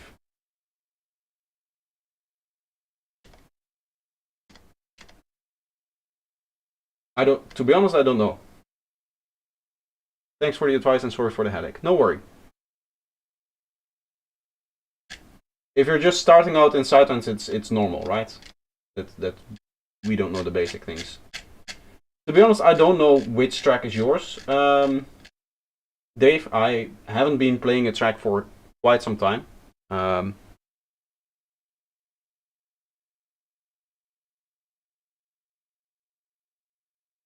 Sorry, I thought it was tits in Italian. Ah! Is it? I don't think it is. Maybe, yeah, maybe. it's a strange input to the live stream, but I'll take it. No, I didn't send. Okay. Yeah, as I said, I'm taking a quick break. I'll be right back to celebrate the release of my track, of my remix of Life by Psynox. You guys will listen to the same track 2 times today. So I'll see you in a little bit.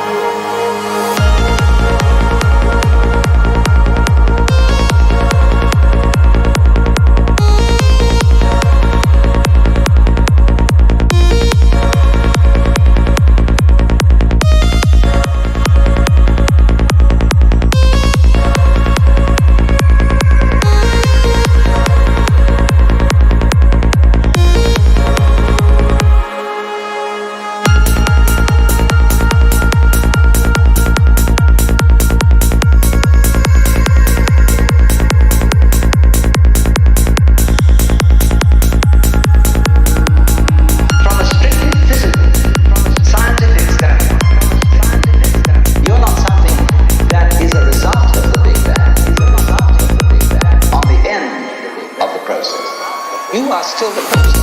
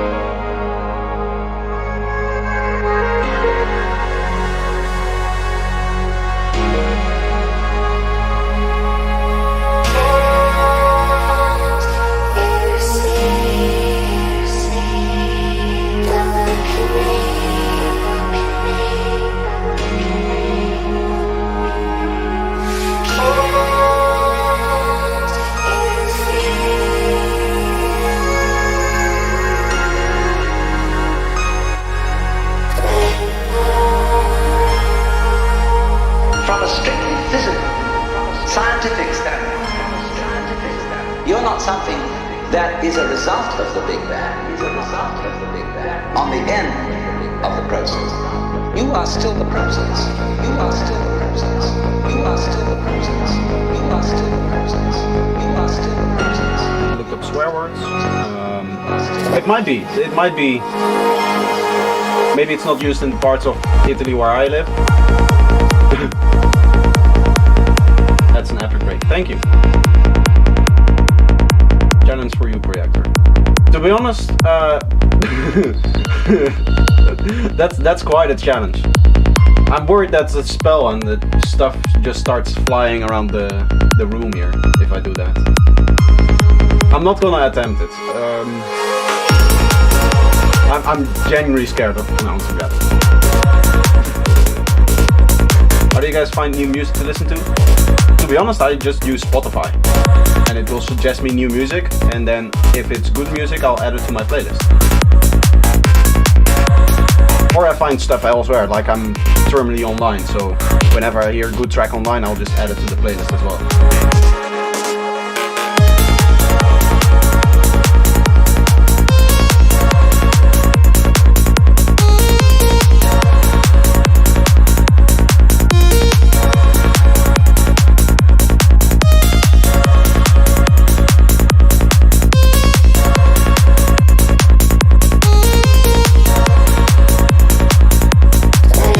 As good as this track is, I think you can definitely hear that this is an older production and that I had to wait a while for the release if you compare it to other productions that I may have already released. Like it's a good track. I like the track, but it's not like my best work, I would say. with the stuff that I'm currently releasing. Your melodies are really nice. They're all from the remix. All of the melodic ideas are from the original. Sorry, from the original track. I did re-record them, as in, like, he sent me the MIDI and I redid the instrumentation, I guess. But the music, it's the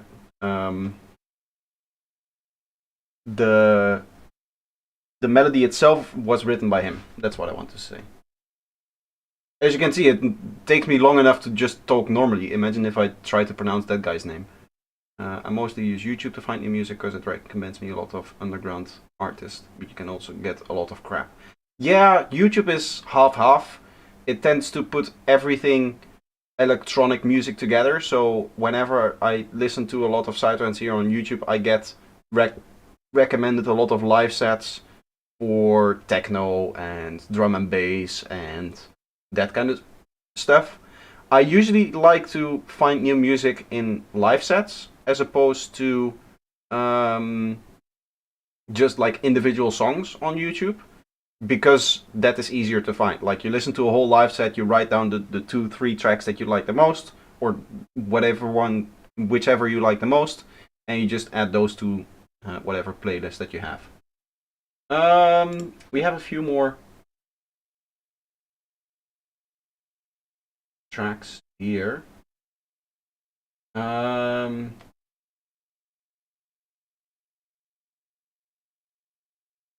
Yeah, this is Basisk. We'll start with Basisk, and then I'll work back through all of the tracks that we haven't listened to due to the time constraint. This is my instrumental music site. I would release this kind of music under a different alias. Heyoka. Enjoy.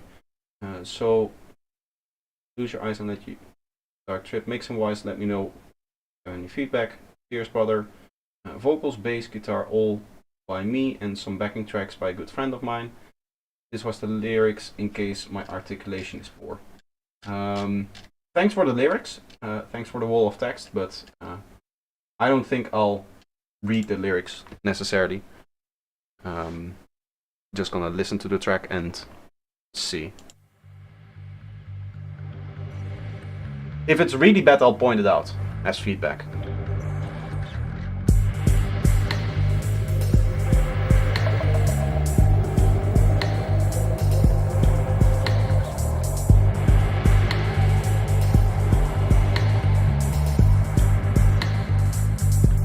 I like it.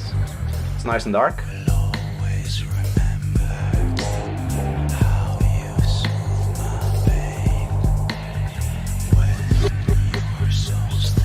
That's a little bit of a loud whoosh there. Takes away from the vocals. Overall, the vocals could be mixed a little bit louder. What I think can also be the case is that, or the other thing that I wanted to point out is the kick feels a little bit lacking.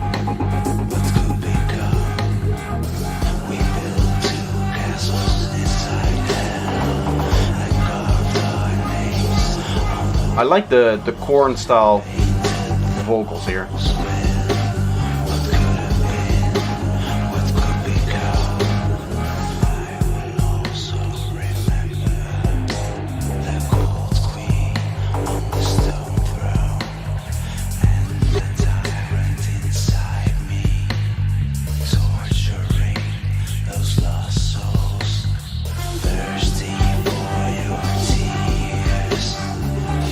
I mean, your articulation is fine, it's just that the vocals are low in the mix. That's why they're difficult to understand here.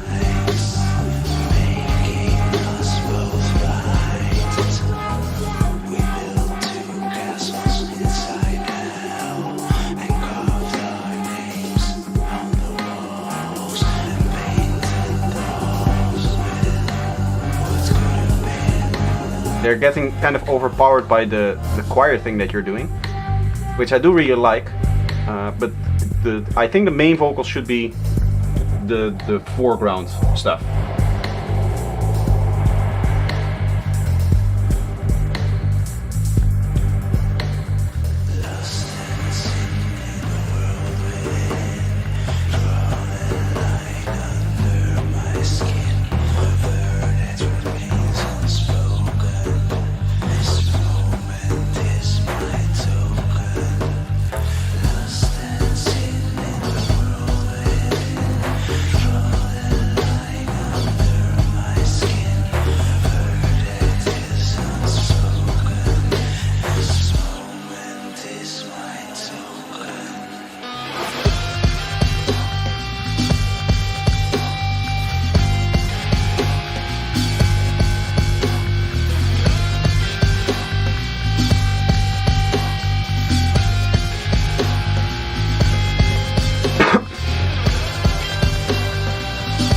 with a guitar like this, I think I would do double tracking, right? Where you do the left and the right channel differently so that you get the wide stereo effect from it. That way you get this nice big guitar here. It feels a little bit thin.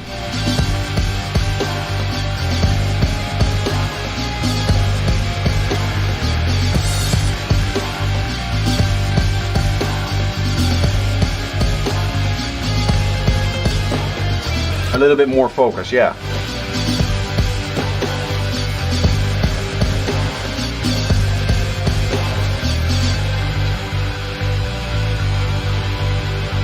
It could have a little bit more transient, the kick, just so that it kind of punches through. The problem is it's playing at the same time as the bass line, like exact same time.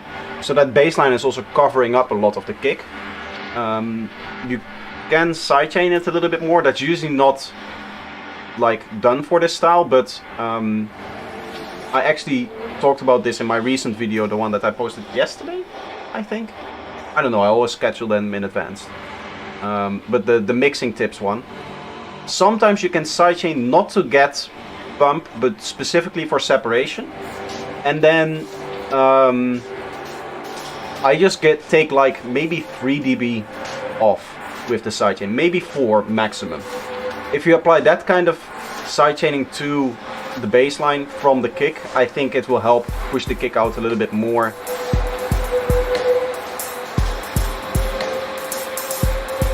Like, it's not necessarily too quiet. It's just not grabbing enough attention.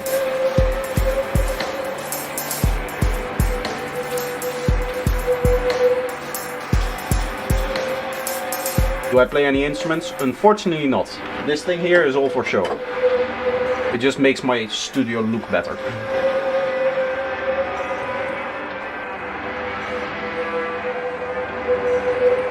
At the heart of every techno artist there's a field guitar player.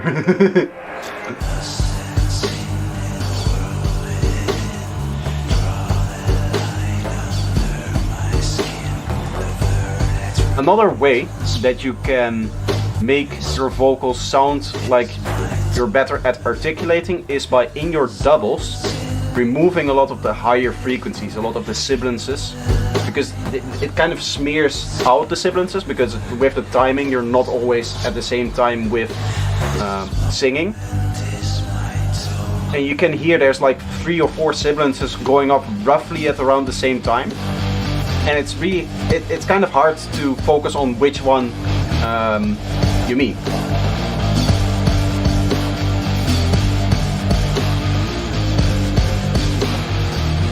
Come on, you know what I mean. No. To be honest, I genuinely don't know this. I know now that you're implying that instruments is slang for something else, but I have no idea what it would be for.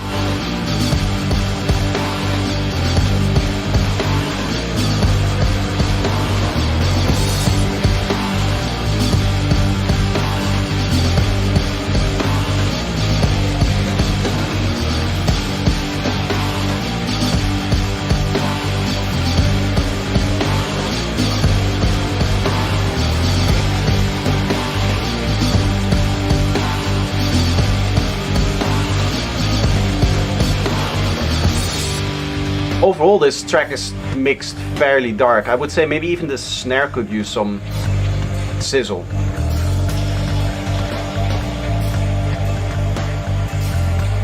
Here it's okay, but when the mix is so full, it doesn't really stand out. Do I know how to play like guitar or something? As I said, no, I don't play any instrument. Stuff like this is completely for show. I have no idea how to play it. Genuinely, I'm not joking here. This is 100% real. I have this thing. I want to learn how to play it, but I don't know how to. And I don't play any other instrument either. I'm sure you can play like piano. I can like play a few notes like this, but that's it. Keyboards are instruments. In that case, my mechanical Corsair keyboard is the instrument that I play, because that's how I test out all of the sounds that I then write into MIDI.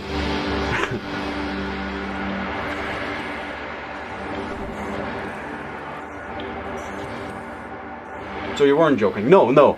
Sometimes it's hard for me to sometimes I like to be sarcastic and it can be hard to understand whether I'm not, but in this case I wasn't joking. I literally don't know how to play this thing. Really cool track. I like that. Sounds very nice.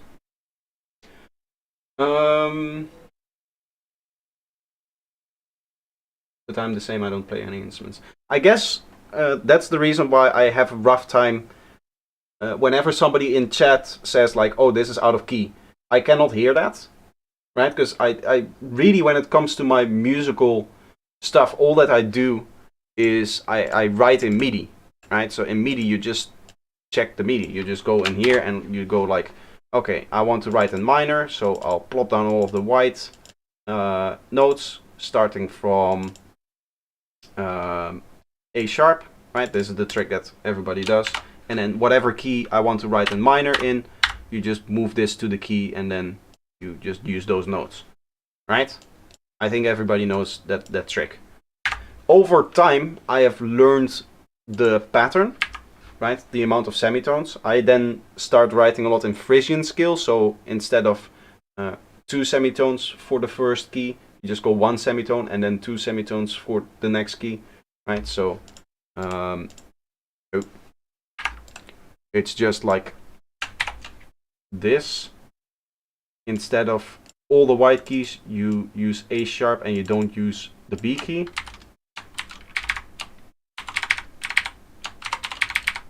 And then you just finish like this.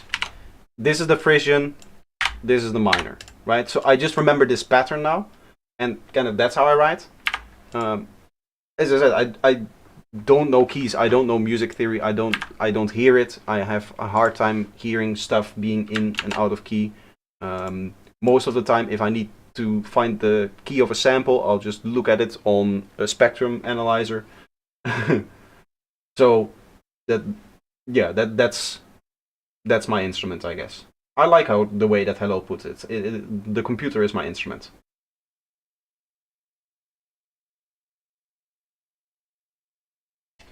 Okay, so I have to catch up on some tracks that I decided to play, that I wanted to play. It is getting late though, so I am going to ask if the people are here.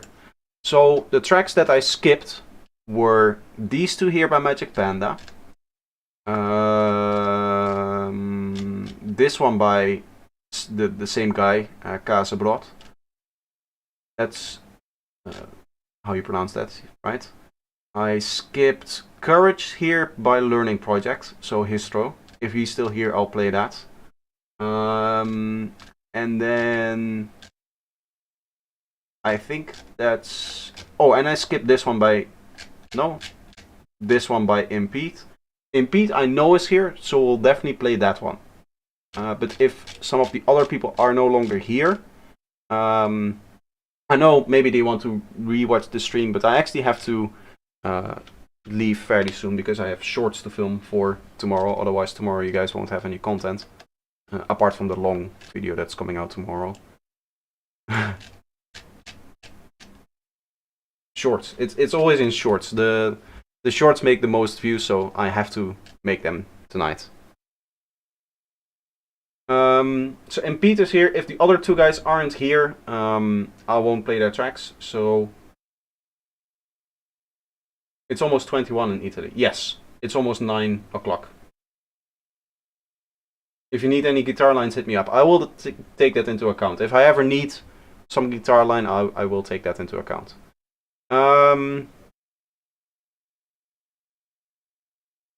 I don't think Toy Soldier. Okay, you're here. So which one of these tracks was yours? Are you Kazebrot? Is this you?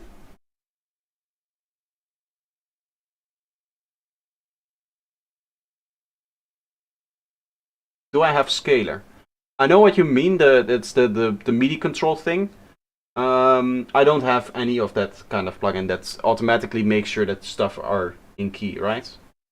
Or is Scalar the one that allows you to change audio? What's that called again? I don't have any of those, by the way. The only thing that I have in terms of pitching really is M-Auto Pitch, which is pitch correction, like auto tuning. I'm Lialgo. Did I not play your track then?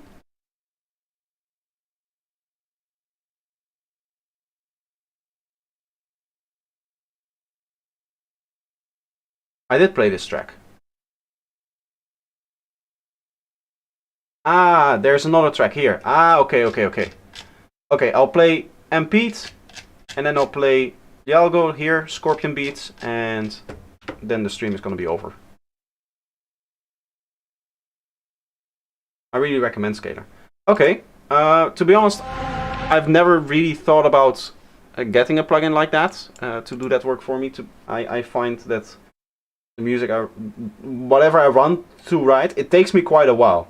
There's gonna be a project out soon that has like a little bit of a longer melody in it. Those kind of things take me quite a while.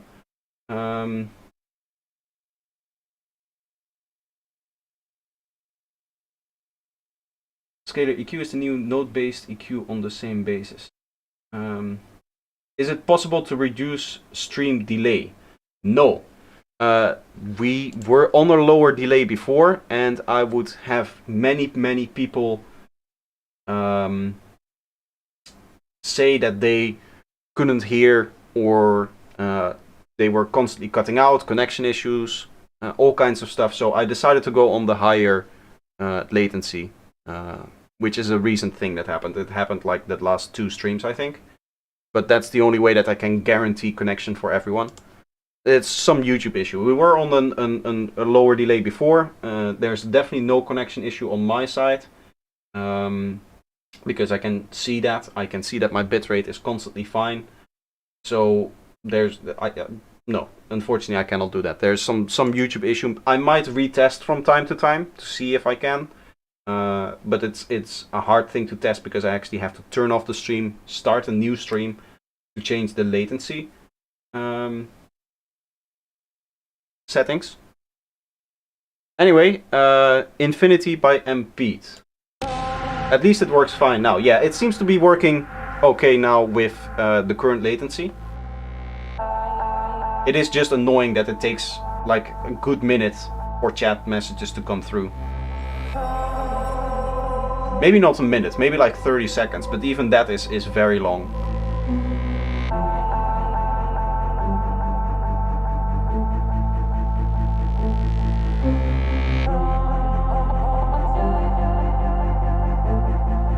In my opinion, if you're doing a respace, I would recommend stereonizing that. I see that you're using a separate sub for your respace because it's not phasing, whereas the other ones are. So what you can do is just detune the higher ones, right? I have a MIDI track still here.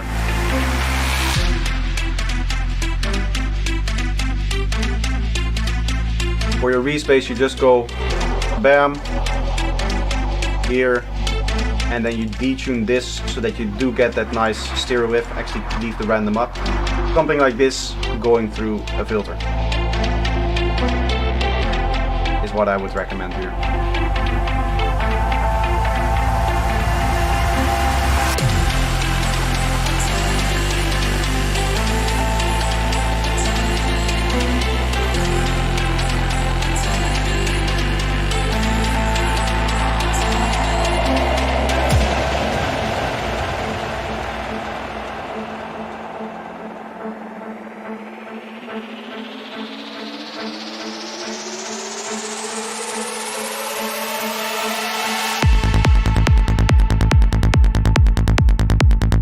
Okay. I like the cleanliness. Very well done. Its texture. I'm not a fan of the bassline being higher frequencies than the kick, because for me the kick has the priority. So I can see the bassline kind of scooping up here. I would, as I said, low pass, usually the kick at 11, 12k-ish, and then the bassline at around 8, sometimes 9, sometimes 7, but roughly around that area. So that is a little bit lower than the kick in terms of frequency.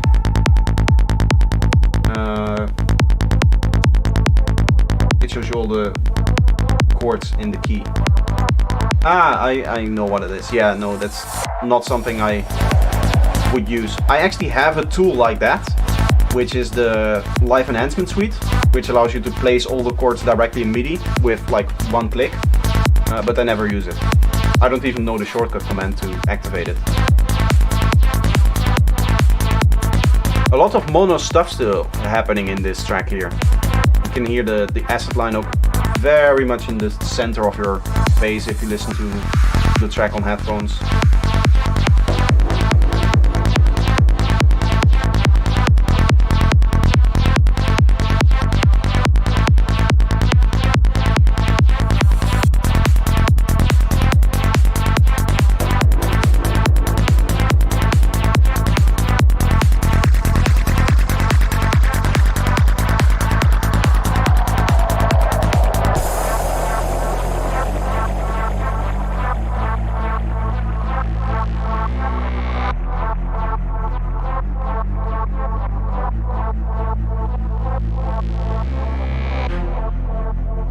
I like the artwork, by the way.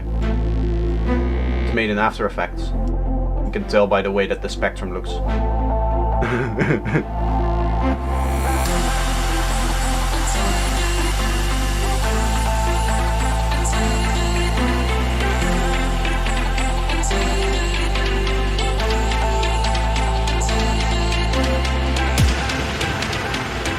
I could probably remake this given enough time.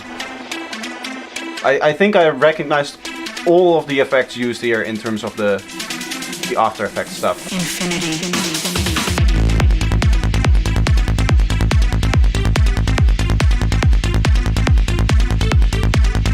I like this.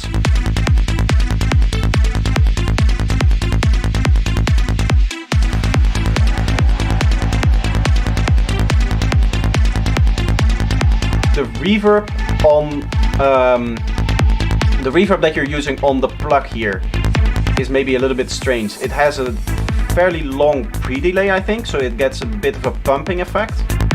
And I think it might be a little bit too washed out. On something like this, I would opt for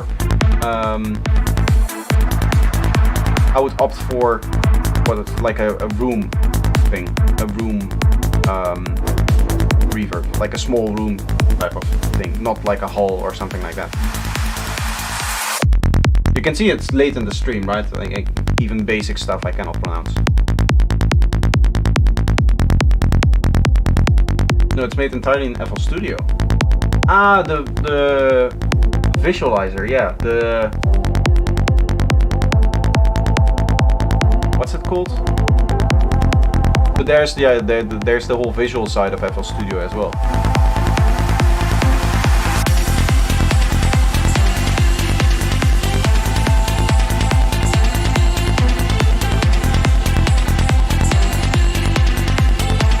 Then it's kind of scary how close the spectrum looks to the one that you get in After Effects. Because that's like default spectrum in After Effects, the way that it even moves around and the way that it updates to the audio. Sorry, I should be listening to the music more, but there is not much to critique here. Yeah, sadly I don't have no Adobe products. Count yourself lucky. Virtual synthesizer. Wasn't there something called Z code? Something like that? Z editor, Z visualizer?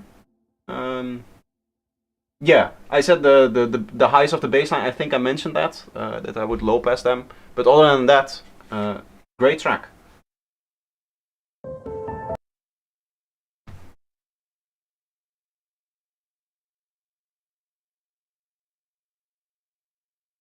Do you leave the bass out of the reverb or just reduce? What? You put reverb on bass?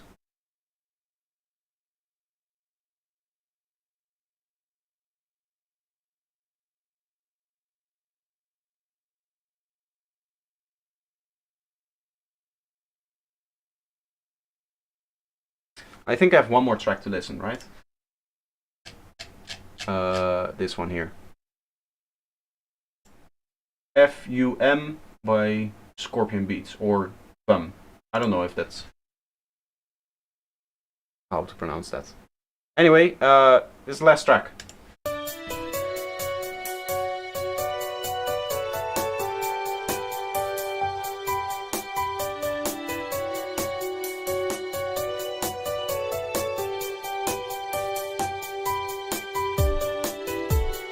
Yeah, on techno bases, yeah, then you would add a reverb.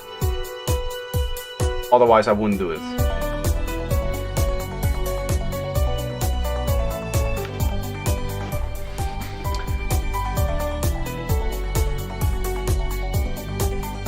I'm gonna be honest, this is a little bit of a beginner song. I know that you said that you were a beginner.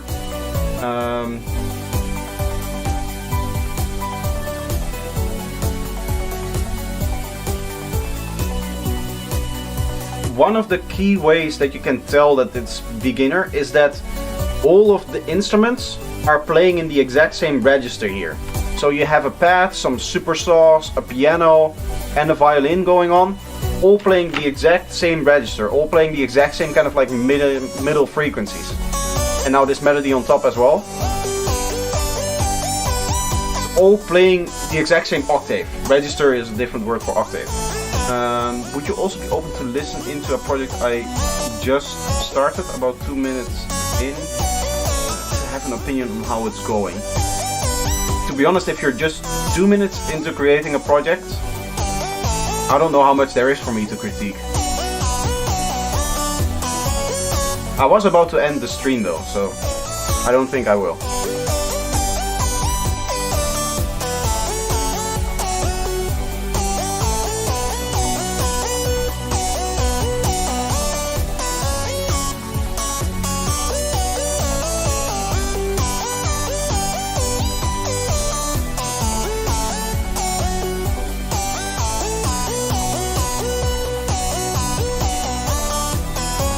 In this case, I would say the big issue is mix-wise that this lead is just a little bit too bright. It's all a little bit noisy, it's all a little bit full. You have these constant super saws playing, which means that there's always like some mud, some stuff in the background. You can see it being like on the spectrum even, right? It's like there's constant noise. Is there like a default limiter on the master for this one? Maybe.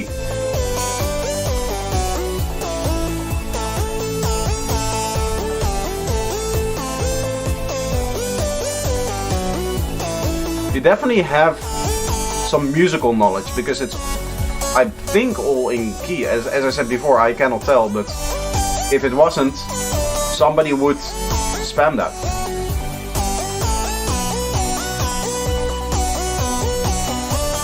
The main thing is that it just kind of keeps going like this for a long time.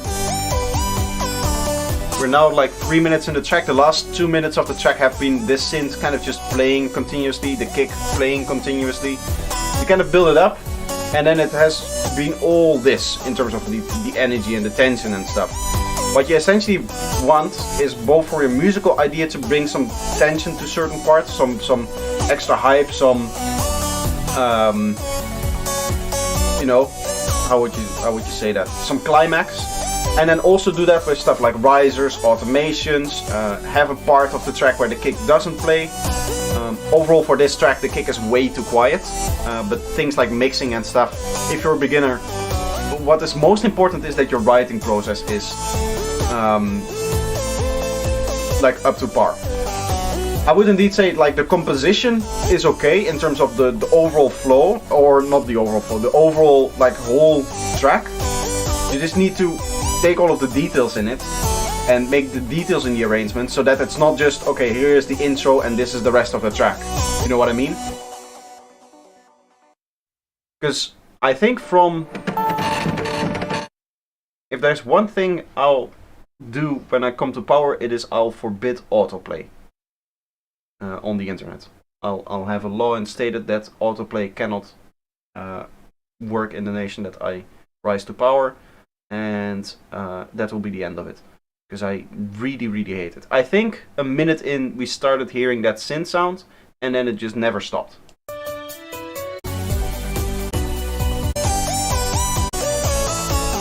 A minute 9.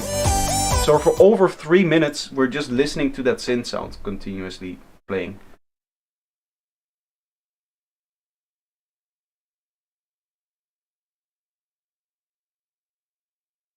Oh, if it's just in the Discord, I thought that you meant like look at you while you were producing, like you were going to live stream or something. If you have a project that I can just listen to, I'll quickly listen to it. Last weekend's 2 minutes in if you want to take a quick look into it. No problem at all. I'll continue and send it again next time. Okay, I'll quickly listen to this. It's 2 minutes.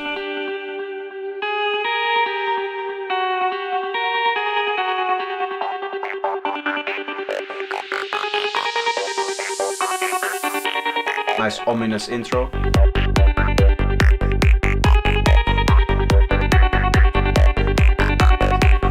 At this point, since you're already transgating that main melody, you can also auto-pan it.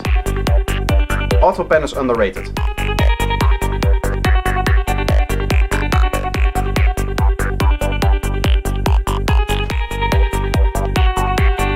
I don't know for the structure, thank you for the review and information. You're welcome. I hope that's helpful. Honestly, the biggest thing that you can do for structure is reference tracks. Download a bunch of tracks that you like, that you want to emulate.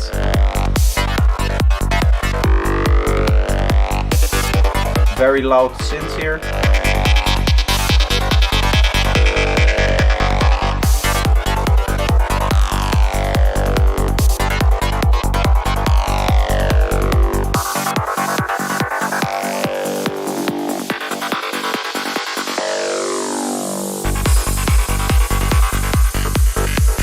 Don't forget to gain set your virtual instrument before any compressors or plugins in the box. There are the alias and make for a shitter sound that will take you 3 years to notice.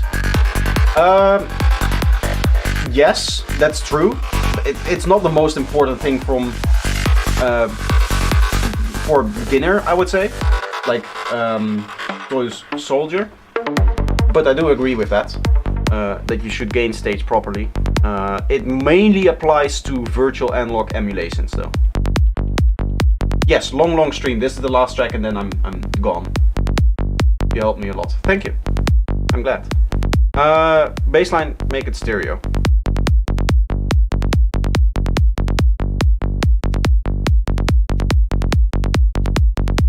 I don't know if they're doing a black seal, but if you need a stereoizer for your baseline, I highly recommend stereo spread. It's on all my basslines. You just set this higher, set the number of bands that you want to use by ear, and then the spread is the amount. And this focus is kind of like a tonal change, more towards the higher frequencies, more towards the lower frequencies. One of the things that you need to look out for is when setting these bands, sometimes it changes the panning a little bit. Like there's it can pan it slightly to the left, slightly to the right, that kind of stuff. And then, yeah, that can have negative issues. You don't want your bassline to be panned, obviously. But this plugin, I would definitely recommend this on whatever bassline that you're working on. I haven't found a bassline where I was like, it doesn't really work. At the end, do you think getting monitor speakers would be unnecessary? I mean, I cannot tell yet since I don't have them yet. So that's something for the future to find out. Professional, well, for free. Haven't gotten such feedback anywhere else. Much love. Thank you.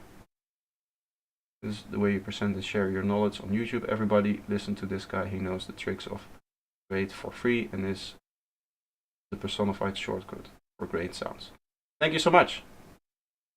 So many nice messages. I'm sorry, Rui. I did just say that this would be the last track. But then I also said it for this track. So I guess we listen to one more. And then it's really, really over. It's like the movie. Felt right from the start. We can't deny it.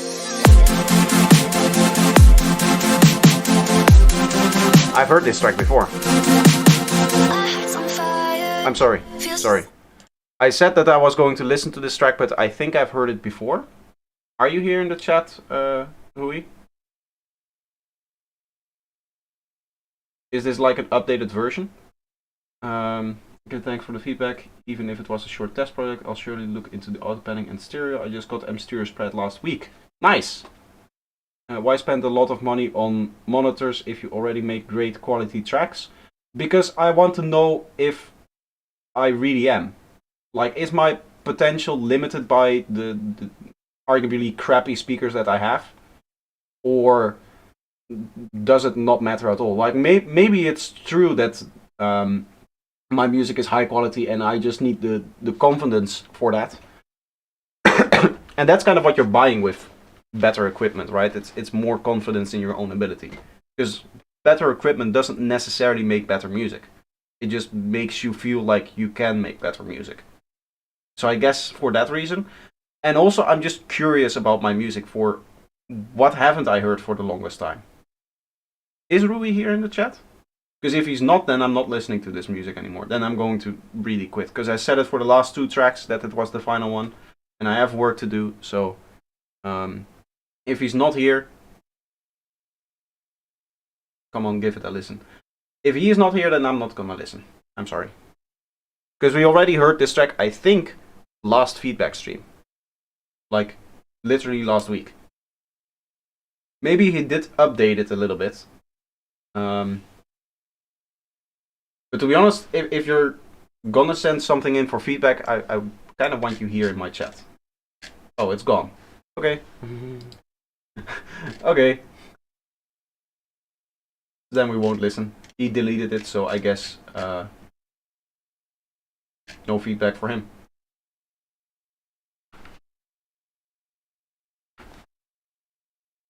Top quality still. I listened to E-Clip about this and he says if you can afford, go for them.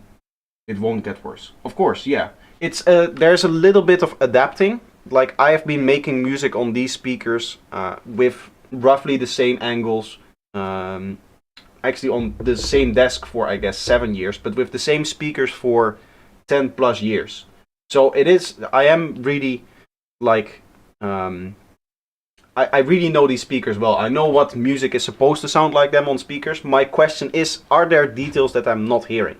Like, when it comes to stuff like compression and stuff like that, and even my whole deal with the analyzers, there's a reason why I like analyzers and why my favorite compressor is the one from Melda, is because it just tells you exactly what it does. It tells you exactly what the sound is doing.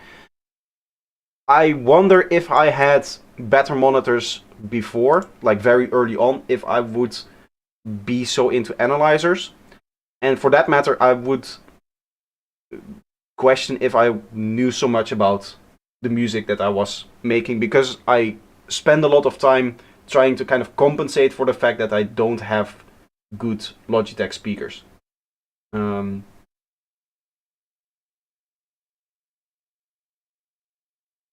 It's not like lacking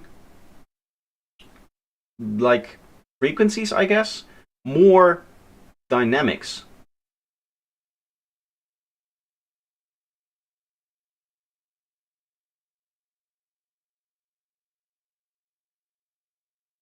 If you will lose some signals, they will mainly be in the low end. Yeah, I guess that's it's good then that this came with like its own subwoofer, so it's definitely there. I wanted to delete my music, but I didn't. Don't do that.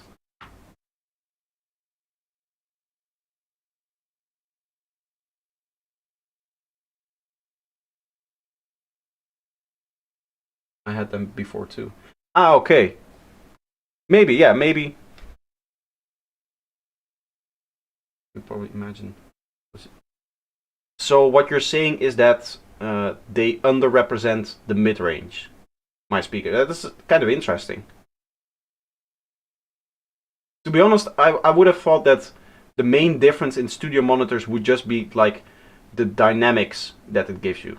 Not so much the I guess the frequencies. I think it just has more power for the movement, and I think it might represent the dynamics better. I don't know if that's a thing. I know nothing about speaker design, even though we had a seminar from a guy that did speaker design for a living back when I was studying music. I never cared. Anyway, I'm really going to end it here because I literally need to jump off stream, start preparing the shorts, and make some shorts for you guys. Otherwise, they're not going to be ready. Do I master my own songs? Yes, I do. I basically do everything apart from a few mixes that I had done by another guy. I have done everything that you heard on my music. There's 3 tracks that I haven't mixed and mastered myself for the album. I won't tell you which ones they are, because it's a little fun game that you get to find out yourself. But everything else I fully mix myself, I fully master myself, and I fully release myself. Not even with a label. So that's going to be it. I hope you guys enjoyed today's stream. I hope that the feedback was helpful. And